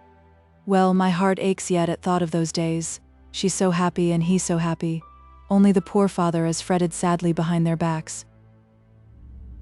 They were married and stayed some days with me afore setting off, and I've often thought sin Margaret's heart failed her many a time those few days, and she would fain ha' spoken, but I knew from mysel it were better to keep it pent up, and I never let on what I were feeling.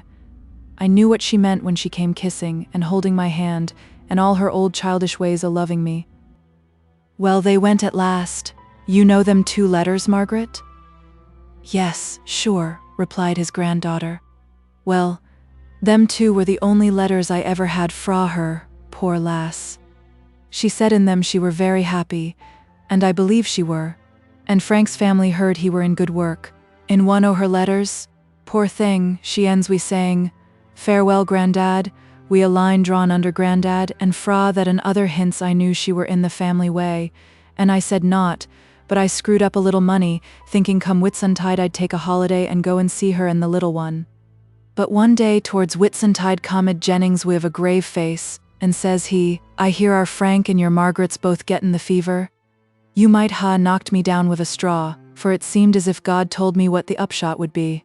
Old Jennings had gotten a letter, yo see, fra the landlady they lodged with, a well-penned letter, asking if they'd no friends to come and nurse them. She'd caught it first, and Frank, who was as tender o' her as her own mother could have been, had nursed her till he'd caught it himsel, and she expecting her down lying every day. Well, to make a long story short, old Jennings and I went up by that night's coach, so you see, Mary, that was the way I got to London." "But how was your daughter when you got there?" asked Mary anxiously. "She were at rest, poor wench, and so were Frank. I guessed as much when I seed the landlady's face, All swelled we crying, when she opened the door to us. We said, "Where are they?" And I knew they were dead, fra her look.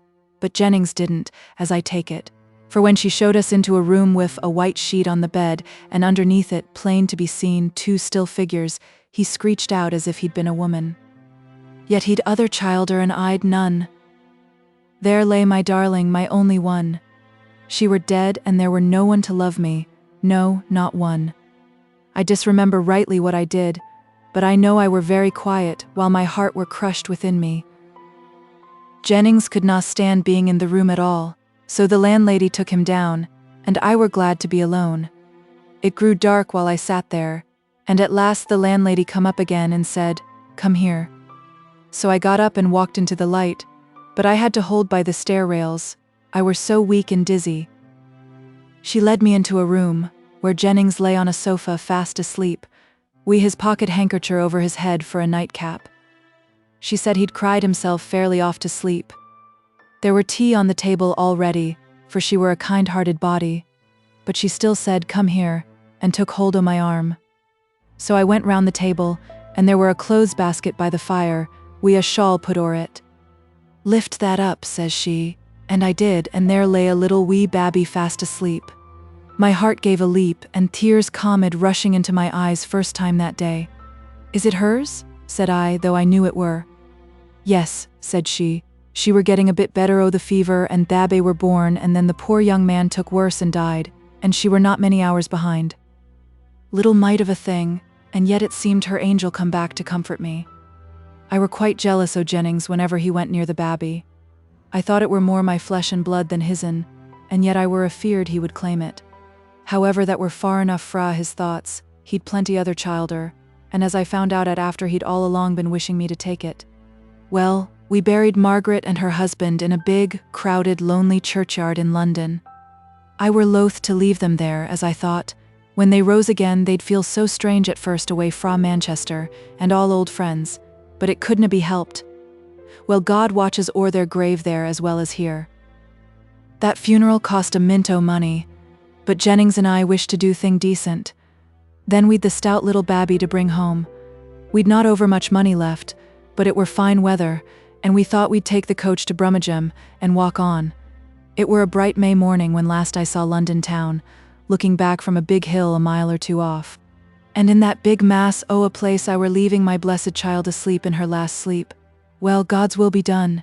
She's gotten to heaven afore me, but I shall get there at last, please God, though it's a long while first.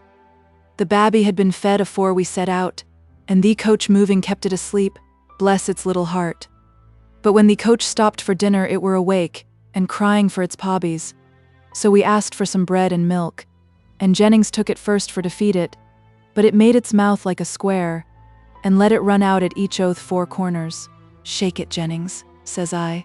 "That's the way they make water run through a funnel, when it's o'er full, and a child's mouth is broad end o' the funnel, and the gullet the narrow one." So he shook it, but it only cried the more. "Let me have it," says I, thinking he were an awkward ood chap, but it were just as bad with me.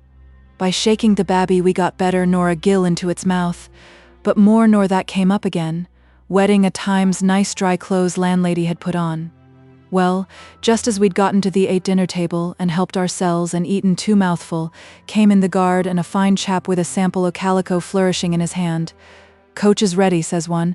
"half a crown your dinner," says the other. Well, we thought it a deal for both our dinners when we'd hardly tasted 'em, but, bless your life, it were half a crown apiece, and a shilling for the bread and milk as were posseted all over babby's clothes. We spoke up again it, but everybody said it were the rule, so what could 2 poor ood chaps like us do again it? Well, poor babby cried without stopping to take breath, fra that time till we got to Brummagem for the night. My heart ached for the little thing. It caught its wee mouth at our coat sleeves and at our mouths, when we tried tons comfort it by talking to it. Poor little wench, it wanted its mammy, as we're lying cold in the grave. Well, says I, it'll be clemmed to death if it lets out its supper as it did its dinner. Let's get some woman to feed it. It comes natural to women to do for babbies, so we asked the chambermaid at the inn, and she took quite kindly to it, and we got a good supper and grew rare and sleepy. what with warmth, and we are long ride I the open air. Chambermaid said she would like to have it to sleep with her. Only Mrs. would scold so, but it looked so quiet and smiling like, as it lay in her arms, that we thought 'twould be no trouble to have it wi' us. I says, see Jennings how women folk do quiet in babbies, it's just as I said. He looked grave. He were always thoughtful looking, though I never heard him say anything very deep. At last says he, young woman, have you gotten a spare nightcap? Mrs. always keeps nightcaps for gentlemen as does not like to unpack, says she rather quick. Aye, but young woman, it's one of your nightcaps I want. The babby seems to have taken a mind to yo, and maybe in the dark it might take me for yo if I'd getten your nightcap on. The chambermaid smirked and went for a cap, but I laughed outright at the ood-bearded chap thinking he'd make hissel like a woman just by putting on a woman's cap. Hower he'd not be laughed out on oat, so I held the babby till he were in bed. Such a night as we had on it. Babby began to scream oath ood fashion, and we took it turn and turn about to sit up and rock it.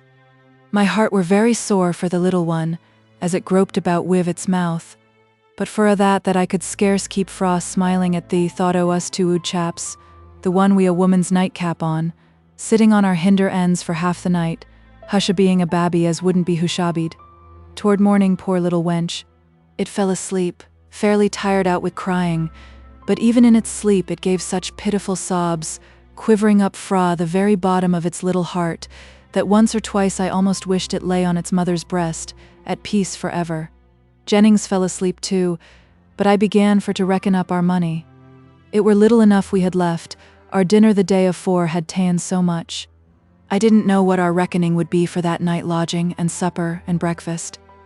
Doing a sum always sent me asleep ever sin I were a lad, so I fell sound in a short time and were only wakened by chambermaid tapping at the door, to say she'd dress the babby afore her missus were up if we liked. But bless yo, we'd never thought o' undressing it the night afore, and now it were sleeping so sound, and we were so glad o' the peace and quietness, that we thought it were no good to waken it up to screech again. Well, there's Mary asleep for a good listener. I suppose you're getting weary of my tale, so I'll not be long over ending it. The reckoning left us very bare, and we thought we'd best walk home, for it were only 60 mile. They telled us, and not stop again for naught, save victuals. So we left Brummagem, which is as black a place as Manchester, without looking so like home, and walked a that day, carrying babby turn and turn about. It were well fed by chambermaid afore we left, and the day were fine, and folk began to have some knowledge of the proper way o' speaking, and we were more cheery at thoughts o' home, though mine, God knows, were lonesome enough. We stopped none for dinner, but at baggin' time we getten a good meal at a public house, and fed pad babby as well as we could, but that were but poorly. We got a crust, too, for it to suck. Chambermaid put us up to that. That night, whether we were tired or whatten, I don't know, but it were dree work, and poor wench had slept out her sleep, and began the cry as wore my heart out again.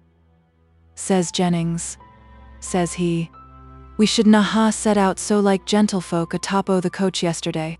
Nay, lad, we should ha had more to walk if we hadna ridden, and I'm sure both you and I's weary o' tramping. So he were quiet a bit, but he were one o' them as were sure to find out somewhat had been done amiss, when there were no going back to undo it. So presently he coughs, as if he were going to speak, and I says to mysel, at it again, my lad, says he. I ax pardon, neighbor, but it strikes me it would ha' been better for my son if he had never begun to keep company wi' your daughter. Well, that put me up, and my heart got very full, and but that I were carrying her babby, I think I should ha' struck him. At last I could hold in no longer, and says I, better say at once it would have been better for God never to ha' made the world, for then we'd never ha' been in it, to have had the heavy hearts we have now. Well, he said that were rank blasphemy, but I thought his way of casting up again the vents God had pleased to send were worse blasphemy. However, I said not more angry, for the little babby's sake, as were the child o' his dead son, as well as o' my dead daughter. Longest Lane will have a turning, and that night came to an end at last, and we were footsore and tired enough, and to my mind the babby were getting weaker and weaker, and it wrung my heart to hear its little wail. I'd ha given my right hand for one of yesterday's hearty cries. We were wanting our breakfasts, and so were it too, motherless babby. We could see no public house, so about 6 o'clock, only we thought it were later, we stopped at a cottage where a woman were moving about near the open door. Says I, "Good woman, may we rest us a bit?" "Come in," says she, wiping a chair as looked bright enough afore we her apron. It were a cheery, clean room, and we were glad to sit down again, though I thought my legs would never bend at the knees. In a minute she fell a noticing babby and took it in her arms and kissed it again and again. "Missus," says I, "we're not without money, and if yo'd give us somewhat for breakfast, we'd pay yo honest, and if yo would wash and dress that poor babby, and get some pobbies down its throat, for it's well nigh clemmed, I'd pray for yo till my dying day." So she said naught, but gived me the babby back, and afore yo could say Jack Robinson, she'd a pan on the fire, and bread and cheese on the table. When she turned round, her face looked red, and her lips were tight pressed together. Well, we were right down glad on our breakfast, and God bless and reward that woman for her kindness that day. She fed the poor babby as gently and softly, and spoke to it as tenderly as its own poor mother could ha' done. It seemed as if that stranger and it had known each other afore, maybe in heaven, where folks' spirits come from, they say. The babby looked up so lovingly in her eyes, and made little noises more like a dove than aught else.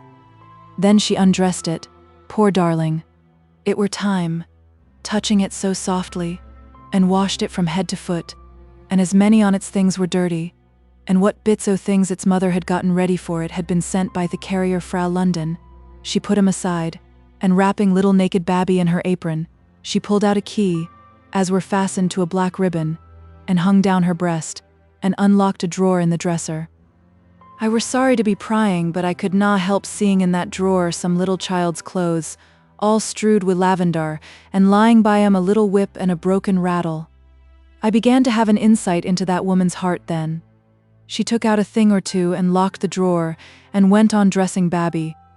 Just about then come her husband down, a great big fellow as didn't look half awake, though it were getting late, but he'd heard all as had been said downstairs as were plain to be seen, but he were a gruff chap. We'd finished our breakfast, and Jennings were looking hard at the woman as she were getting the babby to sleep with a sort of rocking way. At length says he, "I ha' learnt the way now. It's 2 jiggets and a shake, 2 jiggets and a shake. I can get that babby asleep now mysel." The man had nodded cross enough to us, and had gone to the door, and stood there whistling with his hands in his breeches pockets, looking abroad. But at last he turns and says, quite sharp, "I say, missus, I'm to have no breakfast today, I suppose." So with that she kissed the child, a long, soft kiss, and looking in my face to see if I could take her meaning, gave me the babby without a word. I were loath to stir, but I saw it were better to go. So giving Jennings a sharp nudge, for he'd fallen asleep, I says, "Missus, what's to pay?" pulling out my money with a jingle that she mightna guess we were at all barrow cash. So she looks at her husband, who said ne'er a word, but were listening wi' all his ears nevertheless. And when she saw he would na say, she said, hesitating, as if pulled 2 ways by her fear o' him, "Should you think 6pence overmuch?" It were so different to public house reckoning, for we'd eaten a main deal afore the chap came down. So says I, "And, missus, what should we gie you for the babby's bread and milk?" I had it once in my mind to say, "And for a year trouble with it," but my heart wouldna let me say it, for I could read in her ways how it had been a work o' love. So says she, quite quick, and stealing a look at her husband's back, as looked all ear, if ever a back did, "Oh, we could take naught for the little babby's food, if it had eaten twice as much, bless it." We that he looked at her, such a scowling look, she knew what he meant, and stepped softly across the floor to him, and put her hand on his arm. He seemed as though he'd shake it off by a jerk on his elbow, but she said quite low, "For poor little Johnny's sake, Richard." He did not move or speak again, and after looking in his face for a minute, she turned away, swallowing deep in her throat. She kissed this sleeping babby as she passed, when I paid her. To quieten the gruff husband and stop him if he rated her, I could na help slipping another 6pence under the loaf, and then we set off again. Last look I had o' that woman, she were quietly wiping her eyes with a corner of her apron, as she went about her husband's breakfast, but I shall know her in heaven. He stopped to think of that long ago May morning, when he had carried his granddaughter under the distant hedgerows and beneath the flowering sycamores. "There's not more to say, wench," said he to Margaret, as she begged him to go on. "That night we reached Manchester, and I'd found out that Jennings would be glad enough to give up Babby to me, so I took her home at once, and a blessing she's been to me." They were all silent for a few minutes, each following out the current of their thoughts. Then, almost simultaneously, their attention fell upon Mary, sitting on her little stool, her head resting on her father's knee, and sleeping as soundly as any infant. Her breath, still like an infant's, came and went as softly as a bird steals to her leafy nest. Her half-open mouth was as scarlet as the winter berries, and contrasted finely with the clear paleness of her complexion, where the eloquent blood flushed carnation at each motion. Her black eyelashes lay on the delicate cheek, which was still more shaded by the masses of her golden hair, that seemed to form a nest-like pillow for her as she lay. Her father in fond pride straightened one glossy curl, for an instant, as if to display its length and silkiness. The little action awoke her, and like 9 out of 10 people in similar circumstances, she exclaimed, opening her eyes to their fullest extent, "I'm not asleep. I've been awake all the time." Even her father could not keep from smiling, and Job Legh and Margaret laughed outright. "Come, wench," said Job, "don't look so gloppened because thou'st fallen asleep while an ood chap like me was talking on ood times. It were like enough to send thee to sleep.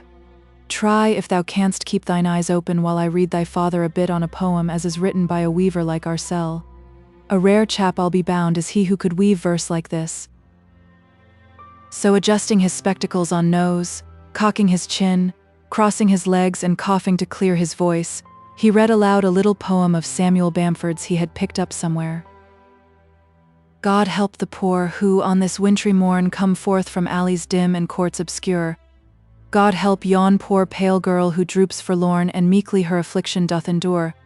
God help her outcast lamb, she trembling stands, all wan her lips, and frozen red her hands, her sunken eyes are modestly downcast, her night-black hair streams on the fitful blast, her bosom, passing fair, is half revealed. And oh, so cold the snow lies there congealed, her feet benumbed, her shoes all rent and worn. God help thee, outcast lamb, who standst forlorn. God help the poor.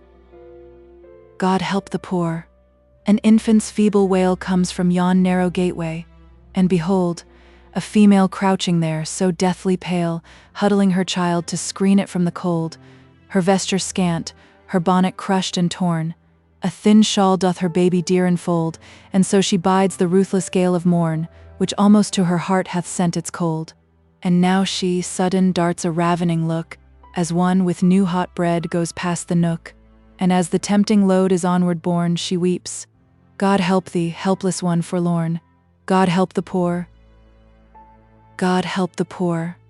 Behold yon famished lad, no shoes nor hose his wounded feet protect, with limping gait and looks so dreamy sad he wanders onward, stopping to inspect each window stored with articles of food. He yearns but to enjoy one cheering meal.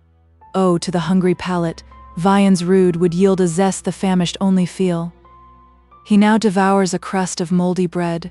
With teeth and hands the precious boon is torn, unmindful of the storm that round his head impetuous sweeps. God help thee, child forlorn. God help the poor. God help the poor. Another have I found, a bowed and venerable man is he. His slouched hat with faded crape is bound, his coat is grey, and threadbare too I see. The rude winds seem to mock his hoary hair, his shirtless bosom to the blast is bare. Anon he turns and casts a wistful eye, and with scant napkin wipes the blinding spray, and looks around as if he fain would spy friends he had feasted in his better day. Ah, some are dead, and some have long forborne to know the poor, and he is left forlorn. God help the poor. God help the poor who in lone valleys dwell, or by far hills where whin and heather grow. Theirs is a story sad indeed to tell, yet little cares the world, and lest he would know about the toil and want men undergo. The wearying loom doth call them up at morn, they work till worn-out nature sinks to sleep. They taste but are not fed. The snow drifts deep around the fireless cot, and blocks the door. The night storm howls a dirge across the moor, And shall they perish thus oppressed and lorn? Shall toil and famine, hopeless, still be borne? No, God will yet arise and help the poor. Amen, said Barton solemnly and sorrowfully.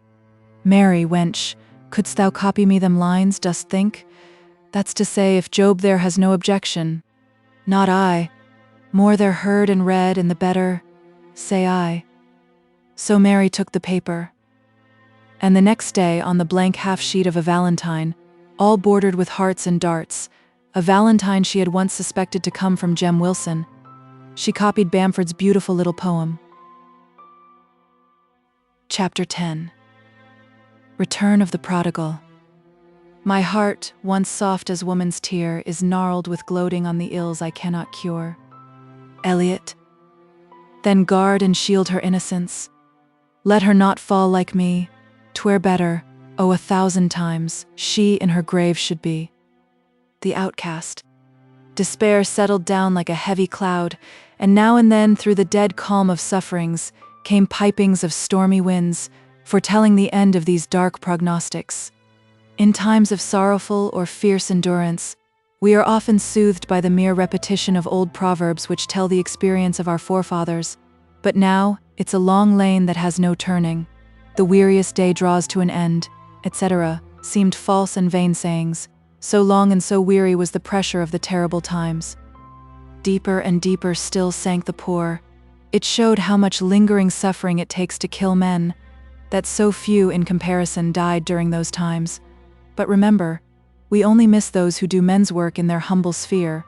The aged, the feeble, the children, when they die, are hardly noted by the world, and yet to many hearts, their deaths make a blank which long years will never fill up. Remember, too, that though it may take much suffering to kill the able-bodied and effective members of society, it does not take much to reduce them to worn, listless, diseased creatures who thenceforward crawl through life with moody hearts and pain-stricken bodies. The people had thought the poverty of the preceding years hard to bear, and had found its yoke heavy, but this year added sorely to its weight. Former times had chastised them with whips, but this chastised them with scorpions. Of course, Barton had his share of mere bodily sufferings. Before he had gone up to London on his vain errand, he had been working short time. But in the hopes of speedy redress by means of the interference of Parliament, he had thrown up his place, and now, when he asked leave to resume work, he was told they were diminishing their number of hands every week, and he was made aware by the remarks of fellow workmen that a Chartist delegate, and a leading member of a trades union, was not likely to be favored in his search after employment. Still, he tried to keep up a brave heart concerning himself. He knew he could bear hunger, for that power of endurance had been called forth when he was a little child, and had seen his mother hide her daily morsel to share it among her children. And when he, being the eldest, had told the noble lie that he was not hungry, could not eat a bit more, in order to imitate his mother's bravery, and still the sharp wail of the younger infants. Mary, too, was secure of 2 meals a day at Miss Simmons', though, by the way, the dressmaker, too, feeling the effect of bad times, had left off giving tea to her apprentices, setting them the example of long abstinence by putting off her own meal until work was done for the night, however late that might be. But the rent. It was half a crown a week, nearly all Mary's earnings, and much less room might do for them, only 2. Now came the time to be thankful that the early dead were saved from the evil to come. The agricultural laborer generally has strong local attachments, but they are far less common, almost obliterated, among the inhabitants of a town. Still, there are exceptions, and Barton formed one. He had removed to his present house just after the last bad times, when little Tom had sickened and died. He had then thought the bustle of a removal would give his poor stunned wife something to do, and he had taken more interest in the details of the proceeding than he otherwise would have done, in the hope of calling her forth to action again. So he seemed to know every brass-headed nail driven up for her convenience. One only had been displaced. It was Esther's bonnet nail, which, in his deep revengeful anger against her, after his wife's death, he had torn out of the wall and cast into the street. It would be hard work to leave that house, which yet seemed hallowed by his wife's presence in the happy days of old.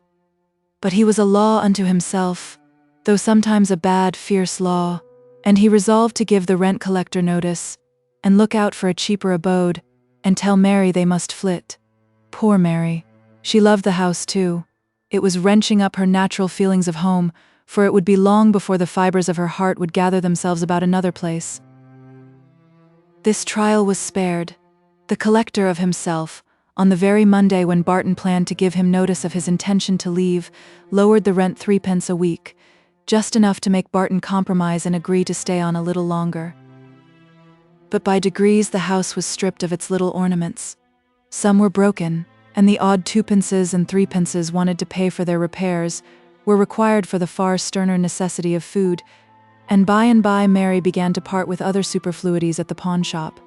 The smart tea tray and tea caddy, long and carefully kept, went for bread for her father.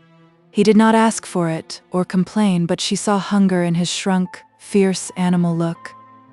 Then the blankets went, for it was summertime, and they could spare them, and their sale made a fund, which Mary fancied would last till better times came.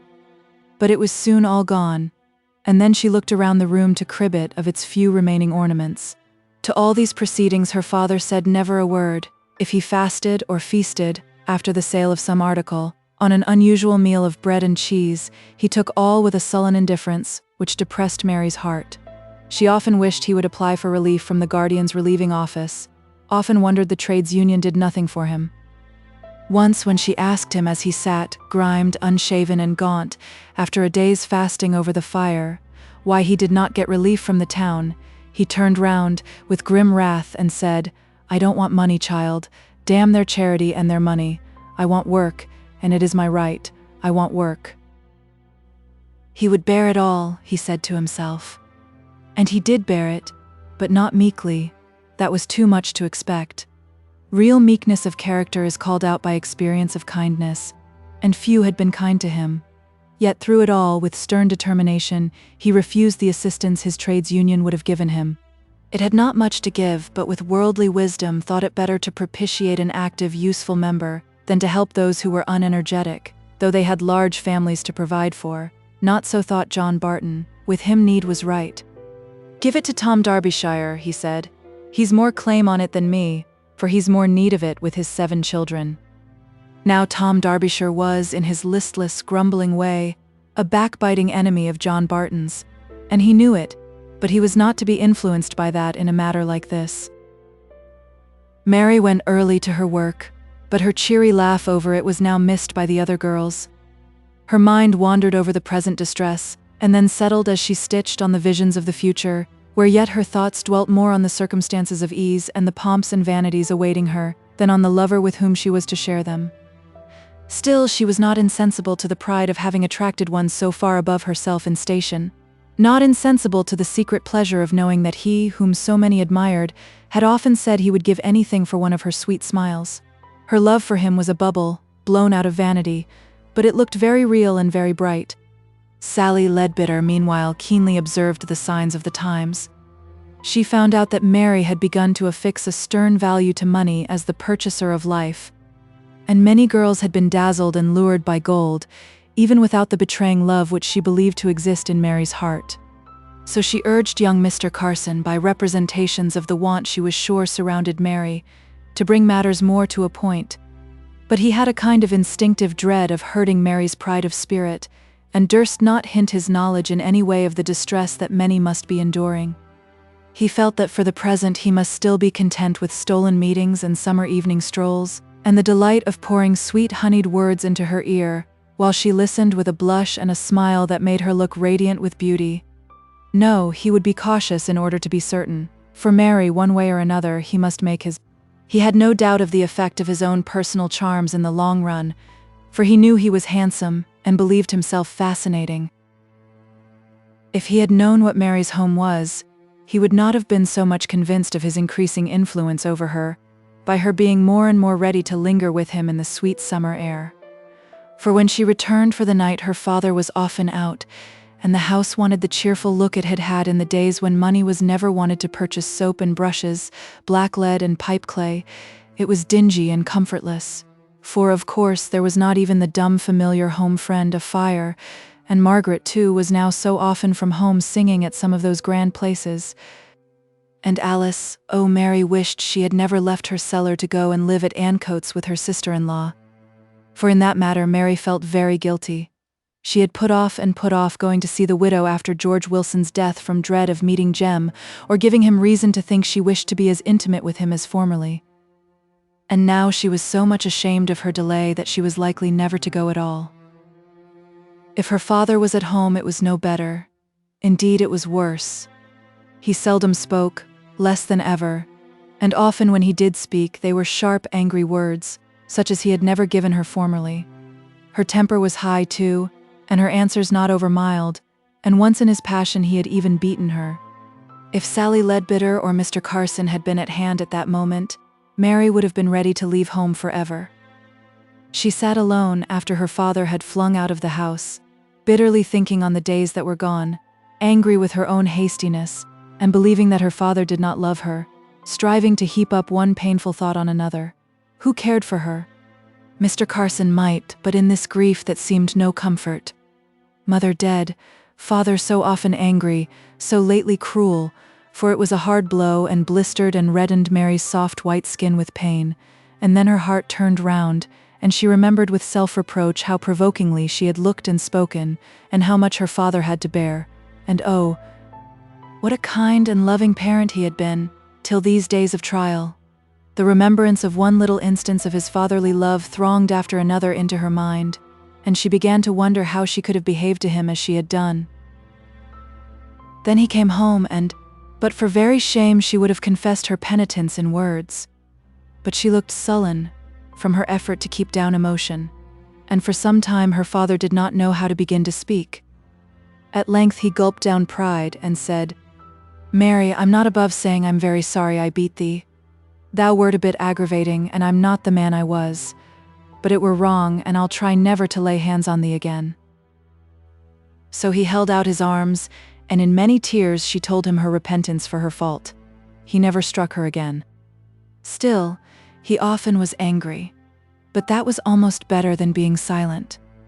Then he sat near the fireplace, from habit, smoking or chewing opium. Oh, how Mary loathed that smell. And in the dusk, just before it merged into the short summer night, she had learned to look with dread towards the window, which now her father would have kept uncurtained, for there were not seldom seen sights which haunted her in her dreams. Strange faces of pale men, with dark, glaring eyes, peered into the inner darkness, and seemed desirous to ascertain if her father were at home, or a hand and arm, the body hidden, was put within the door, and beckoned him away. He always went. And once or twice when Mary was in bed, she heard men's voices below in earnest, whispered talk. They were all desperate members of trades unions, ready for anything, made ready by want. While all this change for gloom yet struck fresh and heavy on Mary's heart, her father startled her out of a reverie one evening by asking her when she had been to see Jane Wilson. From his manner of speaking, she was made aware that he had been, but at the time of his visit he had never mentioned anything about it. Now, however, he gruffly told her to go next day without fail, and added some abuse of her for not having been before. The little outward impulse of her father's speech gave Mary the push which she, in this instance, required, and, accordingly, timing her visit so as to avoid Jem's hours at home, she went the following afternoon to Ancoats. The outside of the well-known house struck her as different, for the door was closed instead of open, as it once had always stood. The window plants, George Wilson's pride and especial care, looked withering and drooping. They had been without water for a long time, and now, when the widow had reproached herself severely for neglect, in her ignorant anxiety she gave them too much. On opening the door, Alice was seen, not stirring about in her habitual way, but knitting by the fireside. The room felt hot, although the fire burnt gray and dim under the bright rays of the afternoon sun. Mrs. Wilson was siding the dinner things and talking all the time in a kind of whining, shouting voice, which Mary did not at first understand. She understood at once, however, that her absence had been noted and talked over. She saw a constrained look on Mrs. Wilson's sorrow-stricken face, which told her a scolding was to come. "Dear Mary, is that you?" she began. "Why, who would have dreamt of seeing you? We thought you'd clean forgotten us, and Jem has often wondered if he should know you if he met you in the street." Now poor Jane Wilson had been sorely tried, and at present her trials had had no outward effect. but that of increased acerbity of temper. She wished to show Mary how much she was offended, and meant to strengthen her cause by putting some of her own sharp speeches into Jem's mouth. Mary felt guilty, and had no good reason to give as an apology. So for a minute she stood silent, looking very much ashamed, and then turned to speak to Aunt Alice, who in her surprised, hearty greeting to Mary had dropped her ball of worsted and was busy trying to set the thread to rights before the kitten had entangled it past redemption, once round every chair and twice round the table. "You mun speak louder than that if you mean her to hear. She become as deaf as a post this last few weeks. I'd ha' told you if I'd remembered how long it were sin you'd seen her." "Yes, my dear, I'm getting very hard o' hearing of late," said Alice, catching the state of the case, with her quick glancing eyes. "I suppose it's the beginning of the end." "Don't talk o' that way," screamed her sister-in-law. "We've had enow of ends and deaths without forecasting more." She covered her face with her apron and sat down to cry. "He was such a good husband," said she in a less excited tone to Mary, as she looked up with tear-streaming eyes from behind her apron. "No one can tell what I've lost in him, for no one knew his worth like me." Mary's listening sympathy softened her, and she went on to unburden her heavy-laden heart. Dear, dear. No one knows what I've lost when my poor boys went. I thought the Almighty had crushed me to the ground, but I never thought o' losing George. I did not think I could ha' borne to ha' lived without him, and yet I'm here, and he's—" A fresh burst of crying interrupted her speech. Mary, beginning to speak again, "Did you ever hear what a poor creature I were when he married me? And he's such a handsome fellow. Jem's nothing to what his father were at his age."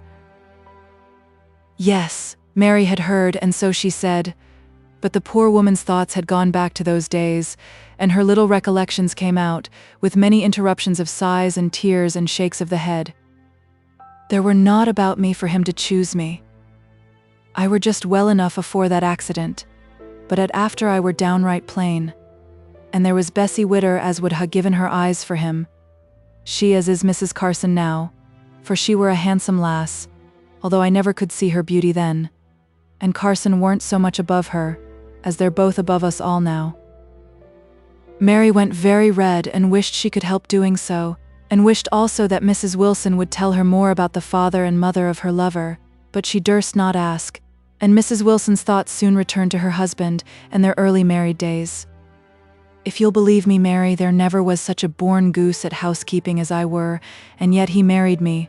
I had been in a factory sin 5 years old a'most, and I knew naught about cleaning or cooking, let alone washing and such like work. The day after we were married, he goes to his work at after breakfast, and says he, 'Jenny, Will hath cold beef and potatoes, and that's a dinner fit for a prince.' I were anxious to make him comfortable, God knows how anxious, and yet I'd no notion how to cook a potato. I knowed they were boiled, and I knowed their skins were taken off, and that were all. So I tidied my house in a rough kind o' way, and then I looked at that very clock up yonder, pointing at one that hung against the wall, and I seed it were 9 o'clock. So, thinks I, the potatoes shall be well boiled at any rate, and I gets 'em on the fire in a jiffy, that's to say, as soon as I could peel 'em, which were a tough job at first.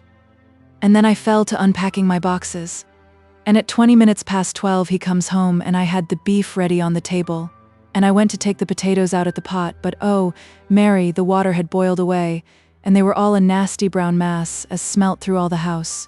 He said naught, and were very gentle, but oh, Mary, I cried so that afternoon. I shall ne'er forget it. No, never. I made many a blunder at after, but none that fretted me like that." "Father does not like girls to work in factories," said Mary. "No, I know he doesn't, and reason good. They oughtn't to go at after they're married, that I'm very clear about.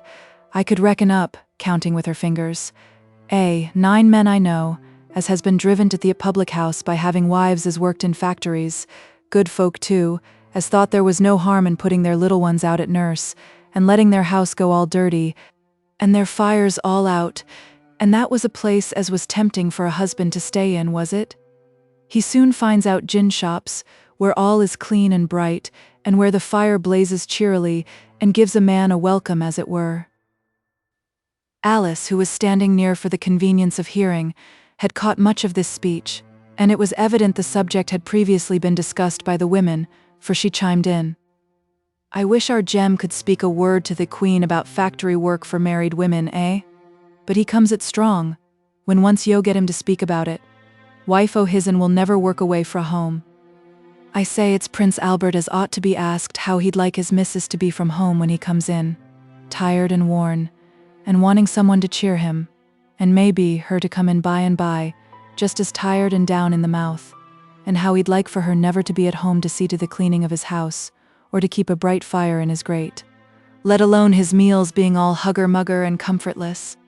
I'd be bound, prince as he is, if his missus served him so, he'd be off to a gin palace, or some mute o' that kind. So why can't he make a law again poor folks' wives working in factories?" Mary ventured to say that she thought the Queen and Prince Albert could not make laws, but the answer was, "Pooh! Don't tell me it's not the Queen as makes laws, and isn't she bound to obey Prince Albert? And if he said they mustn't, why she'd say they mustn't, and then all folk would say, oh no, we never shall do any such thing no more." "Jem's gettin' on rarely," said Alice, who had not heard her sister's last burst of eloquence, and whose thoughts were still running on her nephew and his various talents. "He's found out somewhat about a crank or a tank, I forget rightly which it is, but the master's made him foreman, and he all the while turning off hands, but he said he could not part with Jem, nohow. He's good wage now. I tell him he'll be thinking of marrying soon, and he deserves a right down good wife, that he does." Mary went very red and looked annoyed, although there was a secret spring of joy deep down in her heart at hearing Jem so spoken of. But his mother only saw the annoyed look, and was piqued accordingly.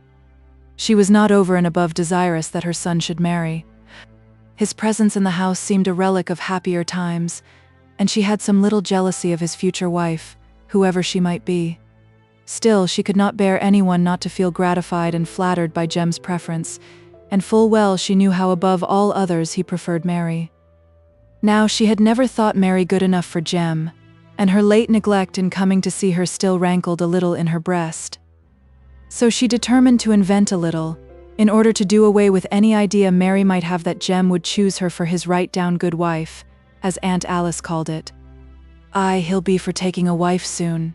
And then in a lower voice, as if confidentially, but really to prevent any contradiction or explanation from her simple sister-in-law, she added, "It'll not be long afore Molly Gibson, that's her at the provision shop round the corner, will hear a secret as will not displease her, I'm thinking. She's been casting sheep's eyes at our Jem this many a day, but he thought her father would not give her to a common working man. But now he's as good as her, every bit. I thought once he'd a fancy for thee, Mary, but I do not think yo'd ever ha' suited, so it's best as it is." By an effort, Mary managed to keep down her vexation, and to say she hoped he'd be happy with Molly Gibson. She was very handsome, for certain. Aye, and a notable body, too. I'll just step upstairs and show you the patchwork quilt she gave me but last Saturday. Mary was glad she was going out of the room. Her words irritated her, perhaps not the less because she did not fully believe them. Besides, she wanted to speak to Alice, and Mrs. Wilson seemed to think that she, as the widow, ought to absorb all the attention. "Dear Alice," began Mary, "I'm so grieved to find you so deaf. It must have come on very rapid." "Yes, dear, it's a trial. I'll not deny it. Pray God give me strength to find out its teaching. I felt it sore one fine day when I thought I'd go gather some meadow sweet to make tea for Jane's cough, and the field seemed so dree and still, and at first I could na make out what was wanting, and then it struck me it were the song o' the birds, and that I never should hear their sweet music no more, and I could na help crying a bit. But I've much to be thankful for. I think I'm a comfort to Jane if I'm only someone to scold now and then. Poor body. It takes off her thoughts from her sore losses when she can scold a bit. If my eyes are left, I can do well enough. I can guess at what folk are saying." The splendid red and yellow patch quilt now made its appearance, and Jane Wilson would not be satisfied unless Mary praised it all over, border, center, and groundwork, right side and wrong. And Mary did her duty, saying all the more, because she could not work herself up to any very hearty admiration of her rival's present. She made haste, however, with her commendations, in order to avoid encountering Jem. As soon as she was fairly away from the house and street, she slackened her pace and began to think. Did Jem really care for Molly Gibson? Well, if he did, let him. People seemed all to think he was much too good for her, Mary's own self. Perhaps someone else, far more handsome and far more grand, would show him one day that she was good enough to be Mrs. Henry Carson. So temper, or what Mary called spirit, led her to encourage Mr. Carson more than ever she had done before. Some weeks after this, there was a meeting of the trades union to which John Barton belonged. The morning of the day on which it was to take place, he had lain late in bed. For what was the use of getting up? He had hesitated between the purchase of meal or opium, and had chosen the latter, for its use had become a necessity with him. He wanted it to relieve him from the terrible depression its absence occasioned. A large lump seemed only to bring him into a natural state, or what had been his natural state formerly. 8 o'clock was the hour fixed for the meeting, and at it were red letters, filled with details of woe from all parts of the country. Fierce, heavy gloom brooded over the assembly, and fiercely and heavily did the men separate, towards 11 o'clock, some irritated by the opposition of others to their desperate plans. It was not a night to cheer them as they quitted the glare of the gas-lighted room and came out into the street. Unceasing, soaking rain was falling. The very lamps seemed obscured by the damp upon the glass, and their light reached but to a little distance from the posts. The streets were cleared of passers-by. Not a creature seemed stirring except here and there a drenched policeman in his oilskin cape. Barton wished the others good night, and set off home.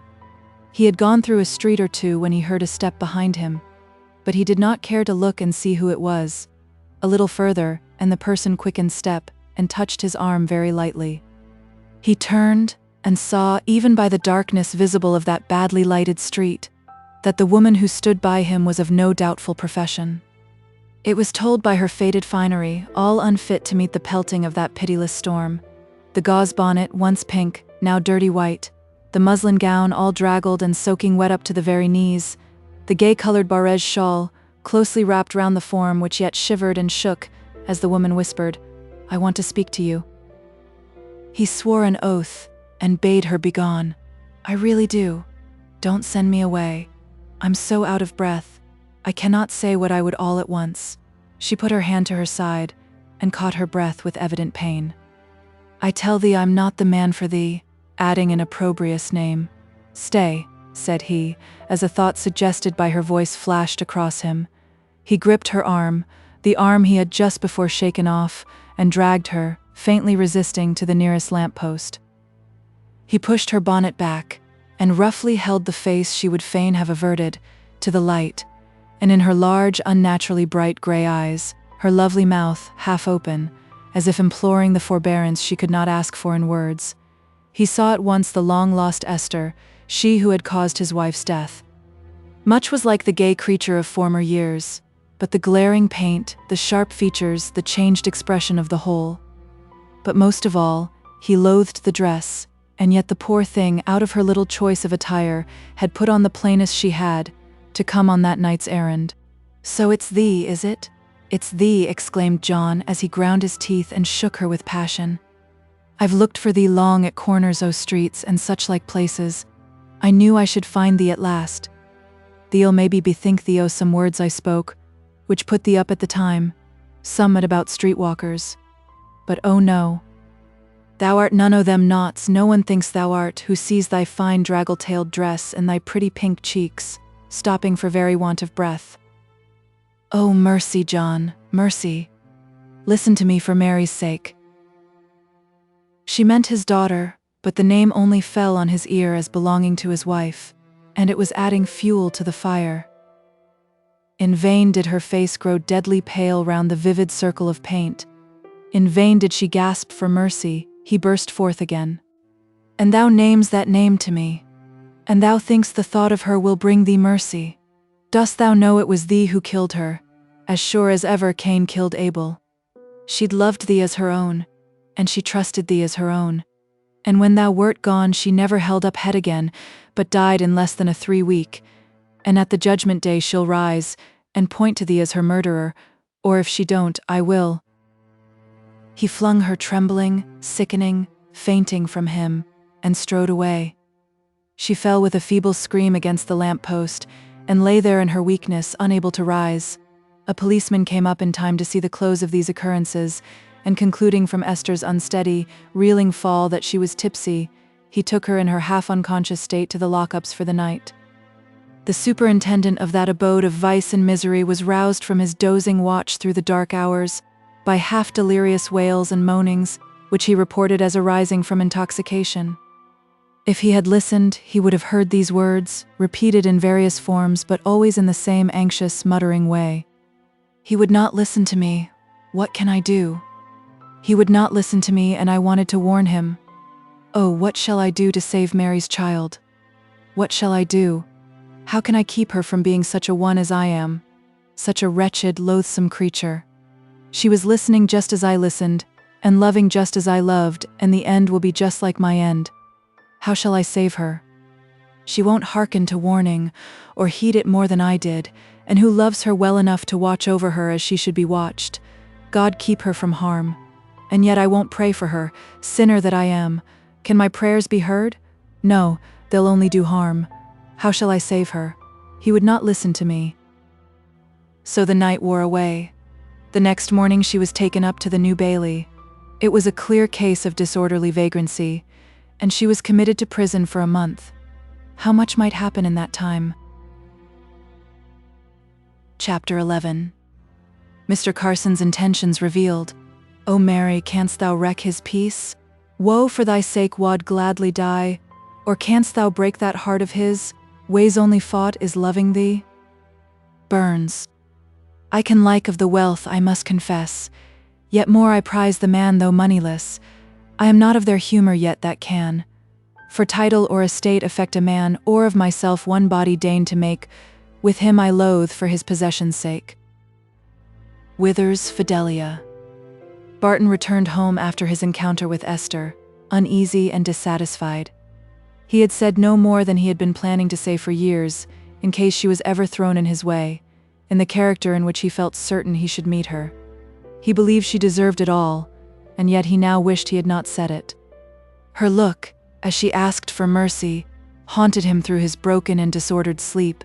Her form, as he last saw her, lying prostrate in helplessness, would not be banished from his dreams. He sat up in bed to try and dispel the vision. Now too late, his conscience smote him for his harshness. It would have been all very well, he thought, to have said what he did, if he had added some kind words. At last, he wondered if his dead wife was conscious of that night's occurrence, and he hoped not, for with her love for Esther he believed it would embitter heaven to have seen her so degraded and repulsed.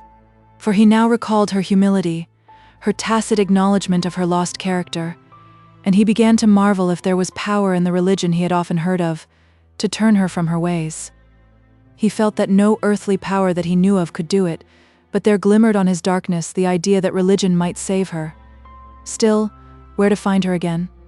In the wilderness of a large town, where to meet with an individual of so little value or note to any? And evening after evening he paced those streets in which he had heard her footsteps following him, peering under every fantastic, discreditable bonnet in the hopes of once more meeting Esther and addressing her in a far different manner from what he had done before. But he returned night after night disappointed in his search, and at last gave it up in despair, and tried to recall his angry feelings towards her, in order to find relief from his present self-reproach. He often looked at Mary and wished she were not so like her aunt, for the very bodily likeness seemed to suggest the possibility of a similar likeness in their fate. And then this idea enraged his irritable mind, and he became suspicious and anxious about Mary's conduct. Now hitherto she had been so remarkably free from all control, and almost from all inquiry concerning her actions, that she did not brook this change in her father's behavior very well. Just when she was yielding more than ever to Mr. Carson's desire of frequent meetings, it was hard to be so questioned concerning her hours of leaving off work, whether she had come straight home, etc. She could not tell lies, though she could conceal much if she were not questioned, so she took refuge in obstinate silence, alleging as a reason for it her indignation at being so cross-examined. This did not add to the good feeling between father and daughter, and yet they dearly loved each other, and in the minds of each, one principal reason for maintaining such behavior as displeased the other was the believing that this conduct would ensure that person's happiness. Her father now began to wish Mary were married. Then this terrible superstitious fear suggested by her likeness to Esther would be done away with. He felt that he could not resume the reins he had once slackened, but with a husband it would be different. If Jem Wilson would but marry her, with his character for steadiness and talent. But he was afraid Mary had slighted him. He came so seldom now to the house. He would ask her, "Mary, what's come o'er thee and Jem Wilson? Yo were great friends at one time." "Oh, folks say he's going to be married to Molly Gibson, and of course courting takes up a deal o' time," answered Mary, as indifferently as she could. "Thou'st played thy cards badly then," replied her father in a surly tone. "At one time he were desperate fond o' thee, or I'm much mistaken, much fonder of thee than thou deservedst." "That's as people think," said Mary pertly, for she remembered that the very morning before she had met Mr. Carson, who had sighed and swore and protested all manner of tender vows that she was the loveliest, sweetest, best, etc. And when she had seen him afterwards riding with one of his beautiful sisters, had he not evidently pointed her out as in some way or other an object worthy of attention and interest, and then lingered behind his sister's horse for a moment to kiss his hand repeatedly?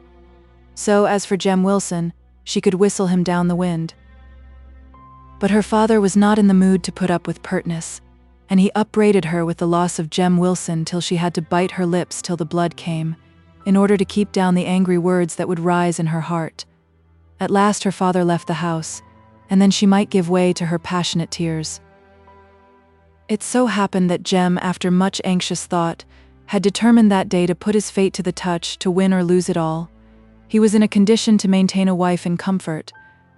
It was true his mother and aunt must form part of the household, but such is not an uncommon case among the poor, and if there were the advantage of previous friendship between the parties, it was not, he thought, an obstacle to matrimony. Both mother and aunt, he believed, would welcome Mary, and oh, what a certainty of happiness the idea of that welcome implied. He had been absent and abstracted all day long with the thought of the coming event of the evening. He almost smiled at himself for his care in washing and dressing in preparation for his visit to Mary, as if one waistcoat or another could decide his fate in so passionately momentous a thing. He believed he only delayed before his little looking-glass for cowardice, for absolute fear of a girl. He would try not to think so much about the affair, and he thought the more. "Poor Jem, it is not an auspicious moment for thee." "Come in," said Mary, as someone knocked at the door, while she sat sadly at her sewing, trying to earn a few pence by working over hours at some morning. Jem entered, looking more awkward and abashed than he had ever done before, yet here was Mary all alone, just as he had hoped to find her. She did not ask him to take a chair, but after standing a minute or two he sat down near her. "Is your father at home, Mary?" said he by way of making an opening, for she seemed determined to keep silence, and went on stitching away. "No, he's gone to his union, I suppose." Another silence. It was no use waiting, thought Jem. The subject would never be led to by any talk he could think of in his anxious, fluttered state. He had better begin at once. "Mary," said he, and the unusual tone of his voice made her look up for an instant, but in that time she understood from his countenance what was coming, and her heart beat so suddenly and violently she could hardly sit still. Yet one thing she was sure of, nothing he could say should make her have him. She would show them all who would be glad to have her. She was not yet calm after her father's irritating speeches, yet her eyes fell veiled before that passionate look fixed upon her. "Dear Mary, for how dear you are I cannot rightly tell you in words. It's no new story I'm going to speak about. You must ha' seen and known it long, for since we were boy and girl, I ha' loved you above father and mother and all I've thought on by day and dreamt on by night has been something in which you've had a share. I'd no way of keeping you for long, and I scorned to try and tie you down, and I lived in terror lest someone else should take you to himself. But now, Mary, I'm foreman in the works, and, dear Mary, listen," as she, in her unbearable agitation, stood up and turned away from him. He rose too and came nearer, trying to take hold of her hand, but this she would not allow. She was bracing herself up to refuse him, for once and for all. And now, Mary, I've a home to offer you, and a heart as true as ever man had to love you and cherish you. We shall never be rich folk, I dare say, but if a loving heart and a strong right arm can shield you from sorrow or from want, mine shall do it. I cannot speak as I would like, my love won't let itself be put in words, but oh, darling, say you believe me, and that you'll be mine. She could not speak at once, her words would not come. Mary, they say silence gives consent. Is it so? He whispered. Now or never the effort must be made. No, it does not with me. Her voice was calm, although she trembled from head to foot. I will always be your friend, Jem, but I can never be your wife. Not my wife, said he mournfully. Oh, Mary, think a while. You cannot be my friend if you will not be my wife. At least I can never be content to be only your friend. Do think a while. If you say no, you will make me hopeless, desperate. It's no love of yesterday. It has made the very groundwork of all that people call good in me. I don't know what I shall be if you won't have me. And Mary, think how glad your father would be. It may sound vain, but he's told me more than once how much he should like to see us two married. Jem intended this for a powerful argument, but in Mary's present mood it told against him more than anything, for it suggested the false and foolish idea that her father, in his evident anxiety to promote her marriage with Jem, had been speaking to him on the subject with some degree of solicitation. I tell you, Jem, it cannot be. Once for all, I will never marry you. And is this the end of all my hopes and fears? The end of my life, I may say, for it is the end of all worth living for. His agitation rose and carried him into passion. Mary, you'll hear, may be of me as a drunkard, and maybe as a thief, and maybe as a murderer, remember. When all are speaking ill of me, you will have no right to blame me, for it's your cruelty that will have made me what I feel I shall become.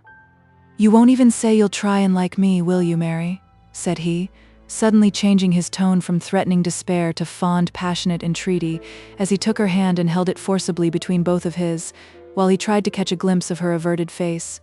She was silent, but it was from deep and violent emotion. He could not bear to wait. He would not hope to be dashed away again. He rather, in his bitterness of heart, chose the certainty of despair, and before she could resolve what to answer, he flung away her hand and rushed out of the house. Jem! Jem! Cried she with faint and choking voice. It was too late. He left street after street behind him with his almost winged speed as he sought the fields where he might give way unobserved to all the deep despair he felt. It was scarcely 10 minutes since he had entered the house and found Mary at comparative peace, and now she lay half across the dresser, her head hidden in her hands, and every part of her body shaking with the violence of her sobs. She could not have told at first if you had asked her, and she could have commanded voice enough to answer, why she was in such agonized grief. It was too sudden for her to analyze or think upon it. She only felt that by her own doing her life would be hereafter dreary and blank. By and by her sorrow exhausted her body by its power, and she seemed to have no strength left for crying. She sat down, and now thoughts crowded on her mind. One little hour ago, and all was still unsaid, and she had her fate in her own power. And yet how long ago had she determined to say pretty much what she did, if the occasion ever offered? It was as if two people were arguing the matter, that mournful, desponding communion between her former self and her present self. Herself, a day, an hour ago, and herself now. For we have every one of us felt how a very few minutes of the months and years called life will sometimes suffice to place all time past and future in an entirely new light, will make us see the vanity or the criminality of the bygone, and so change the aspect of the coming time, that we look with loathing on the very thing we have most desired. A few moments may change our character for life, by giving a totally different direction to our aims and energies. To return to Mary. Her plan had been, as we well know, to marry Mr. Carson, and the occurrence an hour ago was only a preliminary step. True, but it had unveiled her heart to her. It had convinced her she loved Jem above all persons or things. But Jem was a poor mechanic, with a mother and aunt to keep. A mother, too, who had shown her pretty clearly she did not desire her for a daughter-in-law, while Mr. Carson was rich, and prosperous, and gay, and she believed would place her in all circumstances of ease and luxury, where want could never come. What were these hollow vanities to her, now she had discovered the passionate secret of her soul? She felt as if she almost hated Mr. Carson, who had decoyed her with his baubles. She now saw how vain, how nothing to her, would be all gaieties and pomps, all joys and pleasures, unless she might share them with Jem. Yes, with him she harshly rejected so short a time ago. If he were poor, she loved him all the better. If his mother did think her unworthy of him, what was it but the truth, as she now owned with bitter penitence? She had hitherto been walking in grope-light towards a precipice, but in the clear revelation of that past hour she saw her danger, and turned away resolutely and forever. That was some comfort. I mean, her clear perception of what she ought not to do, of what no luring temptation should ever again induce her to hearken to. How she could best undo the wrong she had done to Jem and herself by refusing his love, was another anxious question. She wearied herself with proposing plans and rejecting them. She was roused to a consciousness of time by hearing the neighboring church clock strike 12. Her father, she knew, might be expected home any minute, and she was in no mood for a meeting with him. So she hastily gathered up her work and went to her own little bedroom, leaving him to let himself in. She put out her candle, that her father might not see its light under the door, and sat down on her bed to think. But after turning things over in her mind again and again, she could only determine at once to put an end to all further communication with Mr. Carson, in the most decided way she could. Maidenly modesty, and true love is ever modest, seemed to oppose every plan she could think of for showing Jem how much she repented her decision against him, and how dearly she had now discovered that she loved him. She came to the unusual wisdom of resolving to do nothing, but try and be patient, and improve circumstances as they might turn up. Surely, if Jem knew of her remaining unmarried, he would try his fortune again. He would never be content with one rejection. She believed she could not in his place. She had been very wrong, but now she would try and do right, and have womanly patience until he saw her changed and repentant mind in her natural actions. Even if she had to wait for years, it was no more than now it was easy to look forward to, as a penance for her giddy flirting on the one hand, and her cruel mistake concerning her feelings on the other. So, anticipating a happy ending to the course of her love, however distant it might be, she fell asleep just as the earliest factory bells were ringing. She had sunk down in her clothes, and her sleep was unrefreshing. She wakened up shivery and chill in body, and sorrow-stricken in mind, though she could not at first rightly tell the cause of her depression. She recalled the events of the night before, and still resolved to adhere to those determinations she had then formed. But patience seemed a far more difficult virtue this morning. She hastened downstairs, and in her earnest, sad desire to do right, now took much pains to secure a comfortable though scanty breakfast for her father, and when he dawdled into the room in an evidently irritable temper, she bore all with the gentleness of penitence, till at last her mild answers turned away wrath. She loathed the idea of meeting Sally Leadbitter at her daily work, yet it must be done, and she tried to nerve herself for the encounter, and to make it at once understood that having determined to give up having anything further to do with Mr. Carson, she considered the bond of intimacy broken between them. But Sally was not the person to let these resolutions be carried into effect too easily. She soon became aware of the present state of Mary's feelings, but she thought they merely arose from the changeableness of girlhood, and that the time would come when Mary would thank her for almost forcing her to keep up her meetings and communications with her rich lover. So, when 2 days had passed over in rather too marked avoidance of Sally on Mary's part, and when the former was made aware by Mr. Carson's complaints that Mary was not keeping her appointments with him, and that unless he detained her by force, he had no chance of obtaining a word as she passed him in the street on her rapid walk home, she resolved to compel Mary to what she called her own good. She took no notice during the 3rd day of Mary's avoidance as they sat at work. She rather seemed to acquiesce in the coolness of their intercourse. She put away her sewing early, and went home to her mother, who, she said, was more ailing than usual. The other girls soon followed her example, and Mary, casting a rapid glance up and down the street, as she stood last on Miss Simmons' doorstep, darted homewards, in hopes of avoiding the person whom she was fast learning to dread. That night she was safe from any encounter on her road, and she arrived at home, which she found as she expected empty, for she knew it was a club night, which her father would not miss. She sat down to recover breath, and to still her heart, which panted more from nervousness than from overexertion, although she had walked so quickly. Then she rose, and taking off her bonnet, her eye caught the form of Sally Leadbitter passing the window with a lingering step, and looking into the darkness with all her might, as if to ascertain if Mary were returned. In an instant she repassed and knocked at the house door, but without awaiting an answer, she entered. "Well, Mary dear," knowing well how little dear Mary considered her just then, "is so difficult to get any comfortable talk at Miss Simmons'. I thought I'd just step up and see you at home." "I understood from what you said your mother was ailing and that you wanted to be with her," replied Mary in no welcoming tone. "Aye, but mother's better now," said the unabashed Sally. "Your father's out, I suppose?" Looking round as well as she could, for Mary made no haste to perform the hospitable offices of striking a match and lighting a candle. "Yes, he's out," said Mary shortly, and busying herself at last about the candle, without ever asking her visitor to sit down. "So much the better," answered Sally. "For to tell you the truth, Mary, I've a friend at the end of the street, as is anxious to come and see you at home, since you're grown so particular as not to like to speak to him in the street. He'll be here directly." "Oh, Sally, don't let him," said Mary, speaking at last heartily, and running to the door she would have fastened it, but Sally held her hands, laughing meanwhile at her distress. "Oh, please, Sally," struggling, "dear Sally, don't let him come here. The neighbors will so talk, and father'll go mad if he hears. He'll kill me, Sally, he will. Besides, I don't love him, I never did." "Oh, let me go," as footsteps approached.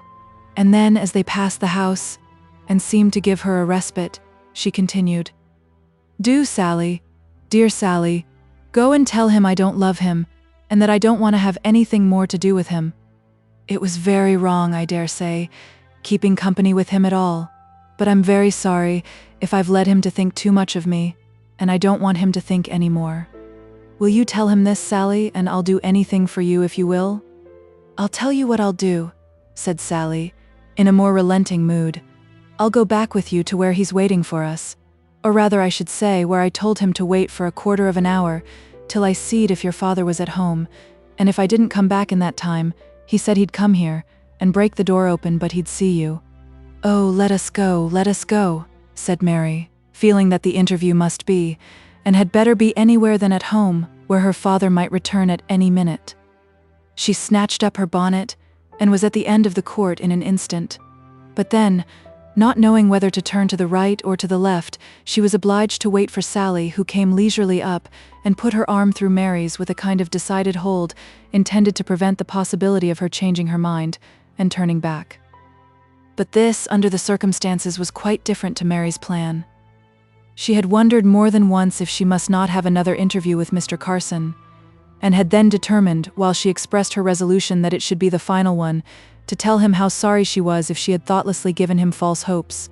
For be it remembered, she had the innocence, or the ignorance, to believe his intentions honorable, and he, feeling that at any price he must have her, only that he would obtain her as cheaply as he could, had never undeceived her, while Sally Leadbitter laughed in her sleeve at them both, and wondered how it would all end, whether Mary would gain her point of marriage, with her sly affectation of believing such to be Mr. Carson's intention in courting her.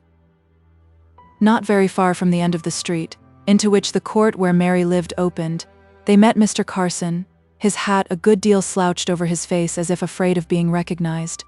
He turned when he saw them coming, and led the way without uttering a word, although they were close behind, to a street of half-finished houses.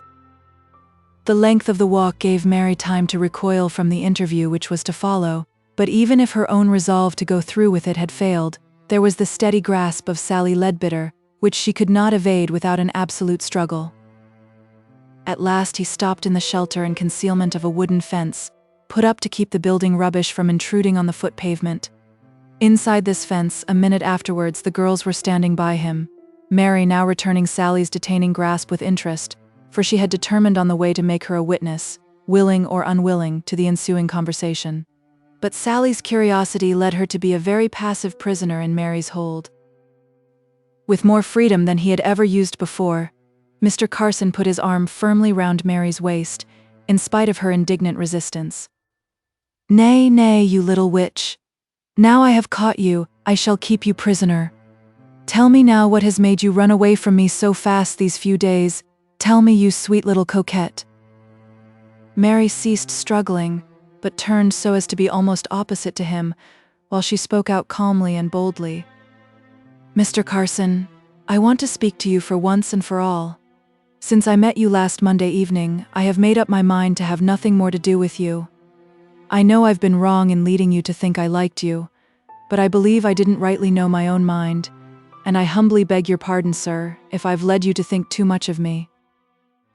For an instant he was surprised. The next vanity came to his aid and convinced him that she could only be joking. He, young, agreeable, rich, handsome. No, she was only showing a little womanly fondness for coquetting. You're a darling little rascal to go on in this way. Humbly begging my pardon if you've made me think too much of you. As if you didn't know I think of you from morning to night. But you want to be told it again and again, do you? No, indeed, sir, I don't. I would far liefer that you should say you will never think of me again, than that you should speak of me in this way.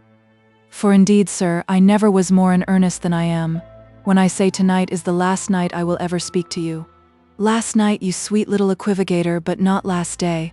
Ha, Mary, I've caught you, have I? As she, puzzled by his perseverance in thinking her joking, hesitated in what form she could now put her meaning. I mean, sir, she said sharply, that I will never speak to you again at any time after tonight. And what's made this change, Mary? Said he, seriously enough now. Have I done anything to offend you? Added he earnestly. No, sir, she answered gently, but yet firmly. I cannot tell you exactly why I've changed my mind, but I shall not alter it again, and as I said before, I beg your pardon if I've done wrong by you. And now, sir, if you please, good night. But I do not please. You shall not go. What have I done, Mary? Tell me. You must not go without telling me how I have vexed you. What would you have me do? Nothing, sir, but in an agitated tone, oh, let me go. You cannot change my mind, it's quite made up. Oh, sir, why do you hold me so tight? If you will know why I won't have anything more to do with you, it is that I cannot love you. I have tried, and I really cannot. This naive and candid avowal served her but little. He could not understand how it could be true. Some reason lurked behind. He was passionately in love. What should he do to tempt her? A thought struck him. Listen, Mary. Nay, I cannot let you go till you have heard me. I do love you dearly, and I won't believe but what you love me a very little. Just a very little. Well, if you don't like to own it, never mind. I only want now to tell you how much I love you, by what I am ready to give up for you. You know, or perhaps you're not fully aware how little my father and mother would like me to marry you. So angry would they be, and so much ridicule should I have to brave, that of course I have never thought of it till now. I thought we could be happy enough without marriage. Deep sank those words into Mary's heart. But now, if you like, I'll get a license tomorrow morning, nay, tonight, and I'll marry you in defiance of all the world, rather than give you up. In a year or two my father will forgive me, and meanwhile you shall have every luxury money can purchase, and every charm that love can devise to make your life happy. After all, my mother was but a factory girl. This was said half to himself, as if to reconcile himself to this bold step. Now, Mary, you see how willing I am to sacrifice a good deal for you. I even offer you marriage, to satisfy your little ambitious heart. So, now won't you say you can love me a little bit? He pulled her towards him. To his surprise, she still resisted. Yes, though all she had pictured to herself for so many months in being the wife of Mr. Carson was now within her grasp, she resisted. His speech had given her but one feeling, that of exceeding great relief. For she had dreaded, now she knew what true love was, to think of the attachment she might have created, the deep feeling her flirting conduct might have called out.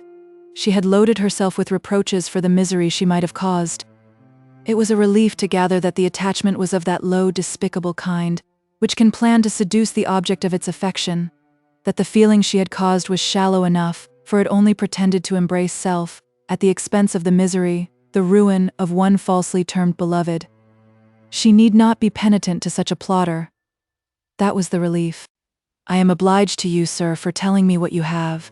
You may think I am a fool, but I did think you meant to marry me all along, and yet, thinking so, I felt I could not love you.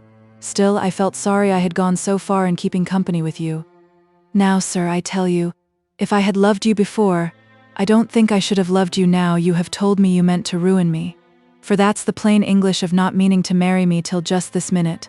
I said I was sorry, and humbly begged your pardon. That was before I knew what you were. Now I scorn you, sir, for plotting to ruin a poor girl. Good night. And with a wrench, for which she had reserved all her strength, she was off like a bolt.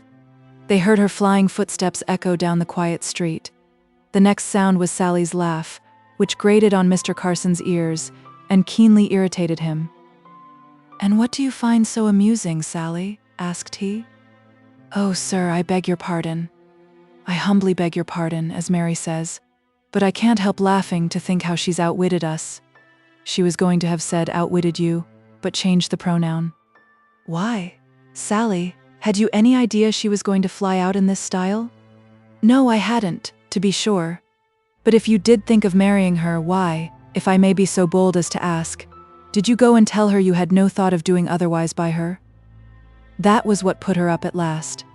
Why, I had repeatedly before led her to infer that marriage was not my object. I never dreamed she could have been so foolish as to have mistaken me, little provoking romancer though she be, so I naturally wished her to know what a sacrifice of prejudice, of myself, in short, I was willing to make for her sake, yet I don't think she was aware of it after all. I believe I might have any lady in Manchester if I liked, and yet I was willing and ready to marry a poor dressmaker. Don't you understand me now? And don't you see what a sacrifice I was making to humor her, and all to no avail? Sally was silent, so he went on. My father would have forgiven any temporary connection, far sooner than my marrying one so far beneath me in rank. "I thought you said, sir, your mother was a factory girl," reminded Sally, rather maliciously. Yes, but then my father was in much such a station. At any rate, there was not the disparity there is between Mary and me." Another pause. "Then you mean to give her up, sir? She made no bones of saying she gave you up." "No, I do not mean to give her up, whatever you and she may please to think. I am more in love with her than ever, even for this charming capricious ebullition of hers. She'll come round, you may depend upon it. Women always do. They always have second thoughts, and find out that they are best in casting off a lover. Mind, I don't say I shall offer her the same terms again." With a few more words of no importance, the allies parted. Chapter 12. Old Alice's bairn. I loved him not, and yet, now he is gone, I feel I am alone. I checked him while he spoke, yet, could he speak, alas? I would not check, for reasons not to love him once I sought, and wearied all my thought. W.S. Landor. And now Mary had, as she thought, dismissed both her lovers, but they looked on their dismissals with very different eyes. He who loved her with all his heart and with all his soul considered his rejection final. He did not comfort himself with the idea, which would have proved so well-founded in his case, that women have second thoughts about casting off their lovers. He had too much respect for his own heartiness of love to believe himself unworthy of Mary. That mock humble conceit did not enter his head. He thought he did not hit Mary's fancy, and though that may sound a trivial everyday expression, yet the reality of it cut him to the heart. Wild visions of enlistment, of drinking himself into forgetfulness, of becoming desperate in some way or another, entered his mind, but then the thought of his mother stood like an angel with a drawn sword in the way to sin. For you know, he was the only son of his mother, and she was a widow, dependent on him for daily bread. So he could not squander away health and time, which were to him money wherewith to support her failing years. He went to his work, accordingly, to all outward semblance just as usual, but with a heavy, heavy heart within. Mr. Carson, as we have seen, persevered in considering Mary's rejection of him as merely a charming caprice. If she were at work, Sally Leadbitter was sure to slip a passionately loving note into her hand, and then so skillfully move away from her side that Mary could not all at once return it, without making some sensation among the workwomen. She was even forced to take several home with her. But after reading one, she determined on her plan. She made no great resistance to receiving them from Sally, but kept them unopened and occasionally returned them in a blank half-sheet of paper. But far worse than this was the being so constantly waylaid as she went home by her persevering lover, who had been so long acquainted with all her habits, that she found it difficult to evade him. Late or early, she was never certain of being free from him. Go this way or that, he might come up some cross street when she had just congratulated herself on evading him for that day. He could not have taken a surer mode of making himself odious to her. And all this time Jem Wilson never came. Not to see her that she did not expect, but to see her father. Too, she did not know what, but she had hoped he would have come on some excuse just to see if she hadn't changed her mind. He never came. Then she grew weary and impatient, and her spirits sank. The persecution of the one lover and the neglect of the other oppressed her sorely. She could not now sit quietly through the evening at her work, or if she kept, by a strong effort, from pacing up and down the room, she felt as if she must sing to keep off thought while she sewed, and her songs were the maddest, merriest she could think of. Barbara Allen, and such sorrowful ditties did well enough for happy times, but now she required all the aid that could be derived from external excitement to keep down the impulse of grief. And her father, too, he was a great anxiety to her. He looked so changed and so ill, yet he would not acknowledge to any ailment. She knew that, be it as late as it would, she never left off work until, if the poor servants paid her pretty regularly for the odd jobs of mending she did for them, she had earned a few pence, enough for one good meal for her father on the next day. But very frequently all she could do in the morning, after her late sitting up at night, was to run with the work home, and receive the money from the person for whom it was done. She could not stay often to make purchases of food, but gave up the money at once to her father's eager clutch, sometimes prompted by savage hunger, it is true, but more frequently by a craving for opium. On the whole, he was not so hungry as his daughter, for it was a long fast from the 1 o'clock dinner hour at Miss Simmons's to the close of Mary's vigil, which was often extended to midnight. She was young, and had not yet learned to bear clemming. One evening, as she sang a merry song over her work, stopping occasionally to sigh, the blind Margaret came groping in. It had been one of Mary's additional sorrows that her friend had been absent from home, accompanying the lecturer on music in his round among the manufacturing towns of Yorkshire and Lancashire. Her grandfather, too, had seen this a good time for going his expeditions in search of specimens, so that the house had been shut up for several weeks. "Oh, Margaret, Margaret, how glad I am to see you. Take care. There now, you're all right. That's Father's chair. Sit down." She kissed her over and over again. "It seems like the beginning o' brighter times to see you again, Margaret. Bless you, and how well you look. Doctors always send ailing folk for change of air, and you know I've had plenty o' that same lately. You've been quite a traveler for sure. Tell us all about it. Do, Margaret. Where have you been to, first place?" Lass, that would take a long time to tell. Half o'er the world, I sometimes think. Bolton and Bury and Oldham and Halifax but Mary, guess who I saw there? Maybe you know though, so it's not fair guessing." "No, I do not. Tell me, Margaret, for I cannot abide waiting and guessing." "Well, one night as I were going fra my lodgings with a help on a lad as belonged to the landlady to find the room where I were to sing, I heard a cough before me walking along. Thinks I, that's Jem Wilson's cough, or I'm much mistaken. Next time came a sneeze and a cough, and then I were certain. First I hesitated whether I should speak, thinking if it were a stranger he'd maybe think me forrard. But I knew blind folks must not be nesh about using their tongues, so says I, 'Jem Wilson, is that you?' And sure enough it was, and nobody else." "Did you know he were in Halifax, Mary?" "No," she answered, faintly and sadly, for Halifax was all the same to her heart as the Antipodes, equally inaccessible by humble penitent looks and maidenly tokens of love. "Well, he's there, however. He's putting up an engine for some folks there for his master. He's doing well, for he's gettin' 4 or 5 men under him. We'd 2 or 3 meetings, and he telled me all about his invention for doing away with the crank, or somewhat. His master's bought it from him, and ta'en out a patent, and Jem's a gentleman for life with the money his master gied him." "But you'll ha' heard all this, Mary?" No, she had not. Well, I thought it all happened afore he left Manchester, and then in course you'd ha' known. But maybe it were all settled after he got to Halifax. However, he's gotten £200 or £300 for his invention. But what's up with you, Mary? You're sadly out of sorts. You've never been quarrelling with Jem, surely? Now Mary cried outright. She was weak in body and unhappy in mind, and the time was come when she might have the relief of telling her grief. She could not bring herself to confess how much of her sorrow was caused by her having been vain and foolish. She hoped that need never be known, and she could not bear to think of it. Oh, Margaret, do you know Jem came here one night when I were put out and cross? Oh, dear, dear, I could bite my tongue out when I think on it. And he told me how he loved me, and I thought I did not love him, and I told him I didn't, and Margaret, he believed me, and went away so sad and so angry, and now I'd do anything. I would, indeed. Her sobs choked the end of her sentence.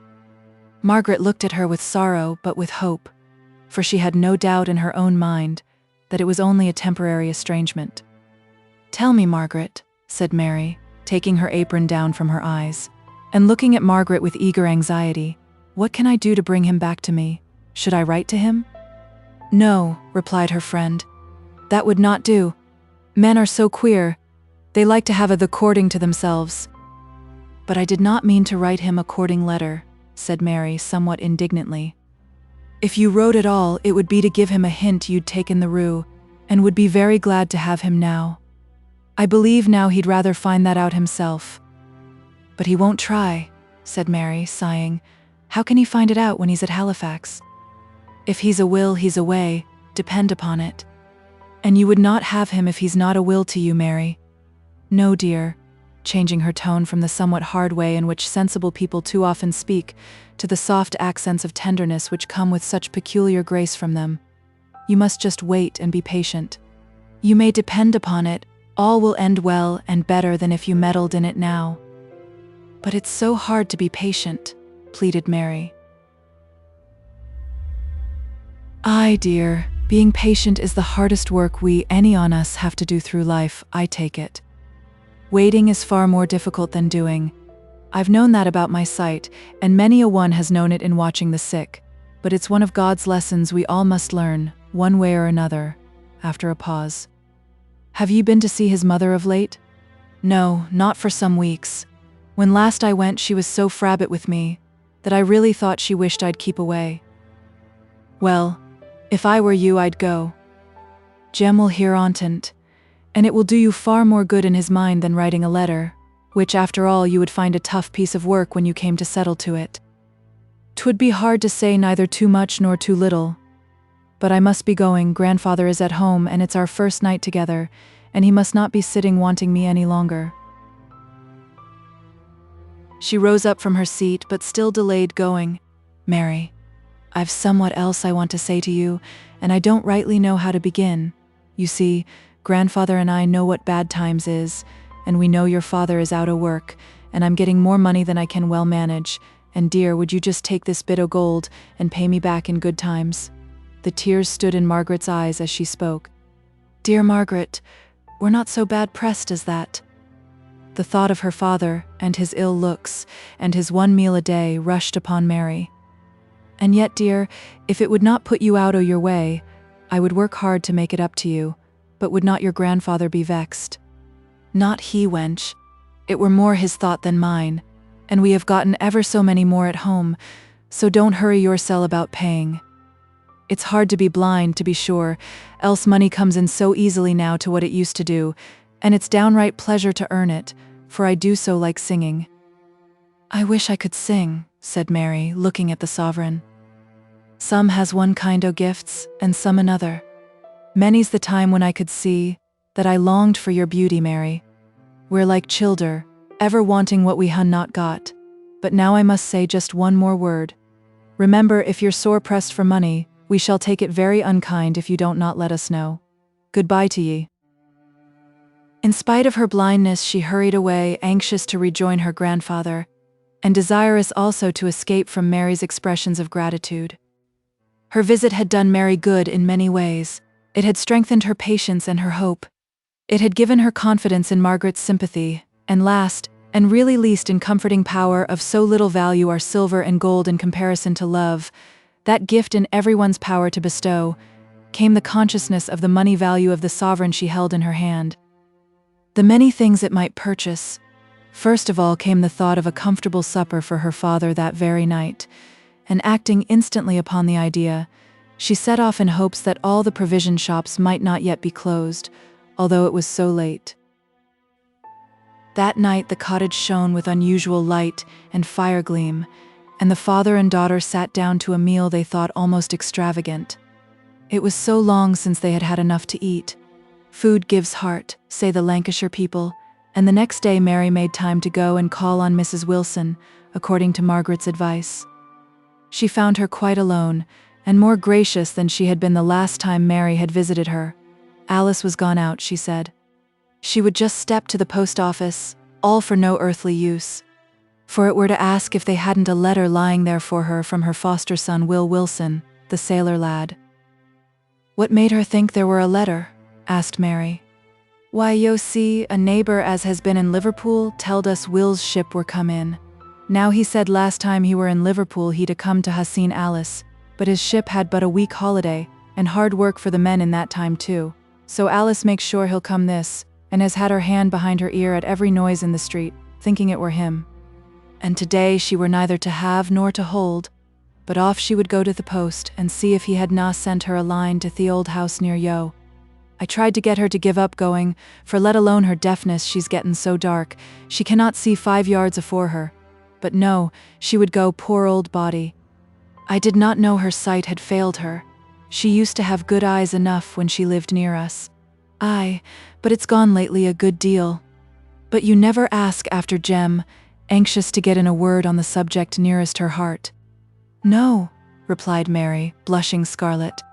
How is he? I cannot justly say how he is, seeing he's at Halifax, but he were very well when he wrote last Tuesday. Han ye heard o' his good luck? Rather to her disappointment, Mary owned she had heard of the sum his master had paid him for his invention. Well, and did not Margaret tell yo what he'd done wi' it? It's just like him though, ne'er to say a word about it. Why, when it were paid what does he do, but get his master to help him to buy an income for me and Alice. He had her name put down for her life, but, poor thing, she'll not be long to the fore, I'm thinking. She's sadly failed of late. And so, Mary, yo see, we're 2 ladies o' property. It's a matter o' £20 a year, they tell me. I wish the twins had lived, bless 'em, said she, dropping a few tears. They should ha' had the best o' schooling and their bellyfuls o' food. I suppose they're better off in heaven, only I should so like to see 'em. Mary's heart filled with love at this new proof of Jem's goodness, but she could not talk about it. She took Jane Wilson's hand and pressed it with affection, and then turned the subject to Will, her sailor nephew. Jane was a little bit sorry, but her prosperity had made her gentler, and she did not resent what she felt as Mary's indifference to Jem and his merits. He's been in Africa and that neighborhood, I believe. He's a fine chap, but he's not gotten Jem's hair. His has too much o' the red in it. He sent Alice, but maybe she telled you a matter o' £5 when he were over before. But that were not to an income, yo know. It's not everyone that can get 100 or 2 at a time, said Mary. No, that's true enough. There's not many a one like Jem. That's Alice's step, said she, hastening to open the door to her sister-in-law. Alice looked weary and sad and dusty. The weariness and the dust would not have been noticed either by her or the others if it had not been for the sadness. No letters, said Mrs. Wilson. No, none. I must just wait another day to hear fra my lad. It's very dree work waiting, said Alice. Margaret's words came into Mary's mind. Everyone has their time and kind of waiting. If I but knew he were safe and not drowned, spoke Alice. If I but knew he were drowned, I would ask grace to say, Thy will be done. It's the waiting. It's hard work to be patient to all of us, said Mary. I know I find it so, but I did not know one so good as you did, Alice. I shall not think so badly of myself for being a bit impatient. Now I've heard you say you find it difficult. The idea of reproach to Alice was the last in Mary's mind, and Alice knew it was. Nevertheless, she said, "Then, my dear, I ask your pardon, and God's pardon too, if I've weakened your faith, by showing you how feeble mine was. Half our life spent in waiting, and it ill becomes one like me, we so many mercies to grumble. I'll try and put a bridle o'er my tongue, and my thoughts too." She spoke in a humble and gentle voice, like one asking forgiveness. "Come, Alice," interposed Mrs. Wilson. "Don't fret yourself or ere a trifle wrong said here or there. See, I've put the kettle on, and you and Mary shall had a dish o' tea in no time." So she bustled about, and brought out a comfortable-looking substantial loaf, and set Mary to cut bread and butter, while she rattled out the teacups, always a cheerful sound. Just as they were sitting down, there was a knock heard at the door, and without waiting for it to be opened from the inside, someone lifted the latch, and in a man's voice asked if one George Wilson lived there. Mrs. Wilson was entering on a long and sorrowful explanation of his having once lived there, but of his having dropped down dead, when Alice, with the instinct of love, for in all usual and common instances, sight and hearing failed to convey impressions to her until long after other people had received them, arose and tottered to the door. "My bairn, my own dear bairn," she exclaimed, falling on Will Wilson's neck. You may fancy the hospitable and welcoming commotion that ensued, how Mrs. Wilson laughed and talked and cried all together, if such a thing can be done, and how Mary gazed with wondering pleasure at her old playmate, now a dashing, bronzed-looking, ringleted sailor, frank and hearty and affectionate. But it was something different from common to see Alice's joy at once more having her foster child with her. She did not speak, for she really could not, but the tears came coursing down her old withered cheeks, and dimmed the horn spectacles she had put on, in order to pry lovingly into his face. So what with her failing sight, and her tear-blinded eyes, she gave up the attempt of learning his face by heart through the medium of that sense, and tried another. She passed her sodden, shriveled hands, all trembling with eagerness, over his manly face, bent meekly down in order that she might more easily make her strange inspection. At last her soul was satisfied. After tea, Mary, feeling sure there was much to be said on both sides, at which it would be better no one should be present, not even an intimate friend like herself, got up to go away. This seemed to arouse Alice from her dreamy consciousness of exceeding happiness, and she hastily followed Mary to the door. There, standing outside with the latch in her hand, she took hold of Mary's arm, and spoke nearly the first words she had uttered since her nephew's return. "My dear, I shall never forgive myself if my wicked words tonight are any stumbling block in your path. See how the Lord has put coals of fire on my head. Oh, Mary, don't let my being an unbelieving Thomas weaken your faith. Wait patiently on the Lord, whatever your trouble may be." Chapter 13. A Traveler's Tales. The mermaid sat upon the rocks all day long, admiring her beauty and combing her locks, and singing a mermaid's song. And hear the mermaid's song you may, as shore can be, if you will but follow the sun all day, and souse with him into the sea. W.S. Landor.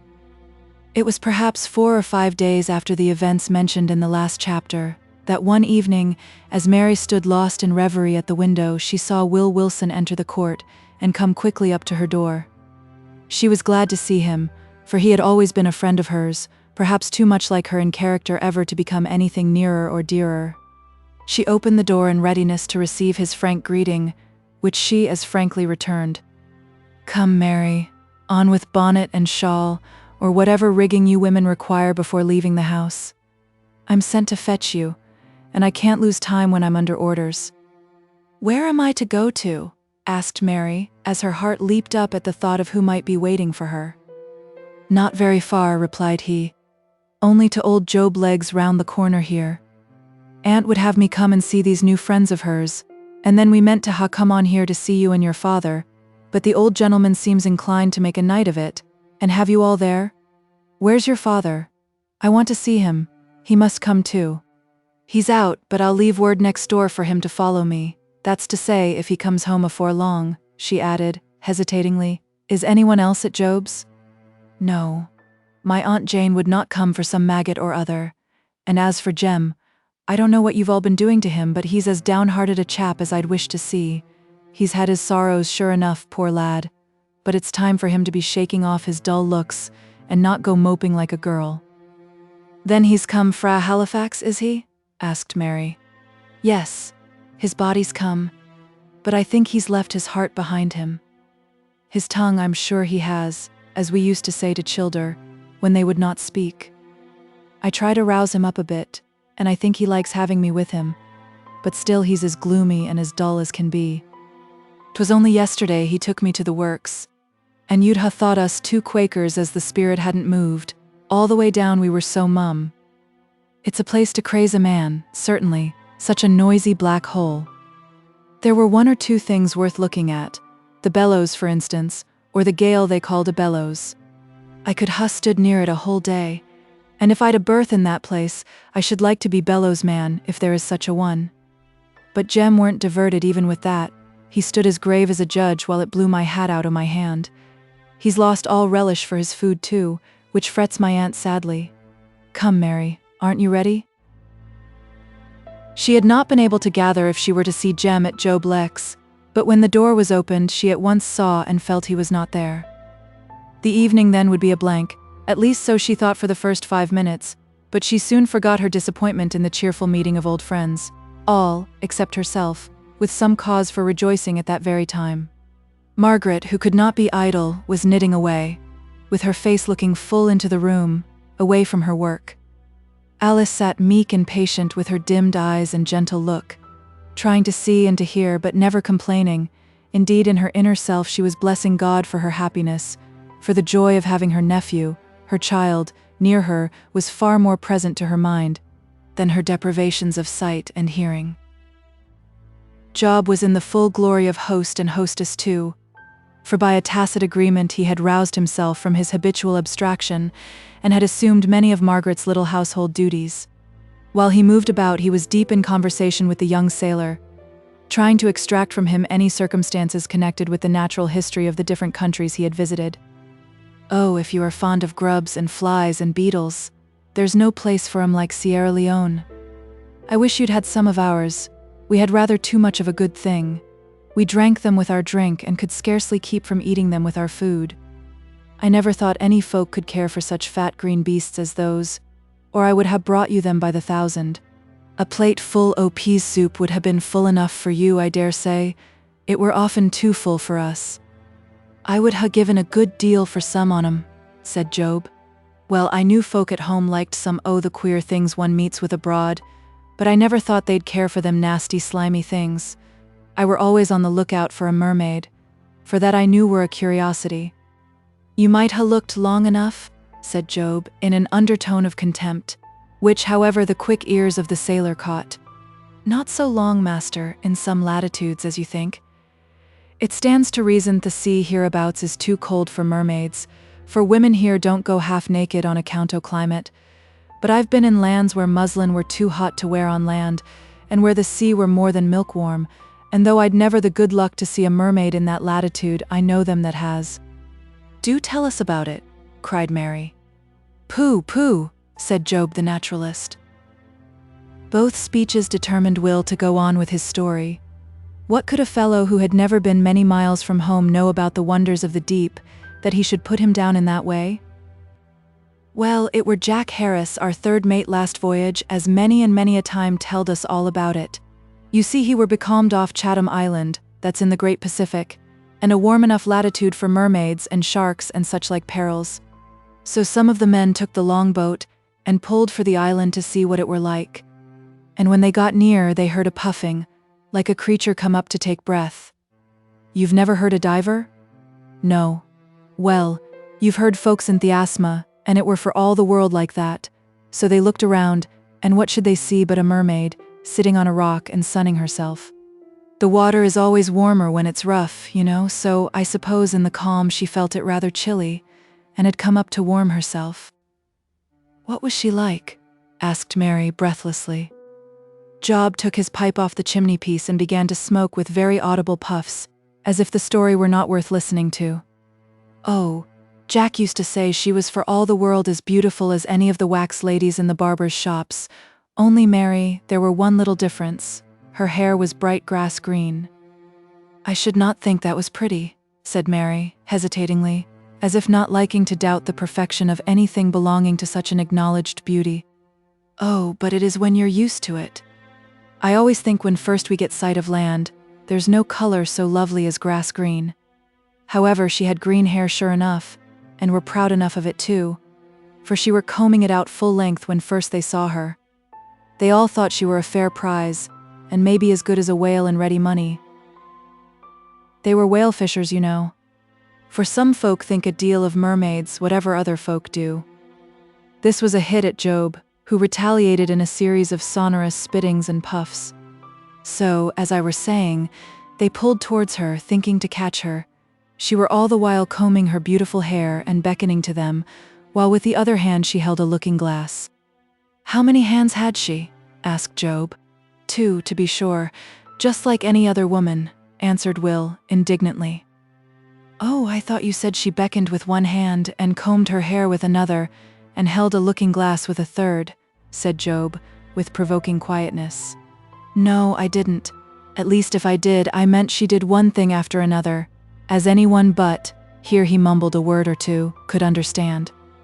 Well, Mary, turning very decidedly towards her, when she saw them coming near, whether it were she grew frightened at their fowling pieces, as they had on board, for a bit o' shooting on the island, or whether it were she were just a fickle jade as did not rightly know her own mind, which seeing one half of her was woman, I think myself was most probable. But when they were only about 2 oars' length from the rock where she sat, down she plopped into the water, leaving nothing but her hinder end of a fish-tail sticking up for a minute, and then that disappeared too. And did they never see her again? Asked Mary. Never so plain. The man who had the second watch one night declared he saw her swimming round the ship and holding up her glass for him to look in, and then he saw the little cottage near Aber in Wales, where his wife lived, as plain as ever he saw it in life, and his wife standing outside, shading her eyes as if she were looking for him. But Jack Harris gave him no credit, for he said he were always a bit of a romancer, and beside that were a homesick, downhearted chap. I wish they had caught her, said Mary, musing. They got one thing as belonged to her, replied Will, and that I've often seen with my own eyes, and I reckon it's a sure proof of the truth of their story, for them that wants proof. What was it? Asked Margaret, almost anxious her grandfather should be convinced. Why, in her hurry she left her comb on the rock, and one o' the men spied it, so they thought that were better than nothing, and they rowed there and took it, and Jack Harris had it on board the John Cropper, and I saw him comb his hair with it every Sunday morning. What was it like? Asked Mary, eagerly, her imagination running on coral combs studded with pearls. Why, if it had not had such a strange yarn belonging to it, you'd never ha' noticed it from any other small-tooth comb. I should rather think not, sneered Job Legh. The sailor bit his lips to keep down his anger against an old man. Margaret felt very uneasy, knowing her grandfather so well, and not daring to guess what caustic remark might come next to irritate the young sailor guest.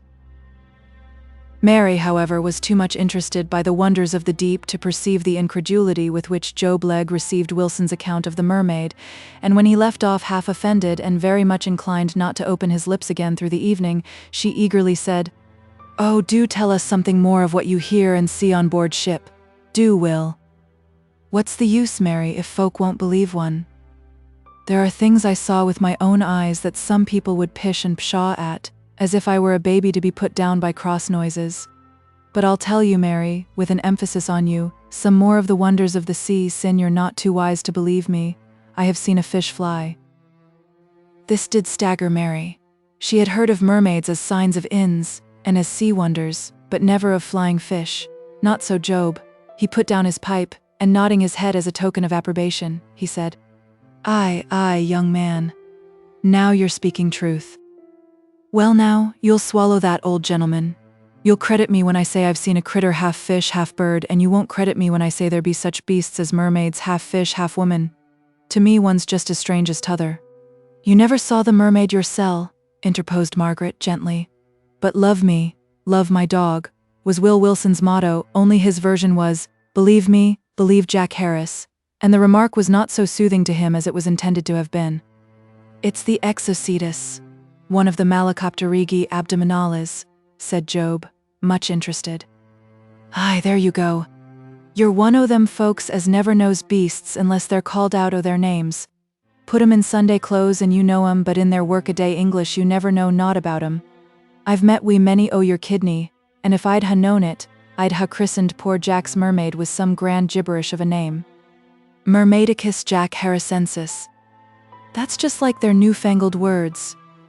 Do I believe there's such a thing as the Mermaidicus, master? Asked Will, enjoying his own joke uncommonly, as most people do. Not I. Tell me about the... Well, said Will, pleased at having excited the old gentleman's faith and credit at last. It were on this last voyage, about a day's sail from Madeira, that one of our men— Not Jack Harris, I hope, murmured Job.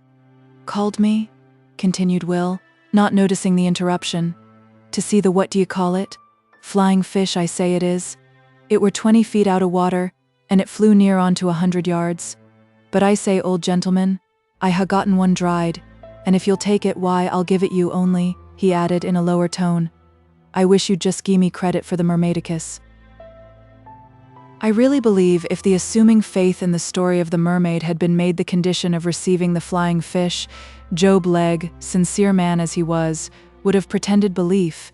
He was so much delighted at the idea of possessing this specimen. He won the sailor's heart by getting up to shake both his hands in his vehement gratitude, puzzling poor old Alice, who yet smiled through her wonder, for she understood the action to indicate some kindly feeling towards her nephew. Job wanted to prove his gratitude, and was puzzled how to do it. He feared the young man would not appreciate any of his duplicate Aranites, not even the great American Mygale, one of his most precious treasures, or else he would gladly have bestowed any duplicate on the donor of a real dried XVIII. What could he do for him? He could ask Margaret to sing. Other folks beside her old doting grandfather thought a deal of her songs, so Margaret began some of her noble old-fashioned songs.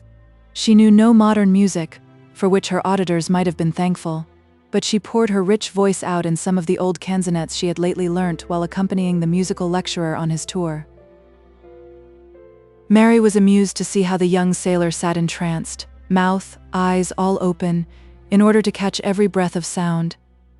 His very lids refused to wink, as if afraid in that brief proverbial interval to lose a particle of the rich music that floated through the room. For the first time the idea crossed Mary's mind that it was possible the plain little sensible Margaret, so prim and demure, might have power over the heart of the handsome, dashing, spirited Will Wilson. Job, too, was rapidly changing his opinion of his new guest. The flying fish went a great way, and his undisguised admiration for Margaret's singing carried him still further. It was amusing enough to see these two within the hour so barely civil to each other, endeavoring now to be ultra-agreeable. Will, as soon as he had taken breath, a long, deep gasp of admiration, after Margaret's song, sidled up to Job and asked him in a sort of doubting tone, "You wouldn't like a live Manx cat, would ye, master?" "A what?" exclaimed Job. "I don't know its best name," said Will humbly. "But we call 'em just Manx cats. They're cats without tails." Now Job, in all his natural history, had never heard of such animals. So Will continued, "Because I'm going, afore joining my ship, to see mother's friends in the island, and would gladly bring you one if so be you'd like to have it.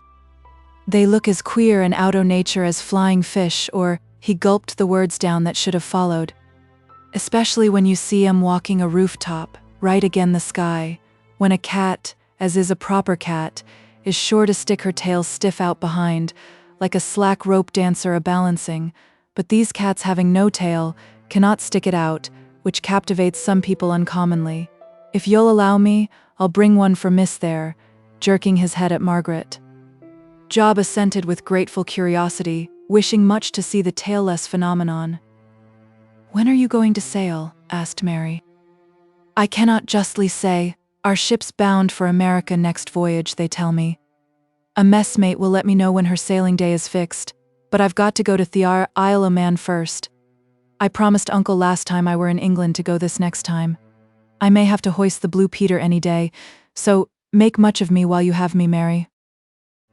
Job asked him if he had ever been in America. Haven't I? North and South both? This time we're bound to North. Yankee land, as we call it, where Uncle Sam lives. Uncle who? Said Mary. Oh, it's a way sailors have of speaking. I only mean I'm going to Boston, U.S. That's Uncle Sam. Mary did not understand, so she left him and went to sit by Alice, who could not hear conversation unless expressly addressed to her. She had sat patiently silent the greater part of the night, and now greeted Mary with a quiet smile. "Where's your father?" asked she. "I guess he's at his union. He's there most evenings." Alice shook her head, but whether it were that she did not hear, or that she did not quite approve of what she heard, Mary could not make out. She sat silently watching Alice, and regretting over her dimmed and veiled eyes, formerly so bright and speaking, as if Alice understood by some other sense what was passing in Mary's mind. She turned suddenly round, and answered Mary's thought. "You're mourning for me, my dear. And there's no need, Mary. I'm as happy as a child. I sometimes think I am a child whom the Lord is hushabying to my long sleep. For when I were a nurse girl, my Mrs. always telled me to speak very soft and low, and to darken the room that her little one might go to sleep. And now all noises are hushed and still to me, and the bonny earth seems dim and dark, and I know it's my father lulling me away to my long sleep. I'm very well content, and yo mustn't fret for me. I've had well nigh every blessing in life I could desire." Mary thought of Alice's long-cherished, fond wish to revisit the home of her childhood, so often and often deferred, and now probably never to take place. Or if it did, how changed from the fond anticipation of what it was to have been. It would be a mockery to the blind and deaf Alice. The evening came quickly to an end. There was the humble, cheerful meal, and then the bustling, merry farewell, and Mary was once more in the quietness and solitude of her own dingy, dreary-looking home. Her father still out, the fire extinguished, and her evening's task of work lying all undone upon the dresser. But it had been a pleasant little interlude to think upon.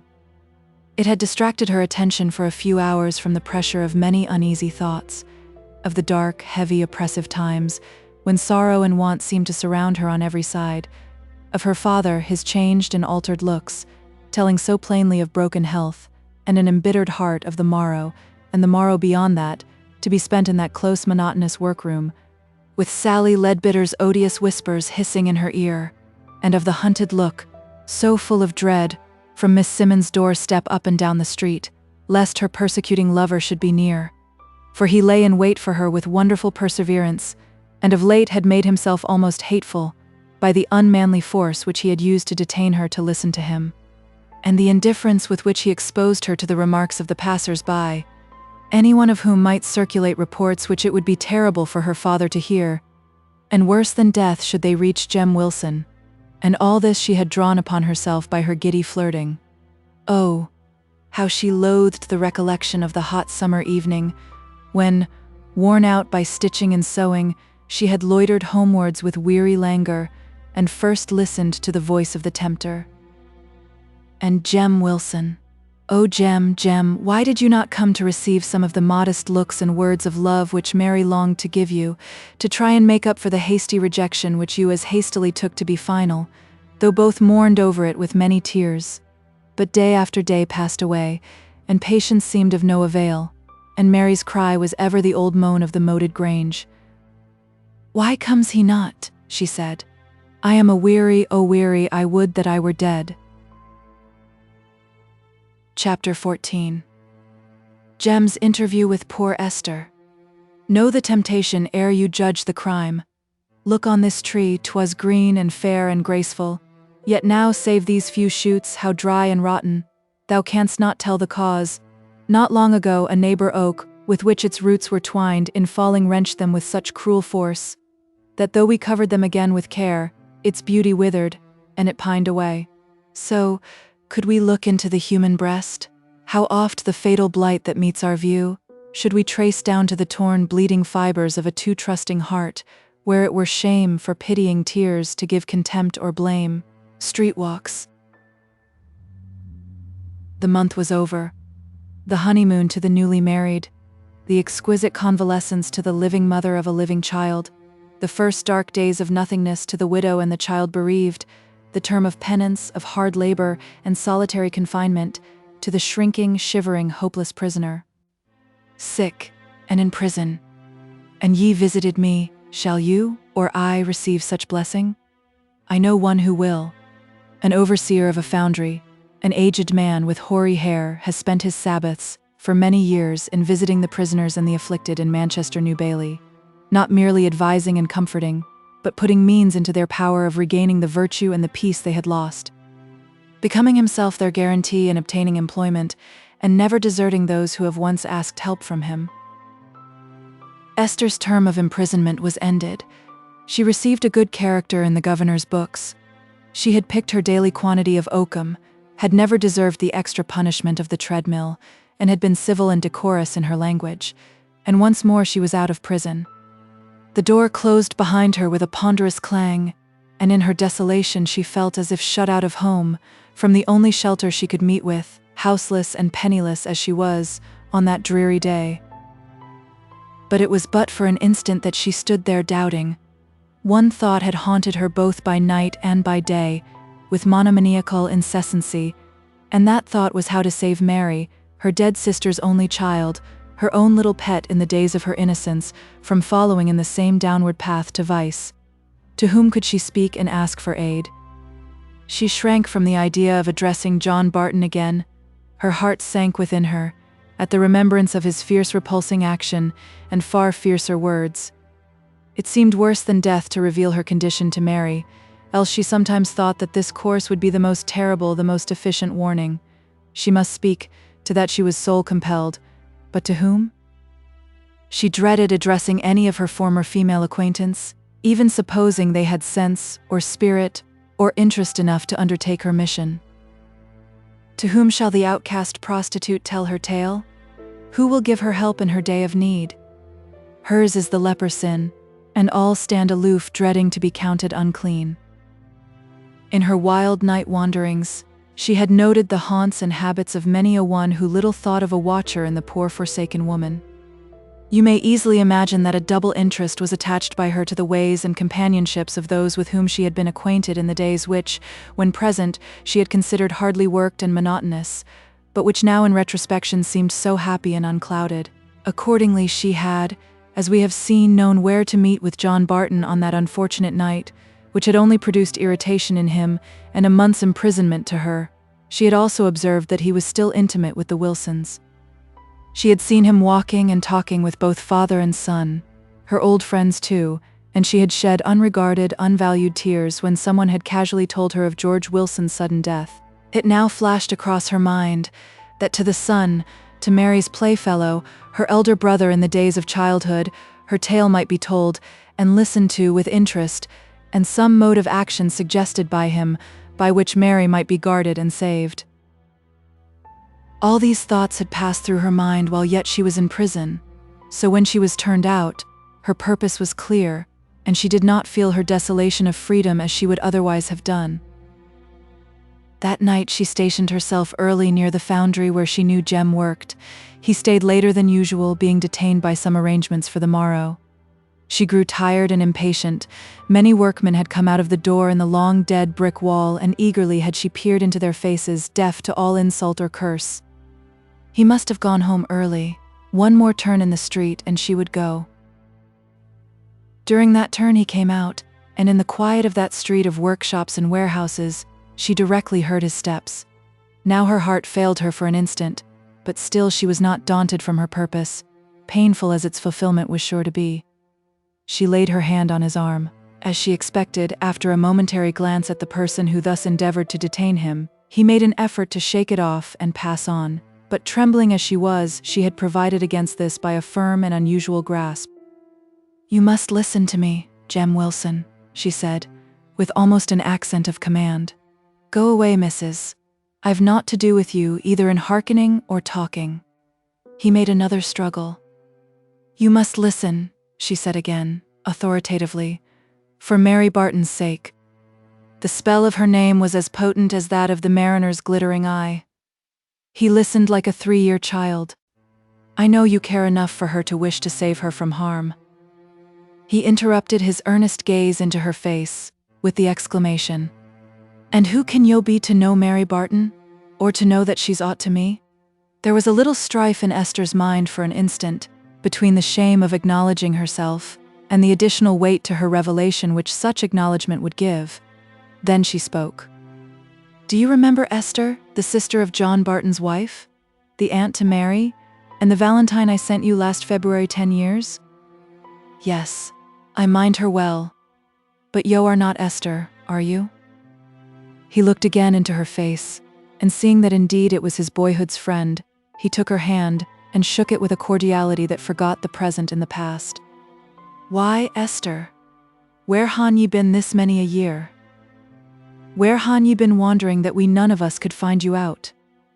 The question was asked thoughtlessly, but answered with fierce earnestness. "Where have I been? What have I been doing? Why do you torment me with questions like these? Can you not guess? But the story of my life is wanted to give force to my speech. Afterwards I will tell it you. Nay, don't change your fickle mind now and say you don't want to hear it. You must hear it, and I must tell it, and then see after Mary, and take care she does not become like me. As she is loving now, so did I love once, one above me far." She remarked not, in her own absorption, the change in Jem's breathing, the sudden clutch at the wall which told the fearfully vivid interest he took in what she said. He was so handsome, so kind. "Well, the regiment was ordered to Chester. Did I tell you he was an officer? And he could not bear to part from me, nor I from him, so he took me with him. I never thought poor Mary would have taken it so to heart. I always meant to send for her to pay me a visit when I was married, for, mark you, he promised me marriage. They all do. Then came 3 years of happiness. I suppose I ought not to have been happy, but I was. I had a little girl, too. Oh, the sweetest darling that ever was seen. But I must not think of her," putting her hand wildly up to her forehead, "or I shall go mad, I shall." "Don't tell me any more about your cell," said Jem soothingly. "What? You're tired already, are you? But I'll tell you, as you've asked for it, you shall hear it. I won't recall the agony of the past for nothing. I will have the relief of telling it. Oh, how happy I was," sinking her voice into a plaintive childlike manner. "It came like a shot on me when one day he came to me and told me he was ordered to Ireland and must leave me behind. At Bristol we then were." Jem muttered some words. She caught their meaning, and in a pleading voice continued, "Oh, don't abuse him. Don't speak a word against him. You don't know how I love him yet. Yet when I am sunk so low, you don't guess how kind he was. He gave me £50 before we parted, and I knew he could ill spare it. Don't, Jem, please," as his muttered indignation rose again. "For her sake he ceased. I might have done better with the money, I see now. But I did not know the value of money. Formerly I had earned it easily enough at the factory, and as I had no more sensible wants, I spent it on dress and on eating. While I lived with him, I had it for asking, and £50 would, I thought, go a long way. So I went back to Chester, where I'd been so happy, and set up a small ware shop, and hired a room near. We should have done well, but alas, alas. My little girl fell ill, and I could not mind my shop and her too, and things grew worse and worse. I sold my goods anyhow to get money to buy her food and medicine.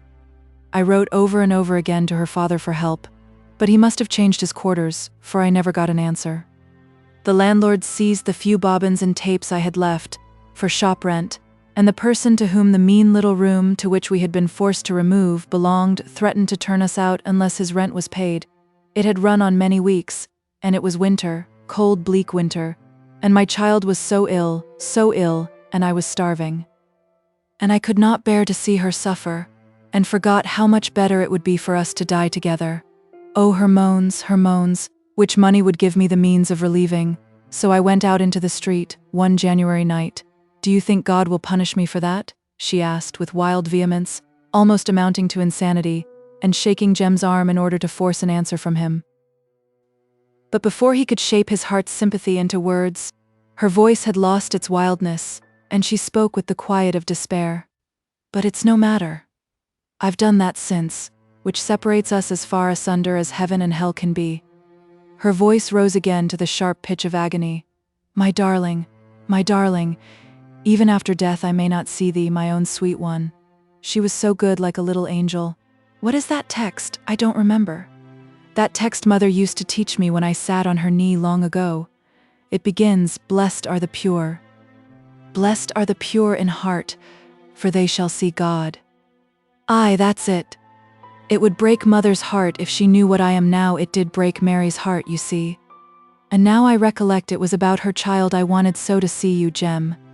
You know Mary Barton, don't you? Said she, trying to collect her thoughts.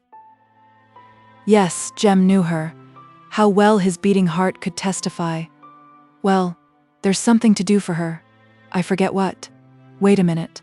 She is so like my little girl, said she, raising her eyes, glistening with unshed tears in search of the sympathy of Jem's countenance. He deeply pitied her, but oh, how he longed to recall her mind to the subject of Mary, and the lover above her in rank, and the service to be done for her sake. But he controlled himself to silence. After a while, she spoke again, and in a calmer voice. When I came to Manchester, for I could not stay in Chester after her death, I found you all out very soon, and yet I never thought my poor sister was dead. I suppose I would not think so. I used to watch about the court where John lived, for many and many a night, and gather all I could about them from the neighbors' talk, for I never asked a question. I put this and that together, and followed one, and listened to the other. Many's the time I've watched the policeman off his beat, and peeped through the chink of the window shutter to see the old room, and sometimes Mary or her father sitting up late for some reason or another. I found out Mary went to learn dressmaking, and I began to be frightened for her.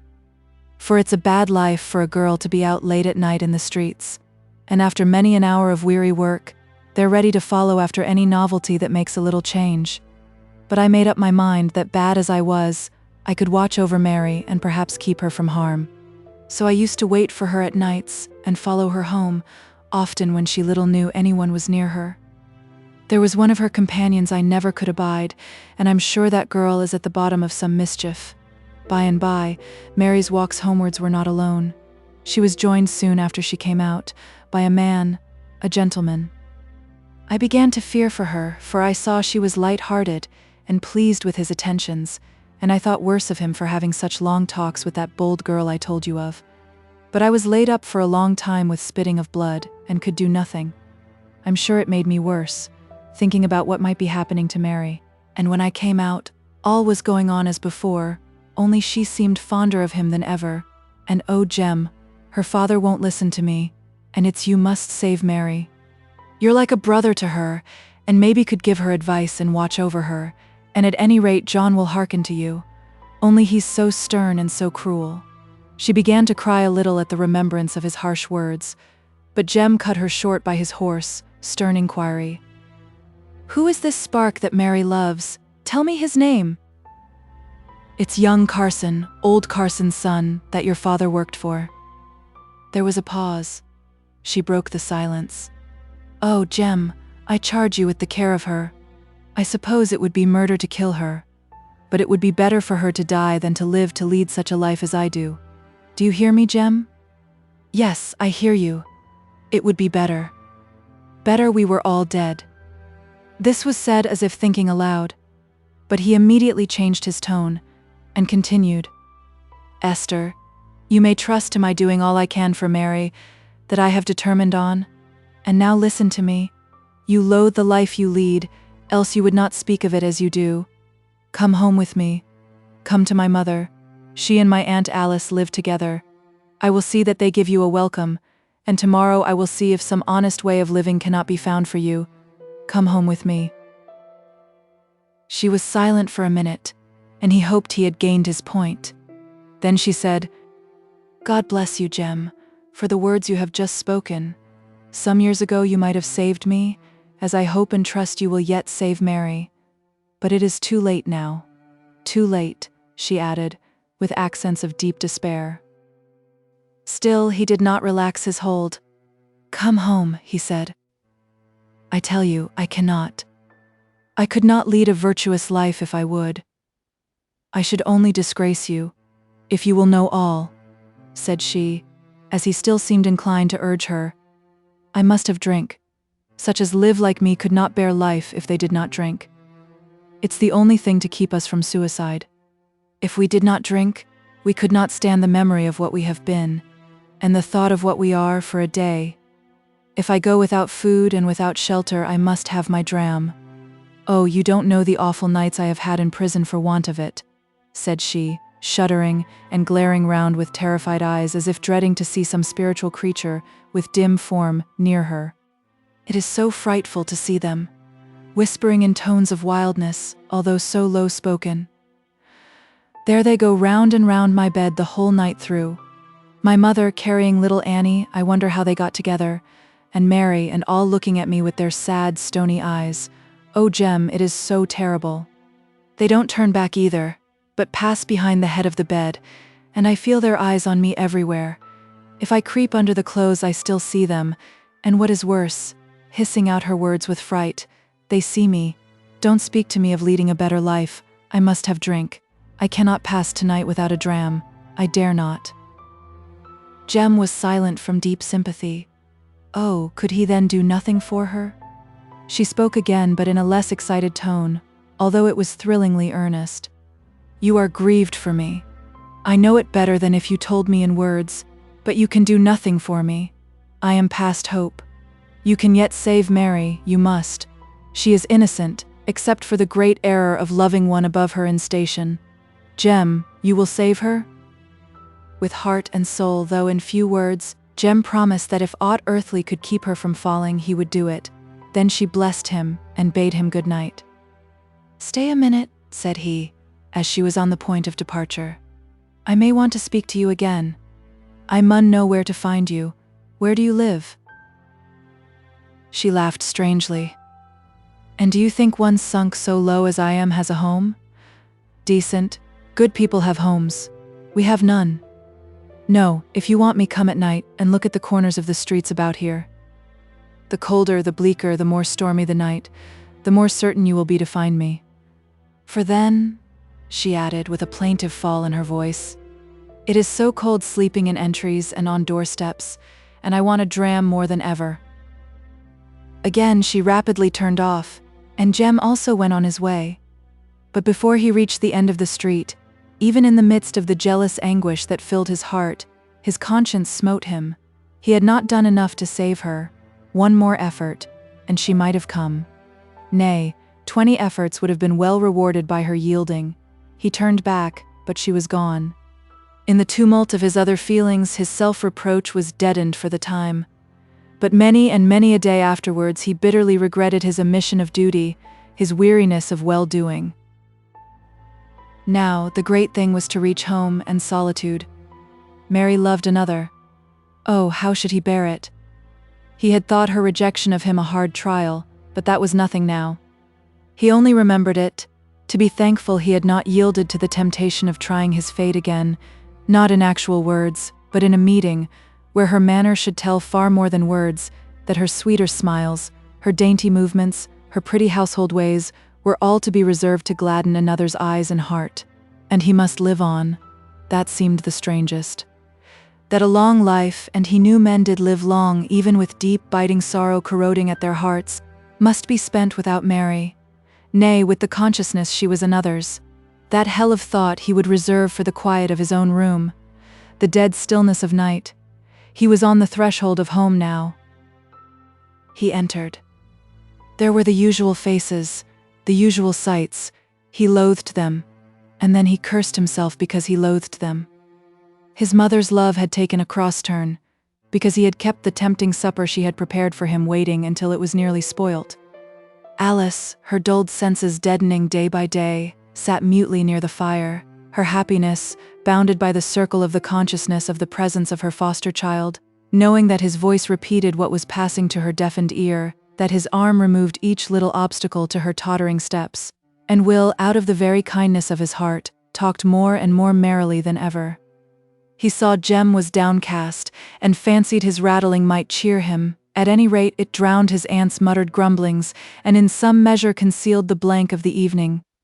At last, bedtime came, and Will withdrew to his neighboring lodging, and Jane and Alice Wilson had raked the fire, and fastened doors and shutters, and pattered upstairs with their tottering footsteps and shrill voices. Jem, too, went to the closet termed his bedroom. There was no bolt to the door, but by one strong effort of his right arm, a heavy chest was moved against it, and he could sit down on the side of his bed and think. Mary loved another. That idea would rise uppermost in his mind and had to be combated in all its forms of pain. It was perhaps no great wonder that she should prefer one so much above Jem in the external things of life. But the gentleman, why did he, with his range of choice among the ladies of the land, why did he stoop down to carry off the poor man's darling? With all the glories of the garden at his hand, why did he prefer to cull the wild rose, Jem's own fragrant wild rose? His own, oh, never now his own, gone for evermore. Then uprose the guilty longing for blood, the frenzy of jealousy. Someone should die. He would rather Mary were dead, cold in her grave, than that she were another's. A vision of her pale, sweet face, with her bright hair all bedabbled with gore, seemed to float constantly before his aching eyes. But hers were ever open, and contained, in their soft, deathly look, such mute reproach. What had she done to deserve such cruel treatment from him? She had been wooed by one whom Jem knew to be handsome, gay, and bright, and she had given him her love. That was all. It was the wooer who should die. Yes, die, knowing the cause of his death. Jem pictured him, and gloated on the picture, lying smitten, yet conscious, and listening to the upbraiding accusation of his murderer. How he had left his own rank, and dared to love a maiden of low degree, and, oh, stinging agony of all, how she in return had loved him. Then the other nature spoke up, and bade him remember the anguish he should so prepare for Mary. At first he refused to listen to that better voice, or listened only to pervert. He would glory in her wailing grief. He would take pleasure in her desolation of heart. No, he could not, said the still small voice. It would be worse, far worse, to have caused such woe than it was now to bear his present heavy burden. But it was too heavy, too grievous to be borne and live. He would slay himself, and the lovers should love on, and the sun shine bright, and he with his burning woeful heart would be at rest, rest that is reserved for the people of God. Had he not promised with such earnest purpose of soul, as makes words more solemn than oaths, to save Mary from becoming such as Esther? Should he shrink from the duties of life into the cowardliness of death?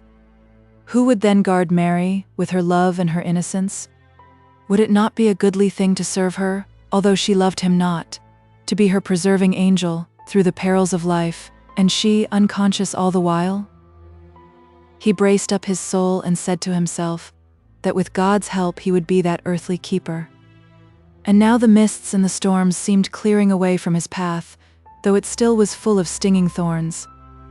Having done the duty nearest to him, of reducing the tumult of his own heart to something like order, the second became more plain before him.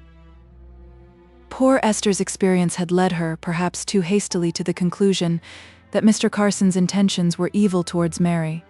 At least she had given no just ground for the fears she entertained that such was the case. It was possible, nay, to Jem's heart, very probable that he might only be too happy to marry her. She was a lady by right of nature, Jem thought, in movement, grace, and spirit. What was birth to a Manchester manufacturer, many of whom glory, and justly too, in being the architects of their own fortunes? And, as far as wealth was concerned, judging another by himself, Jem could only imagine it a great privilege to lay it at the feet of the loved one. Harry Carson's mother had been a factory girl, so, after all, what was the great reason for doubting his intentions towards Mary? There might probably be some little awkwardness about the affair at first, Mary's father having such strong prejudices on the one hand, and something of the same kind being likely to exist on the part of Mr. Carson's family. But Jem knew he had power over John Barton's mind, and it would be something to exert that power in promoting Mary's happiness, and to relinquish all thought of self in so doing. Oh, why had Esther chosen him for this office? It was beyond his strength to act rightly. Why had she singled him out? The answer came when he was calm enough to listen for it. because Mary had no other friend capable of the duty required of him, the duty of a brother, as Esther imagined him to be in feeling, from his long friendship. He would be unto her as a brother. As such, he ought to ascertain Harry Carson's intentions towards her in winning her affections. He would ask him, straightforwardly, as became man speaking to man, not concealing, if need were, the interest he felt in Mary. Then, with the resolve to do his duty to the best of his power, peace came into his soul. He had left the windy storm and tempest behind. 2 hours before day dawn, he fell asleep. Chapter 15. A violent meeting between the rivals. What thoughtful heart can look into this gulf that darkly yawns twixt rich and poor, and not find food for saddest meditation, can see without a pang of keenest grief, them fiercely battling like some natural foes whom God had made, with help and sympathy, to stand as brothers side by side united? Where is the wisdom that shall bridge this gulf, and bind them once again in trust and love? Love truths. We must return to John Barton. Poor John. He never got over his disappointing journey to London. The deep mortification he then experienced, with, perhaps, as little selfishness for its cause as mortification ever had, was of no temporary nature. Indeed, few of his feelings were. Then came a long period of bodily privation, of daily hunger after food, and though he tried to persuade himself he could bear want himself with stoical indifference, and did care about it as little as most men, yet the body took its revenge for its uneasy feelings. The mind became soured and morose, and lost much of its equipoise. It was no longer elastic as in the days of youth or in times of comparative happiness. It ceased to hope, and it is hard to live on when one can no longer hope. The same state of feeling which John Barton entertained, if belonging to one who had had leisure to think of such things, and physicians to give names to them, would have been called monomania, so haunting, so incessant, were the thoughts that pressed upon him. I have somewhere read a forcibly described punishment among the Italians, worthy of a Borgia. The supposed or real criminal was shut up in a room, supplied with every convenience and luxury, and at first mourned little over his imprisonment. But day by day he became aware that the space between the walls of his apartment was narrowing, and then he understood the end. Those painted walls would come into hideous nearness, and at last crush the life out of him. And so day by day, nearer and nearer, came the diseased thoughts of John Barton. They excluded the light of heaven, the cheering sounds of earth. They were preparing his death. It is true, much of their morbid power might be ascribed to the use of opium, but before you blame too harshly this use, or rather abuse, try a hopeless life with daily cravings of the body for food. Try, not alone being without hope yourself, but seeing all around you reduced to the same despair, arising from the same circumstances, all around you telling, though they use no words or language, by their looks and feeble actions, that they are suffering and sinking under the pressure of want. Would you not be glad to forget life and its burdens? And opium gives forgetfulness for a time. It is true they who thus purchase it pay dearly for their oblivion, but can you expect the uneducated to count the cost of their whistle? Poor wretches, they pay a heavy price. Days of oppressive weariness and languor, whose realities have the feeble sickliness of dreams, nights whose dreams are fierce realities of agony, sinking health, tottering frames, incipient madness, and worse, the consciousness of incipient madness. This is the price of their whistle. But have you taught them the science of consequences? John Barton's overpowering thought, which was to work out his fate on earth, was rich and poor. Why are they so separate, so distinct, when God has made them all? It is not his will that their interests are so far apart. Whose doing is it? And so on into the problems and mysteries of life, until, bewildered and lost, unhappy and suffering, the only feeling that remained clear and undisturbed in the tumult of his heart was hatred to the one class and keen sympathy with the other. But what availed his sympathy? No education had given him wisdom, and without wisdom, even love, with all its effects, too often works but harm. He acted to the best of his judgment, but it was a widely erring judgment. The actions of the uneducated seem to me typified in those of Frankenstein, that monster of many human qualities ungifted with a soul, a knowledge of the difference between good and evil. The people rise up to life. They irritate us, they terrify us, and we become their enemies. Then, in the sorrowful moment of our triumphant power, their eyes gaze on us with a mute reproach. Why have we made them what they are? A powerful monster, yet without the inner means for peace and happiness? John Barton became a Chartist, a communist, all that is commonly called wild and visionary. Aye, but being visionary is something. It shows a soul, a being not altogether sensual, a creature who looks forward for others, if not for himself. And with all his weakness, he had a sort of practical power, which made him useful to the bodies of men to whom he belonged. He had a ready kind of rough Lancashire eloquence, arising out of the fullness of his heart, which was very stirring to men similarly circumstanced, who liked to hear their feelings put into words. He had a pretty clear head at times, for method and arrangement, a necessary talent to large combinations of men. And what perhaps more than all made him relied upon and valued, was the consciousness which everyone who came in contact with him felt, that he was actuated by no selfish motives, that his class, his order, was what he stood by, not the rights of his own paltry self. For even in great and noble men, as soon as self comes into prominent existence, it becomes a mean and paltry thing. A little time before this, there had come one of those occasions for deliberation among the employed, which deeply interested John Barton, and the discussions concerning which had caused his frequent absence from home of late. I'm not sure if I can express myself in the technical terms of either masters or workmen, but I will try simply to state the case on which the latter deliberated. An order for coarse goods came in from a new foreign market. It was a large order, giving employment to all the mills engaged in that species of manufacture. But it was necessary to execute it speedily, and at as low prices as possible, as the masters had reason to believe a duplicate order had been sent to one of the continental manufacturing towns, where there were no restrictions on food, no taxes on building or machinery, and where consequently they dreaded that the goods could be made at a much lower price than they could afford them for, and that, by so acting and charging, the rival manufacturers would obtain undivided possession of the market.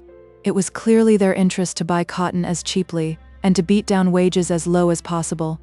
And in the long run, the interests of the workmen would have been thereby benefited. Distrust each other as they may, the employers and the employed must rise or fall together. There may be some difference as to chronology, none as to fact. But the masters did not choose to make all these facts known. They stood upon being the masters, and that they had a right to order work at their own prices, and they believed that in the present depression of trade and unemployment of hands, there would be no great difficulty in getting it done. Now let us turn to the workmen's view of the question. The masters, of the tottering foundation of whose prosperity they were ignorant, seemed doing well, and like gentlemen lived at home in ease, while they were starving, gasping on from day to day, and there was a foreign order to be executed, the extent of which, large as it was greatly exaggerated, and it was to be done speedily. Why were the masters offering such low wages under these circumstances? Shame upon them. It was taking advantage of their workpeople being almost starved, but they would starve entirely rather than come into such terms. It was bad enough to be poor, while by the labor of their thin hands, the sweat of their brows, the masters were made rich, but they would not be utterly ground down to dust. No. They would fold their hands and sit idle, and smile at the masters, whom even in death they could baffle. With Spartan endurance, they determined to let the employers know their power, by refusing to work. So class distrusted class, and their want of mutual confidence wrought sorrow to both. The masters would not be bullied, and compelled to reveal why they felt it wisest and best to offer only such low wages. They would not be made to tell that they were even sacrificing capital to obtain a decisive victory over the continental manufacturers.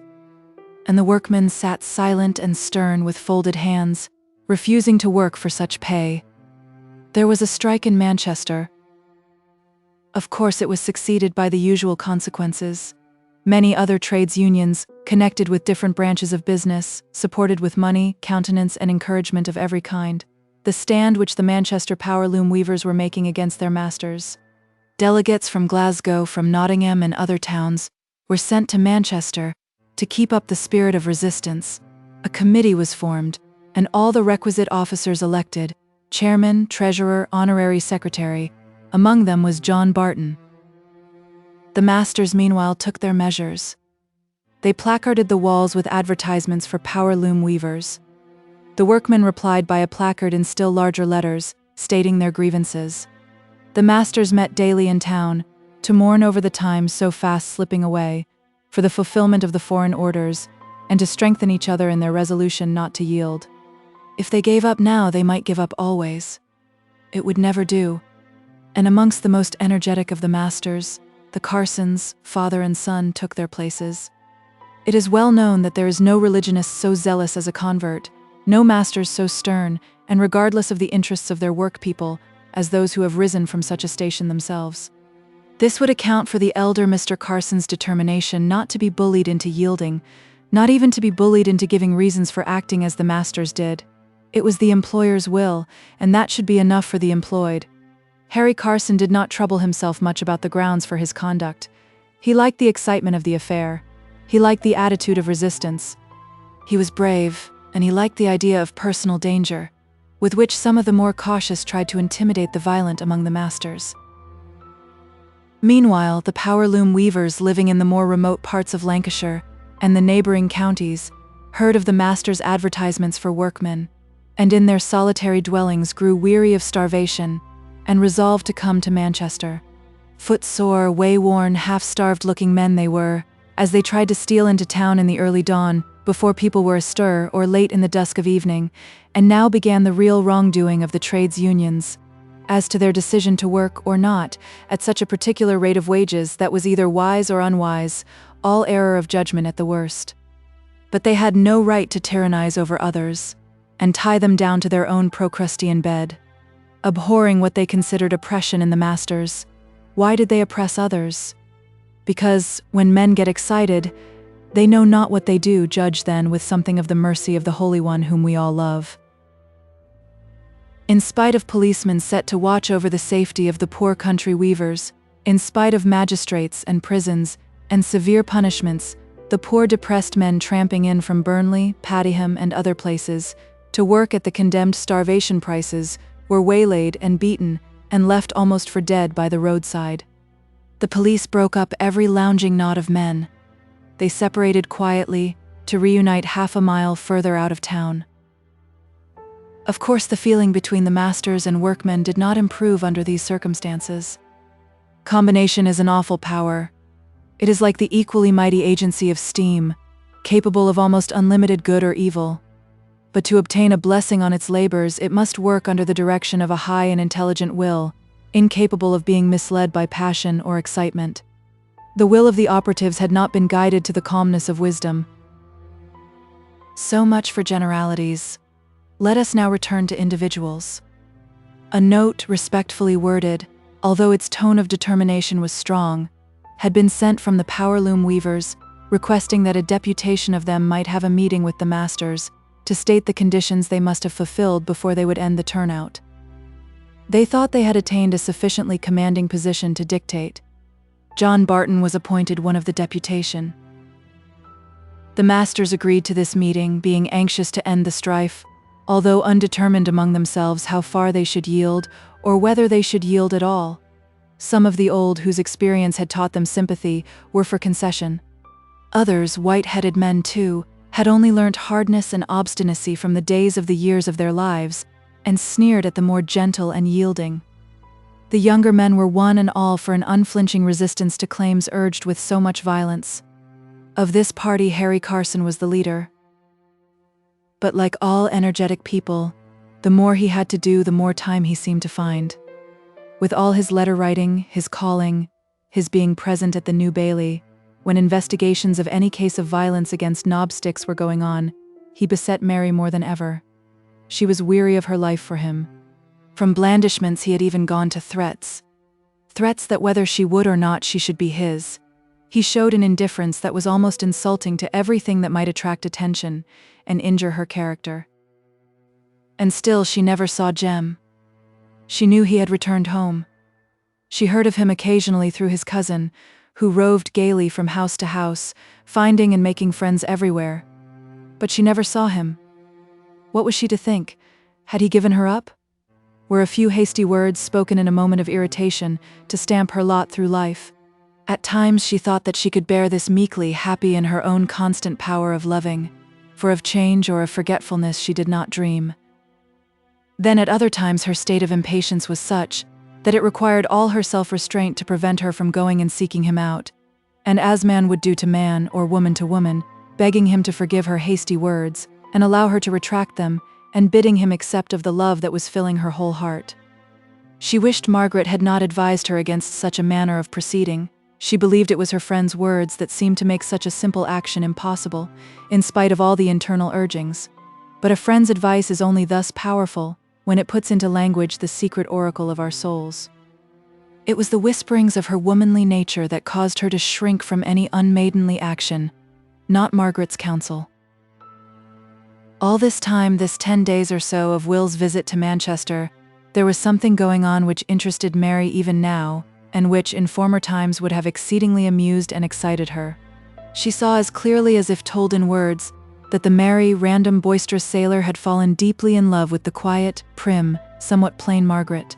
She doubted if Margaret was aware of it, and yet, as she watched more closely, she began to think some instinct made the blind girl feel whose eyes were so often fixed upon her pale face, that some inner feeling made the delicate and becoming rose flush steal over her countenance.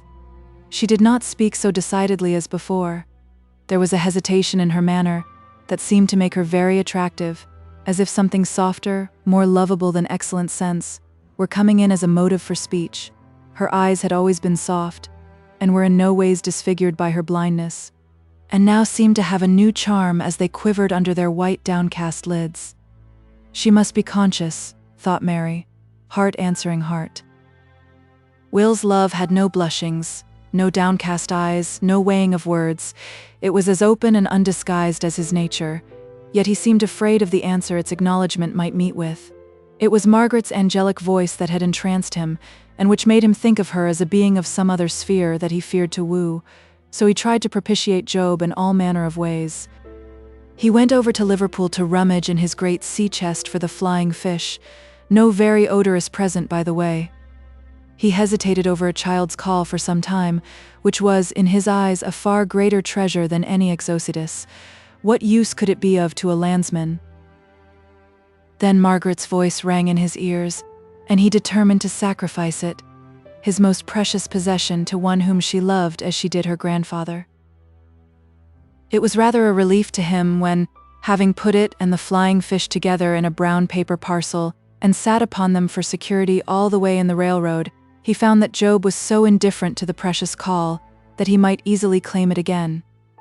He hung about Margaret till he had received many warnings and reproaches from his conscience in behalf of his dear Aunt Alice's claims upon his time.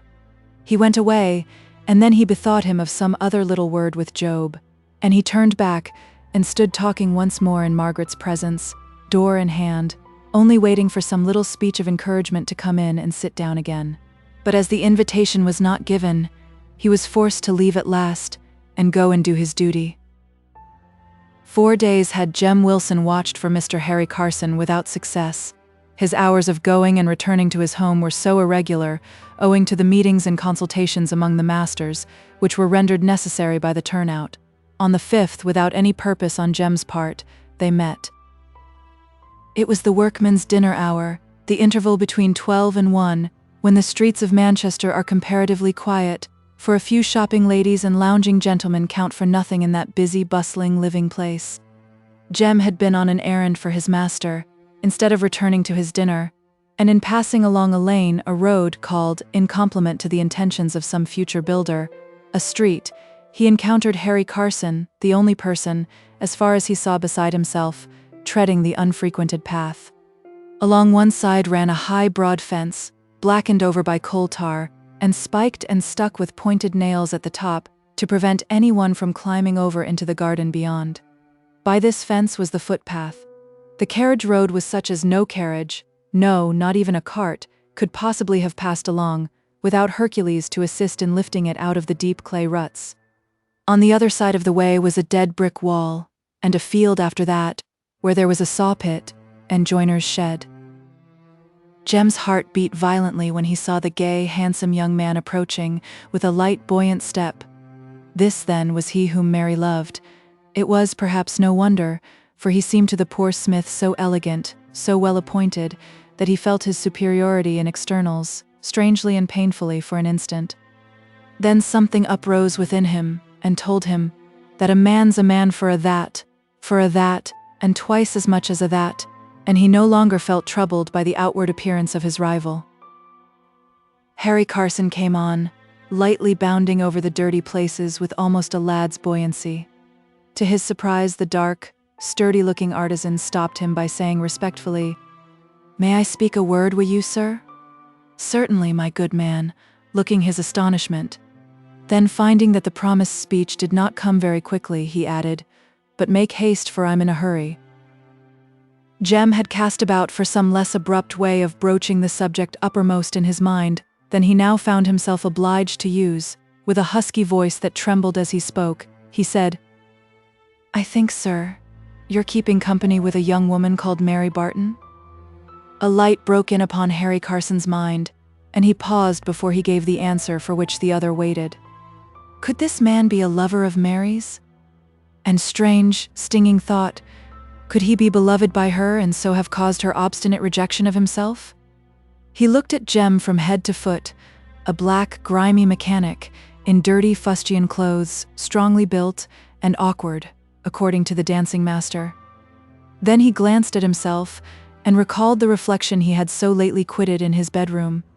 It was impossible. No woman with eyes could choose the one when the other wooed. It was Hyperion to a satyr. That quotation came aptly. He forgot that a man's a man for a that. And yet here was a clue which he had often wanted to her changed conduct towards him. If she loved this man, if he hated the fellow and longed to strike him, he would know all. Mary Barton, let me see. Aye, that is the name of the girl.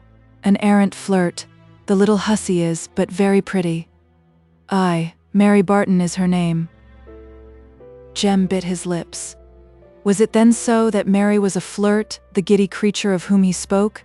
He would not believe it, and yet how he wished the suggestive words unspoken. That thought must keep now, though. Even if she were, the more reason for there being someone to protect her, poor faulty darling. She's a good girl, sir, though maybe a bit set up with her beauty, but she's her father's only child, sir, and— He stopped.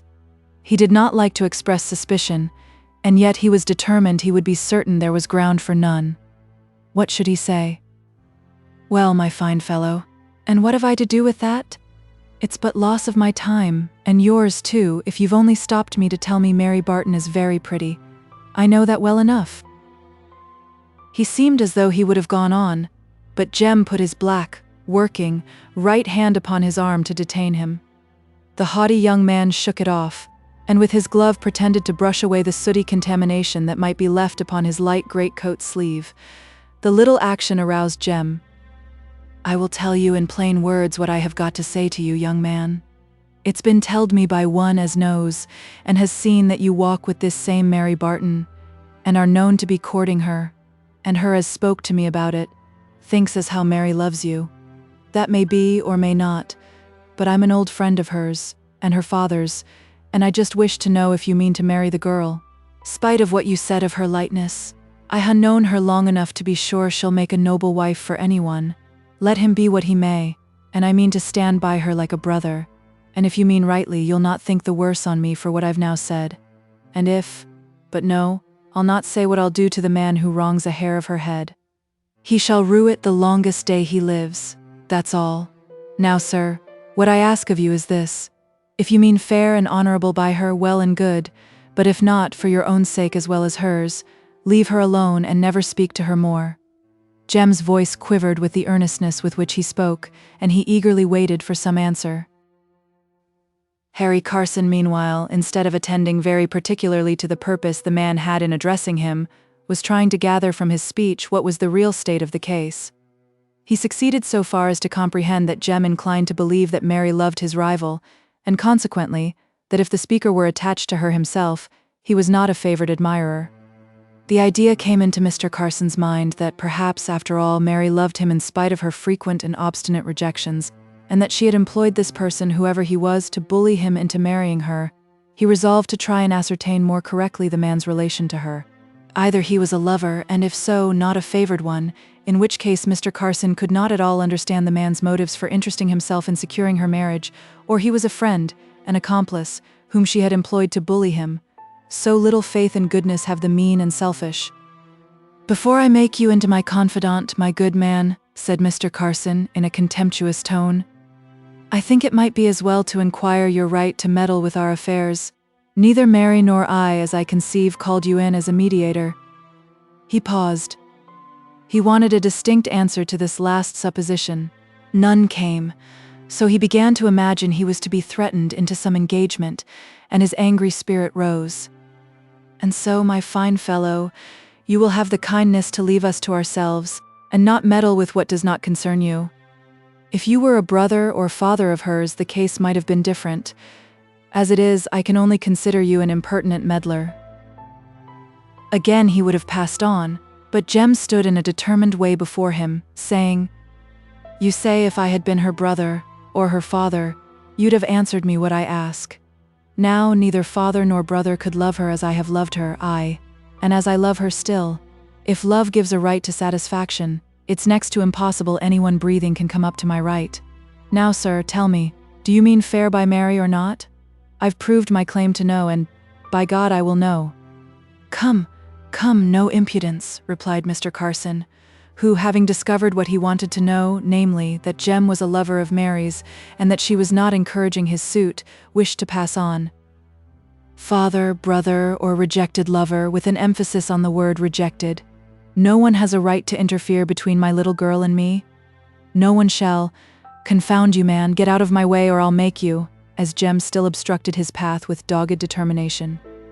"I won't then till you've given me your word about Mary," replied the mechanic, grinding his words out between his teeth, and the livid paleness of the anger he could no longer keep down covering his face till he looked ghastly. "Want you?" with a taunting laugh. "Then I'll make you." The young man raised his slight cane and smote the artisan across the face with a stinging stroke. An instant afterwards he lay stretched in the muddy road, Jem standing over him, panting with rage. What he would have done next in his moment of ungovernable passion, no one knows, but a policeman from the main street, into which this road led, had been sauntering about for some time, unobserved by either of the parties, and expecting some kind of conclusion like the present to the violent discussion going on between the two young men. In a minute he had pinioned Jem, who sullenly yielded to the surprise. Mr. Carson was on his feet directly, his face glowing with rage or shame. "Shall I take him to the lockups for assault, sir?" said the policeman. No, exclaimed Mr. Carson. "I struck him first. It was no assault on his side, though." He continued hissing out his words to Jem, who even hated freedom procured for him, however justly, at the intervention of his rival. "I will never forgive or forget your insult. Trust me." He gasped the words in excessive passion. "Mary shall fare no better for your insolent interference." He laughed, as if with the consciousness of power. Jem replied with equal excitement, "And if you dare to injure her in the least, I will await you where no policeman can step in between. And God shall judge between us two." The policeman now interfered with persuasions and warnings. He locked his arm in Jem's to lead him away in an opposite direction to that in which he saw Mr. Carson was going. Jem submitted gloomily for a few steps, then wrenched himself free. The policeman shouted after him, "Take care, my man. There's no girl on earth worth what you'll be bringing on yourself if you don't mind." But Jem was out of hearing. Chapter 16. Meeting between masters and workmen. Not for a moment take the scorner's chair. While seated there, thou know'st not how a word, a tone, a look, may gall thy brother's heart, and make him turn in bitterness against thee. Love truths. The day arrived on which the masters were to have an interview with a deputation of the work people. The meeting was to take place in a public room, at an hotel, and there, about 11 o'clock, the mill owners who had received the foreign orders began to collect. Of course, the first subject, however full their minds might be of another, was the weather. Having done their duty by all the showers and sunshine which had occurred during the past week, they fell to talking about the business which brought them together. There might be about 20 gentlemen in the room, including some by courtesy, who were not immediately concerned in the settlement of the present question, but who, nevertheless, were sufficiently interested to attend. These were divided into little groups, who did not seem unanimous by any means. Some were for a slight concession, just a sugar plum to quieten the naughty child, a sacrifice to peace and quietness. Some were steadily and vehemently opposed to the dangerous precedent of yielding one jot or one tittle to the outward force of a turnout. It was teaching the workpeople how to become masters, said they. Did they want the wildest thing hereafter? They would know that the way to obtain their wishes would be to strike work. Besides, one or two of those present had only just returned from the New Bailey, where one of the turnouts had been tried for a cruel assault on a poor North Country weaver, who had attempted to work at the low price. They were indignant, and justly so, at the merciless manner in which the poor fellow had been treated, and their indignation at wrong took, as it so often does, the extreme form of revenge. They felt as if, rather than yield to the body of men who were resorting to such cruel measures towards their fellow workmen, they, the masters, would sooner relinquish all the benefits to be derived from the fulfillment of the commission, in order that the workmen might suffer keenly. They forgot that the strike was in this instance the consequence of want and need, suffered unjustly, as the endurers believed. For, however insane and without ground of reason such was their belief, and such was the cause of their violence, it is a great truth that you cannot extinguish violence by violence. You may put it down for a time, but while you are crowing over your imaginary success, see if it does not return with 7 devils worse than its former self. No one thought of treating the workmen as brethren and friends, and openly, clearly, as appealing to reasonable men, stating the exact and full circumstances which led the masters to think it was the wise policy of the time to make sacrifices themselves, and to hope for them from the operatives. In going from group to group in the room, you caught such a medley of sentences as the following. Poor devils, they're near enough to starving, I'm afraid. Mrs. Aldred makes 2 cows' heads into soup every week, and people come several miles to fetch it, and if these times last we must try and do more, but we must not be bullied into anything. A rise of a shilling or so won't make much difference, and they will go away thinking they've gained their point. That's the very thing I object to. They'll think so, and whenever they've a point to gain, no matter how unreasonable, they'll strike work. It really injures them more than us. I don't see how our interests can be separated. The damned brute had thrown vitriol on the poor fellow's ankles, and you know what a bad part that is to heal. He had to stand still with the pain, and that left him at the mercy of the cruel wretch, who beat him about the head till you'd hardly have known he was a man. They doubt if he'll live.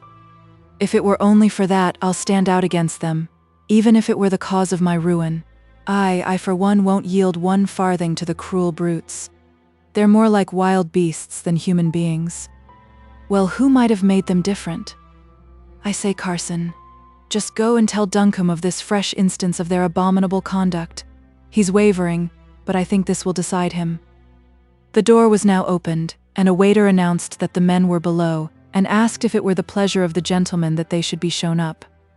They assented, and rapidly took their places round the official table, looking, as like as they could, to the Roman senators who awaited the eruption of Brennus and his Gauls. Tramp, tramp, came the heavy-clogged feet up the stairs, and in a minute 5 wild, earnest-looking men stood in the room. John Barton, from some mistake as to time, was not among them. Had they been larger-boned men, you would have called them gaunt. As it was, they were little of stature, and their fustian clothes hung loosely upon their shrunk limbs. In choosing their delegates, too, the operatives had had more regard to their brains and power of speech than to their wardrobes. They might have read the opinions of that worthy Professor Teufelsdruck, in Sartor Resartus, to judge from the dilapidated coats and trousers, which yet clothed men of parts and of power. It was long since many of them had known the luxury of a new article of dress, and air gaps were to be seen in their garments. Some of the masters were rather affronted at such a ragged detachment coming between the wind and their nobility, but what cared they? At the request of a gentleman hastily chosen to officiate as chairman, the leader of the delegates read, In a high-pitched, psalm-singing voice, a paper, containing the operative's statement of the case at issue, their complaints and their demands, which last were not remarkable for moderation. He was then desired to withdraw for a few minutes, with his fellow delegates, to another room, while the masters considered what should be their definitive answer.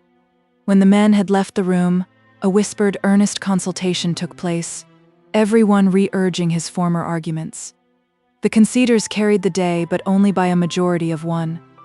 The minority haughtily and audibly expressed their dissent from the measures to be adopted. Even after the delegates re-entered the room, their words and looks did not pass unheeded by the quick-eyed operatives. Their names were registered in bitter hearts. The masters could not consent to the advance demanded by the workmen. They would agree to give 1 shilling per week more than they had previously offered. Were the delegates empowered to accept such offer? They were empowered to accept or decline any offer made that day by the masters. Then it might be as well for them to consult among themselves as to what should be their decision. They again withdrew. It was not for long. They came back and positively declined any compromise of their demands. Then up sprang Mr. Henry Carson, the head and voice of the violent party among the masters, and addressing the chairman even before the scowling operatives, he proposed some resolutions which he and those who agreed with him had been concocting during this last absence of the deputation. They were, firstly, withdrawing the proposal just made, and declaring all communication between the masters and that particular trades union at an end. Secondly, declaring that no master would employ any workman in future, unless he signed a declaration that he did not belong to any trades union, and pledged himself not to assist or subscribe to any society, having for its object interference with the master's powers, and thirdly, that the masters should pledge themselves to protect and encourage all workmen willing to accept employment on those conditions and at the rate of wages first offered. Considering that the men who now stood listening with lowering brows of defiance were all of them leading members of the union, such resolutions were in themselves sufficiently provocative of animosity. But not content with simply stating them, Harry Carson went on to characterize the conduct of the workmen in no measured terms, every word he spoke rendering their looks more livid, their glaring eyes more fierce. One among them would have spoken, but checked himself in obedience to the stern glance and pressure on his arm, received from the leader. Mr. Carson sat down, and a friend instantly got up to second the motion. It was carried, but far from unanimously. The chairman announced it to the delegates, who had been once more turned out of the room for a division. They received it with deep, brooding silence, but spake never a word, and left the room without even a bow. Now there had been some byplay at this meeting, not recorded in the Manchester newspapers, which gave an account of the more regular part of the transaction. While the men had stood grouped near the door on their first entrance, Mr. Harry Carson had taken out his silver pencil, and had drawn an admirable caricature of them, lank, ragged, dispirited, and famine-stricken. Underneath he wrote a hasty quotation from the fat knight's well-known speech in Henry IV. He passed it to one of his neighbors, who acknowledged the likeness instantly, and by him it was sent round to others, who all smiled and nodded their heads. When it came back to its owner, he tore the back of the letter on which it was drawn in two, twisted them up, and flung them into the fireplace. But careless whether they reached their aim or not, he did not look to see that they fell just short of any consuming cinders. This proceeding was closely observed by one of the men. He watched the masters as they left the hotel, laughing, some of them were, at passing jokes, and when all had gone he re-entered. He went to the waiter, who recognized him. "There's a bid on a picture up yonder, as one o' the gentlemen threw away. I've a little lad at home as dearly loves a picture. By your leave I'll go up for it." The waiter, good-natured and sympathetic, accompanied him upstairs, saw the paper picked up and untwisted, and then being convinced by a hasty glance at its contents that it was only what the man had called it, a bit of a picture, he allowed him to bear away his prize.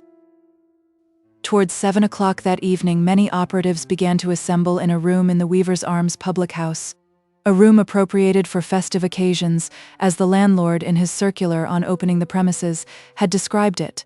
But, alas, it was on no festive occasion that they met there on this night. Starved, irritated, despairing men, they were assembling to hear the answer that morning given by the masters to their delegates. after which, as was stated in the notice, a gentleman from London would have the honor of addressing the meeting on the present state of affairs between the employers and the employed, or, as he chose to term them, the idle and the industrious classes. The room was not large, but its bareness of furniture made it appear so. Unshaded gas flared down upon the lean and unwashed artisans as they entered, their eyes blinking at the excess of light. They took their seats on benches and awaited the deputation. The latter, gloomily and ferociously, delivered the master's ultimatum, adding thereunto not one word of their own, and it sank all the deeper into the sore hearts of the listeners for their forbearance. Then the gentleman from London, who had been previously informed of the master's decision, entered. You would have been puzzled to define his exact position, or what was the state of his mind as regarded education. He looked so self-conscious, so far from earnest, among the group of eager, fierce, absorbed men, among whom he now stood. He might have been a disgraced medical student of the Bob Sawyer class, or an unsuccessful actor, or a flashy shopman. The impression he would have given you would have been unfavorable, and yet there was much about him that could only be characterized as doubtful. He smirked in acknowledgement of their uncouth greetings and sat down. Then, glancing round, he inquired whether it would not be agreeable to the gentlemen present to have pipes and liquor handed round, adding that he would stand treat. As the man who has had his taste educated to love reading falls devouringly upon books after a long abstinence, so these poor fellows, whose tastes had been left to educate themselves into a liking for tobacco, beer, and similar gratifications, gleamed up at the proposal of the London delegate. Tobacco and drink deaden the pangs of hunger, and make one forget the miserable home, the desolate future. They were now ready to listen to him with approbation. He felt it, and rising like a great orator, with his right arm outstretched, his left in the breast of his waistcoat, he began to declaim, with a forced theatrical voice. After a burst of eloquence in which he blended the deeds of the elder and the younger Brutus, and magnified the resistless might of the millions of Manchester, the Londoner descended to matter-of-fact business, and in his capacity this way he did not belie the good judgment of those who had sent him as delegate. Masses of people, when left to their own free choice, seem to have discretion in distinguishing men of natural talent. It is a pity they so little regard temper and principles. He rapidly dictated resolutions and suggested measures. He wrote out a stirring placard for the walls. He proposed sending delegates to entreat the assistance of other trades unions in other towns. He headed the list of subscribing unions by a liberal donation from that with which he was especially connected in London, and what was more and more uncommon, he paid down the money in real clinking, blinking golden sovereigns. The money, alas, was cravingly required, but before alleviating any private necessities on the morrow, small sums were handed to each of the delegates, who were in a day or two to set out on their expeditions to Glasgow, Newcastle, Nottingham, etc. These men were most of them members of the deputation who had that morning waited upon the masters. After he had drawn up some letters and spoken a few more stirring words, the gentleman from London withdrew, previously shaking hands all round, and many speedily followed him out of the room and out of the house.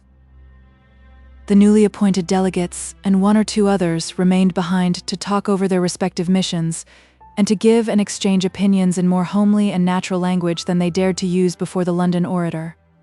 "He's a rare chap, yon," began one, indicating the departed delegate by a jerk of his thumb towards the door. "He's gotten the gift of the gab, anyhow. Aye, he knows what he's about. See how he poured it into us about that there Brutus. He were pretty hard, too, to kill his own son. I could kill mine if he took part with the masters. To be sure, he's but a stepson. But that makes no odds," said another. But now tongues were hushed, and all eyes were directed towards the member of the deputation who had that morning returned to the hotel to obtain possession of Harry Carson's clever caricature of the operatives. The heads clustered together, to gaze at and detect the likenesses. "That's John Slater. I'd ha' known him anywhere, by his big nose. Lord, how like. That's me. By God, it's the very way I'm obligated to pin my waistcoat up, to hide that I've gotten no shirt. That is a shame, and I'll not stand it." "Well," said John Slater, after having acknowledged his nose and his likeness, "I could laugh at a jest as well as air the best on 'em, though it did tell again mysel, if I were not clemming, his eyes filled with tears. He was a poor, pinched, sharp-featured man, with a gentle and melancholy expression of countenance, and if I could keep from thinking of them at home, as is Clemming, but with their cries for food ringing in my ears, and making me afeard of going home, and wonder if I should hear him wailing out, if I lay cold and drowned at the bottom o' the canal there. Why, man, I cannot laugh at aught. It seems to make me sad that there is any as can make game on what they've never knowed, as can make such laughable pictures on men, whose very hearts within 'em are so raw and sore as ours were and are, God help us. John Barton began to speak. They turned to him with great attention.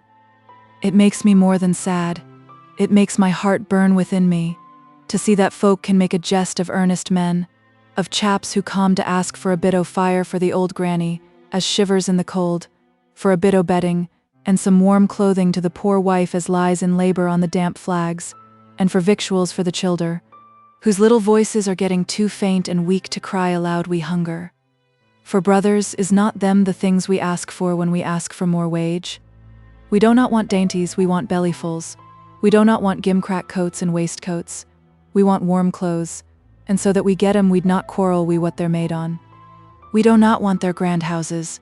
We want a roof to cover us from the rain, and the snow, and the storm. Aye, and not alone to cover us, but the helpless ones that cling to us in the keen wind, and ask us with their eyes why we brought 'em into the world to suffer. He lowered his deep voice almost to a whisper. I've seen a father who had killed his child rather than let it clem before his eyes, and he were a tender-hearted man. He began again in his usual tone.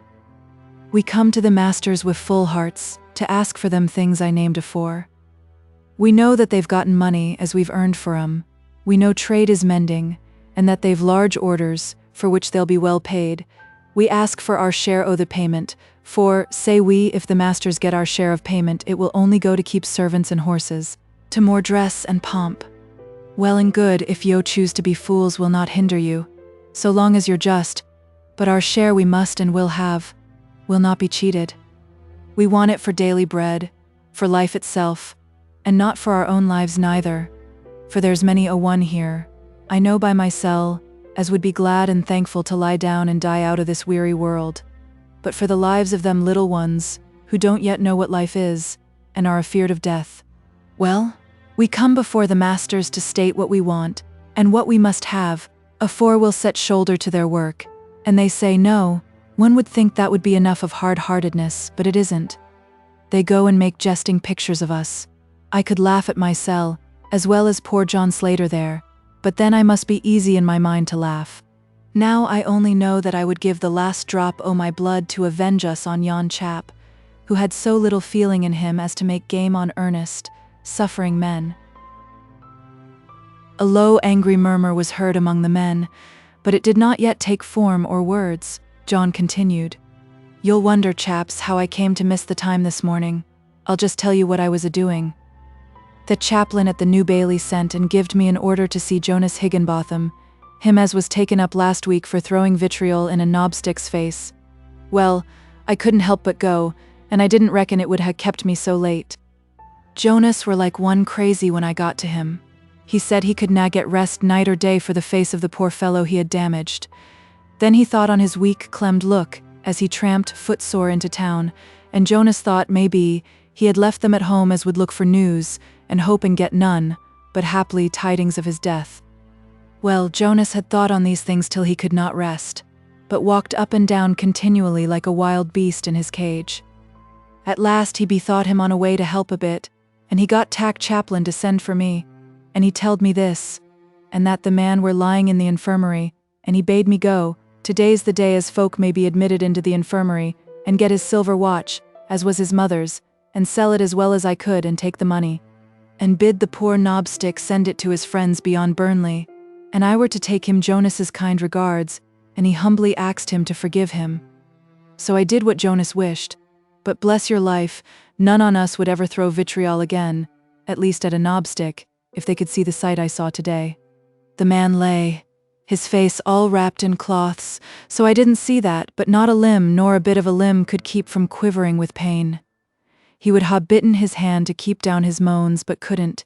His face hurt him so if he moved it ere so little. He could scarce mind me when I telled him about Jonas. He did squeeze my hand when I jingled the money, but when I axed his wife's name, he shrieked out, "Mary, Mary, shall I never see you again? Mary, my darling, they've made me blind because I wanted to work for you and our own baby. Oh, Mary, Mary." Then the nurse came and said he were raving, and that I had made him worse.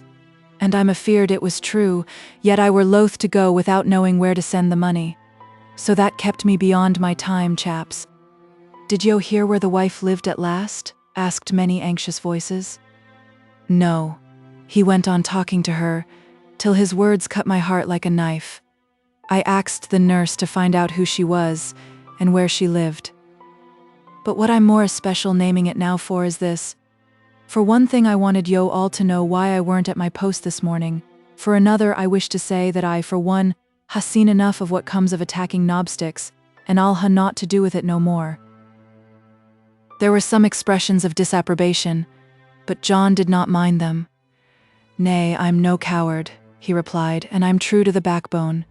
What I would like, and what I would do, would be to fight the masters. There's one among yo called me a coward. Well, every man has a right to his opinion, but since I've thought on the matter today, I've thought we han all on us been more like cowards in attacking the poor like ourselves, them as has none to help, but mun choose between vitriol and starvation. I say we're more cowardly in doing that than in leaving them alone. No, what I would do is this: have at the masters." Again he shouted, "Have at the masters." He spoke lower. All listened with hushed breath. "It's the masters as has wrought this woe. It's the masters as should pay for it. Him as called me coward just now may try if I am one or not. Set me to serve out the masters, and see if there's aught I'll stick at. It would give the masters a bit on a fright if one on them were beaten within an inch of his life," said one. "Aye, or beaten till no life were left in him," growled another. And so with words or looks that told more than words, they built up a deadly plan. Deeper and darker grew the import of their speeches, as they stood hoarsely muttering their meaning out, and glaring, with eyes that told the terror their own thoughts were to them, upon their neighbors. Their clenched fists, their set teeth, their livid looks, all told the suffering their minds were voluntarily undergoing in the contemplation of crime, and in familiarizing themselves with its details. Then came one of those fierce, terrible oaths which bind members of trades unions to any given purpose. Then, under the flaring gaslight, they met together to consult further. With the distrust of guilt, each was suspicious of his neighbor, each dreaded the treachery of another. A number of pieces of paper, the identical letter on which the caricature had been drawn that very morning, were torn up, and one was marked. Then all were folded up again, looking exactly alike. They were shuffled together in a hat. The gas was extinguished, each drew out a paper. The gas was relighted. Then each went as far as he could from his fellows, and examined the paper he had drawn without saying a word, and with a countenance as stony and immovable as he could make it. Then, still rigidly silent, they each took up their hats and went every one his own way. He who had drawn the marked paper had drawn the lot of the assassin, and he had sworn to act according to his drawing. But no one save God and his own conscience knew who was the appointed murderer. Chapter 17. Barton's Night Errand. Mournful as didst to say farewell, though for few brief hours we part, in that absence who can tell what may come to wring the heart? Anonymous. The events recorded in the last chapter took place on a Tuesday. On Thursday afternoon, Mary was surprised, in the midst of some little bustle in which she was engaged, by the entrance of Will Wilson. He looked strange, at least it was strange to see any different expression on his face to his usual joyous, beaming appearance. He had a paper parcel in his hand. He came in and sat down, more quietly than usual. "Why, Will? What's the matter with you? You seem quite cut up about something." "And I am, Mary. I'm come to say goodbye, and few folk like to say goodbye to them they love." "Goodbye. Bless me, Will, that's sudden, isn't it?" Mary left off ironing and came and stood near the fireplace. She had always liked Will, but now it seemed as if a sudden spring of sisterly love had gushed up in her heart, so sorry did she feel to hear of his approaching departure. "It's very sudden, isn't it?" said she, repeating her question. "Yes, it's very sudden. said he, dreamily. No, it isn't, rousing himself to think of what he was saying. The captain told me in a fortnight he would be ready to sail again, but it comes very sudden on me. I had got so fond of you all. Mary understood the particular fondness that was thus generalized. She spoke again. But it's not a fortnight since you came. Not a fortnight since you knocked at Jane Wilson's door, and I was there, you remember. Nothing like a fortnight. No, I know it's not. But you see, I got a letter this afternoon from Jack Harris to tell me our ship sails on Tuesday next, and it's long since I promised my uncle, my mother's brother, him that lives at Kirk Christ, beyond Ramsey in the Isle of Man, that I'd go and see him in his, this time of coming ashore. I must go. I'm sorry enough, but I mustn't slight poor mother's friends. I must go. Don't try to keep me, said he, evidently fearing the strength of his own resolution if hard-pressed by entreaty. I'm not a-going, Will. I dare say you're right, only I can't help feeling sorry you're going away. It seems so flat to be left behind. When do you go? Tonight. I shan't see you again. Tonight, and you go to Liverpool. Maybe you and Father will go together. He's going to Glasgow, by way of Liverpool. No, I'm walking, and I don't think your father will be up to walking. Well, and why on earth are you walking? You can get by railway for 3 and 6pence. But Mary, thou mustn't let out what I'm going to tell thee. I haven't got 3 shillings, no, nor even a 6pence left, at least not here. Before I came here I gave my landlady enough to carry me to the island and back, and maybe a trifle for presents, and I brought all the rest here, and it's all gone but this, jingling a few coppers in his hand. Nay, never fret over my walking a matter of 30 mile, added he, as he saw she looked grave and sorry. It's a fine clear night, and I shall set off betimes and get in afore the Manx packet sails. Where's your father going? To Glasgow, did you say? Perhaps he and I may have a bit of a trip together then, for if the Manx boat has sailed when I get into Liverpool, I shall go by a Scotch packet. What's he going to do in Glasgow? Seek for work? Trade is as bad there as here, folk say. No, he knows that, answered Mary sadly. I sometimes think he'll never get work again, and that trade will never mend. It's very hard to keep up one's heart. I wish I were a boy, I'd go to sea with you. It would be getting away from bad news at any rate, and now there's hardly a creature that crosses the doorstep, but has something sad and unhappy to tell one.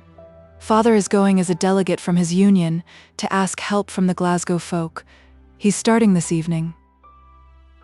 Mary sighed, for the feeling again came over her that it was very flat to be left alone. You say no one crosses the threshold but has something sad to say. You don't mean that Margaret Jennings has any trouble? Asked the young sailor anxiously. No, replied Mary, smiling a little. She's the only one I know, I believe, who seems free from care. Her blindness almost appears a blessing sometimes. She was so downhearted when she dreaded it, and now she seems so calm and happy when it's downright come. No, Margaret's happy, I do think. I could almost wish it had been otherwise, said Will thoughtfully. I could have been so glad to comfort her and cherish her if she had been in trouble. And why can't you cherish her even though she is happy? Asked Mary. Oh, I don't know. She seems so much better than I am. And her voice? When I hear it, and think of the wishes that are in my heart, it seems as much out of place to ask her to be my wife, as it would be to ask an angel from heaven. Mary could not help laughing outright in spite of her depression, at the idea of Margaret as an angel. It was so difficult, even to her dressmaking imagination, to fancy where and how the wings would be fastened to the brown stuff gown, or the blue and yellow print. Will laughed too, a little out of sympathy with Mary's pretty merry laugh. Then he said, You may laugh, Mary. It only shows you've never been in love. In an instant Mary was carnation color, and the tears sprang to her soft gray eyes. She was suffering so much from the doubts arising from love. It was unkind of him. He did not notice her change of look and of complexion. He only noticed that she was silent, so he continued. I think, that when I come back from this voyage I will speak. It's my 4th voyage in the same ship, and with the same captain, and he's promised he'll make me second mate after this trip. Then I shall have something to offer Margaret, and her grandfather and Aunt Alice shall live with her to keep her from being lonesome while I'm at sea. I'm speaking as if she cared for me and would marry me. Do ye think she does care at all for me, Mary? Asked he anxiously. Mary had a very decided opinion of her own on the subject, but she did not feel as if she had any right to give it. So she said, "You must ask Margaret, not me, Will. She's never named your name to me." His countenance fell. "But I should say that was a good sign from a girl like her. I've no right to say what I think, but if I was you, I would not leave her now without speaking." "No, I cannot speak, I have tried. I've been in to wish them goodbye, and my voice stuck in my throat. I could say naught of what I'd planned to say, and I never thought of being so bold as to offer her marriage till I'd been my next trip, and been made mate. I could not even offer her this box," said he, undoing his paper parcel and displaying a gaudily ornamented accordion. "I longed to buy her something, and I thought, if it were something in the music line, she would maybe fancy it more. So, will you give it to her, Mary, when I'm gone? And if you can slip in something tender, something you know of what I feel, maybe she would listen to you, Mary." Mary promised that she would do all that he asked. "I shall be thinking on her many and many a night, when I'm keeping my watch in mid-sea. I wonder if she will ever think on me when the wind is whistling and the gale rising. You'll often speak of me to her, Mary, and if I should meet with any mischance, tell her how dear, how very dear she was to me, and bid her, for the sake of one who loved her well, try and comfort my poor Aunt Alice. Dear old aunt, you and Margaret will often go and see her, won't you? She's sadly failed since I was last ashore, and so good as she has been. When I lived with her, a little wee chap, I used to be wakened by the neighbors knocking her up. This one was ill, or that body's child was restless, and for as tired as ever she might be, she would be up and dressed in a twinkling, never thinking of the hard day's wash afore her next morning. Them were happy times. How pleased I used to be when she would take me into the fields with her to gather herbs. I've tasted tea in China since then, but it wasn't half so good as the herb tea she used to make for me o' Sunday nights, and she knew such a deal about plants and birds and their ways. She used to tell me long stories about her childhood, and we used to plan how we would go sometime. Please God, that was always her word, and live near her old home beyond Lancaster, in the very cottage where she was born if we could get it. Dear, and how different it is. Here is she still in a back street o' Manchester, never likely to see her own home again. And I, a sailor off for America next week. I wish she had been able to go to Barton once afore she died." "She would maybe have found all sadly changed," said Mary, though her heart echoed Will's feeling. I dare say it's best. One thing I do wish, though, and I have often wished it when out alone on the deep sea, when even the most thoughtless can't choose but think on the past and the future, and that is that I'd never grieved her. Oh, Mary, many a hasty word comes sorely back on the heart when one thinks one shall never see the person whom one has grieved again." They both stood thinking. Suddenly Mary started. "That's Father's step, and his shirt's not ready." She hurried to her irons and tried to make up for lost time. John Barton came in, such a haggard and wildly anxious-looking man Will thought he had never seen. He looked at Will but spoke no word of greeting or welcome. "I'm come to bid you goodbye," said the sailor, and would in his sociable friendly humor have gone on speaking, but John answered abruptly, "Goodbye to ye, then." There was that in his manner which left no doubt of his desire to get rid of the visitor, and Will accordingly shook hands with Mary, and looked at John as if doubting how far to offer to shake hands with him. But he met with no answering glance or gesture, so he went his way, stopping for an instant at the door to say, "You'll think on me on Tuesday, Mary.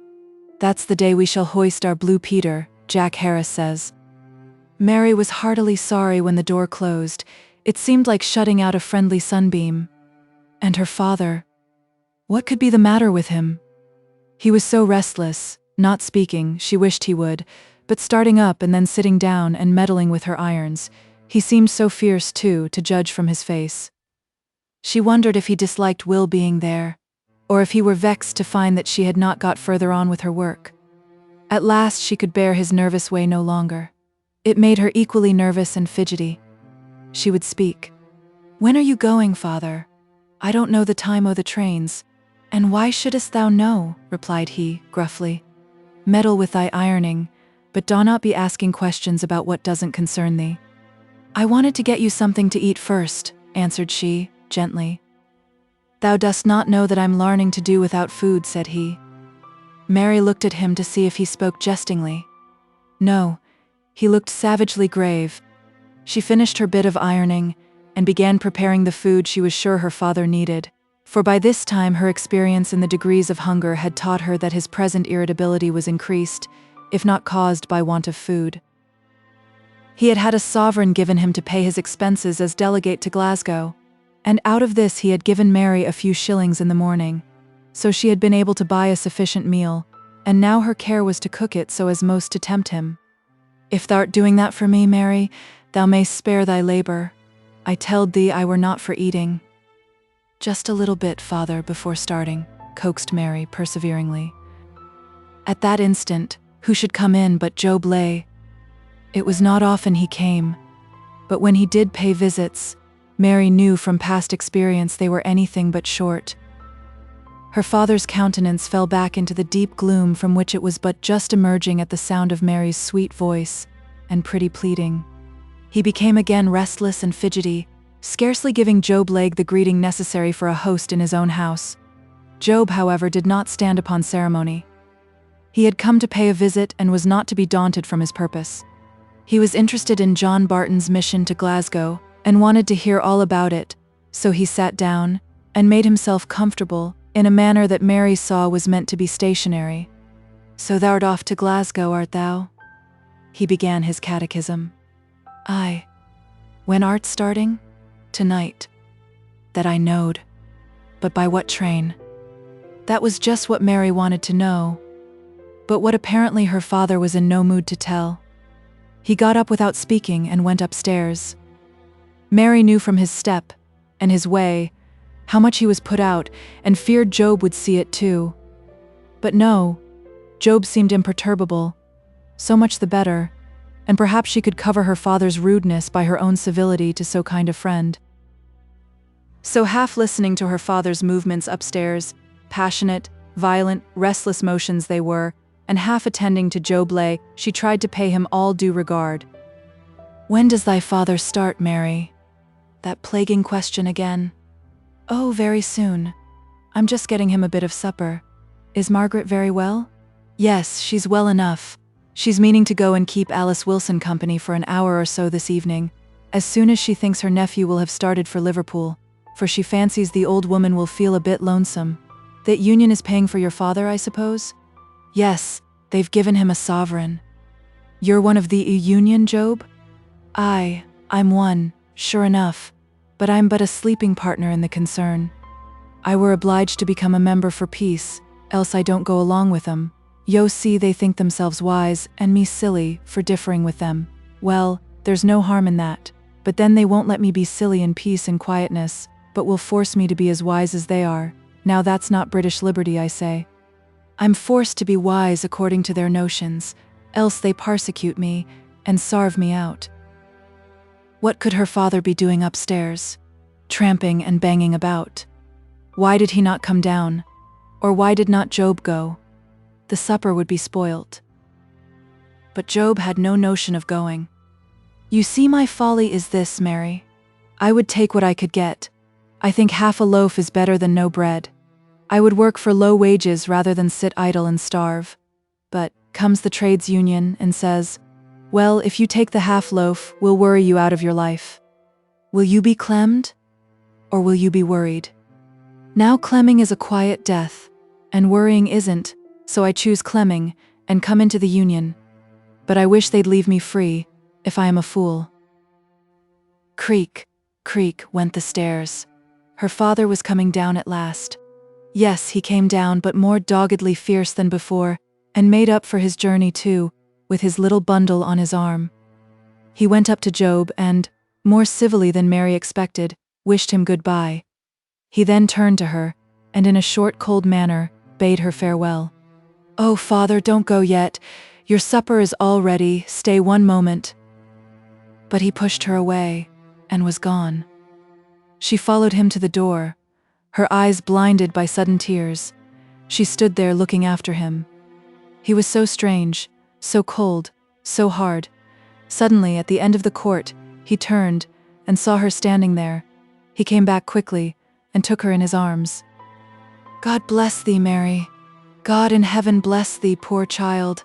She threw her arms round his neck. "Don't go yet, father. I can't bear you to go yet.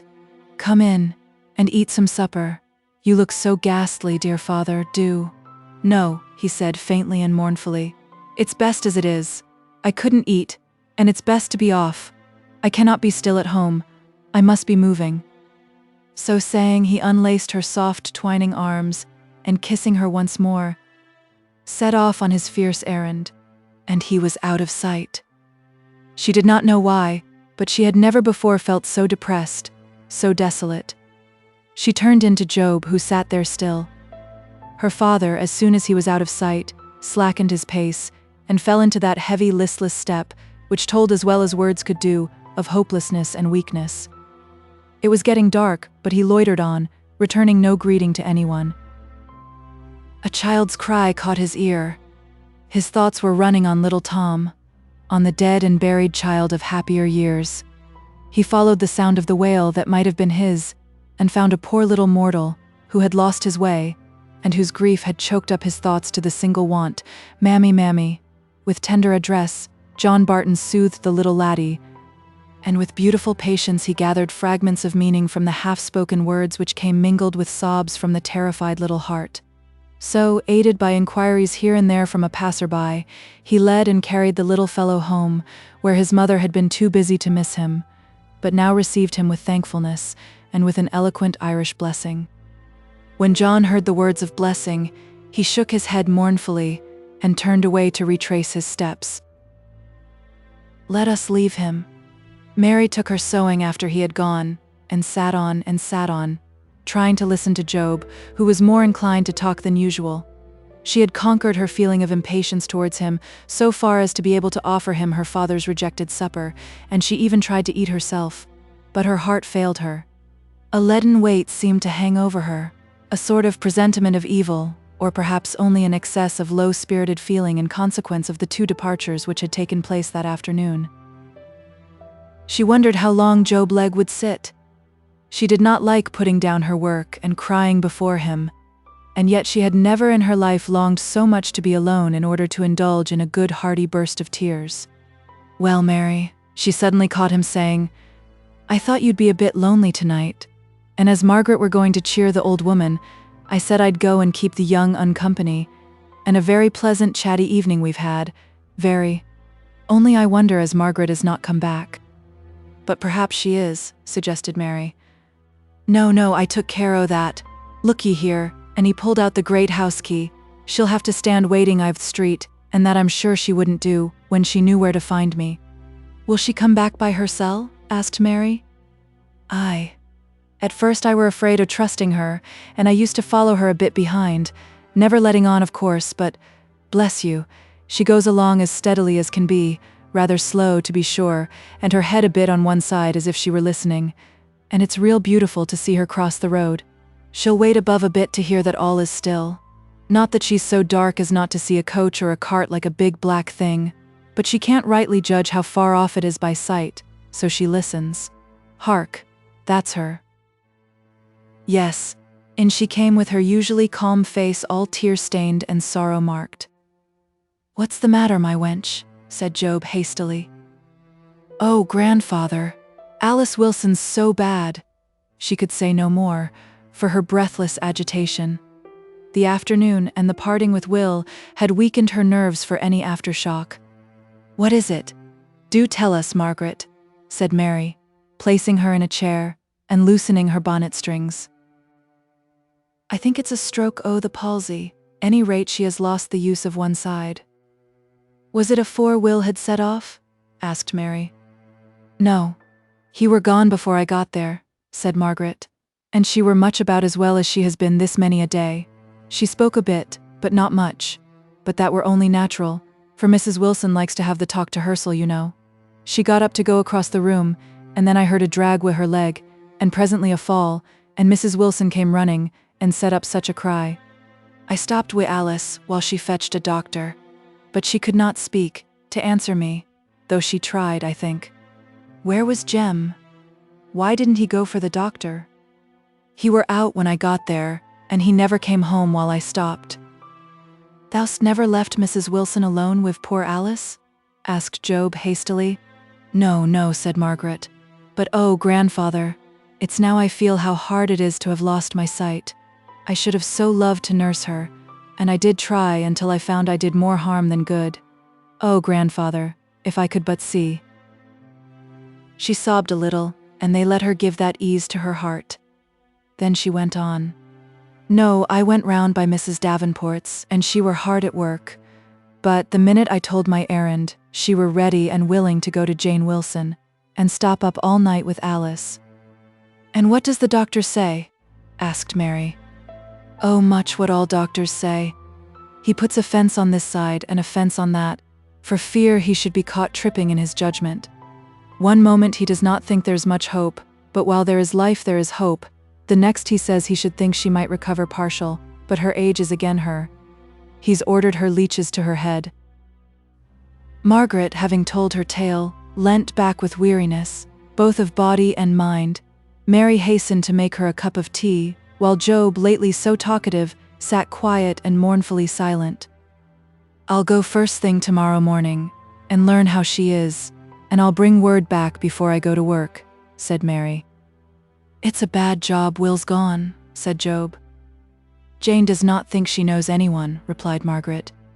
It's perhaps as well he shouldn't see her now, for they say her face is sadly drawn. He'll remember her with her own face better, if he does not see her again. With a few more sorrowful remarks they separated for the night, and Mary was left alone in her house, to meditate on the heavy day that had passed over her head. Everything seemed going wrong, Will gone, her father gone, and so strangely too, and to a place so mysteriously distant as Glasgow seemed to be to her. She had felt his presence as a protection against Harry Carson and his threats, and now she dreaded lest he should learn she was alone. Her heart began to despair too about Jem. She feared he had ceased to love her, and she only loved him more and more for his seeming neglect. And, as if all this aggregate of sorrowful thoughts was not enough, here was this new woe of poor Alice's paralytic stroke. Continued in the next part.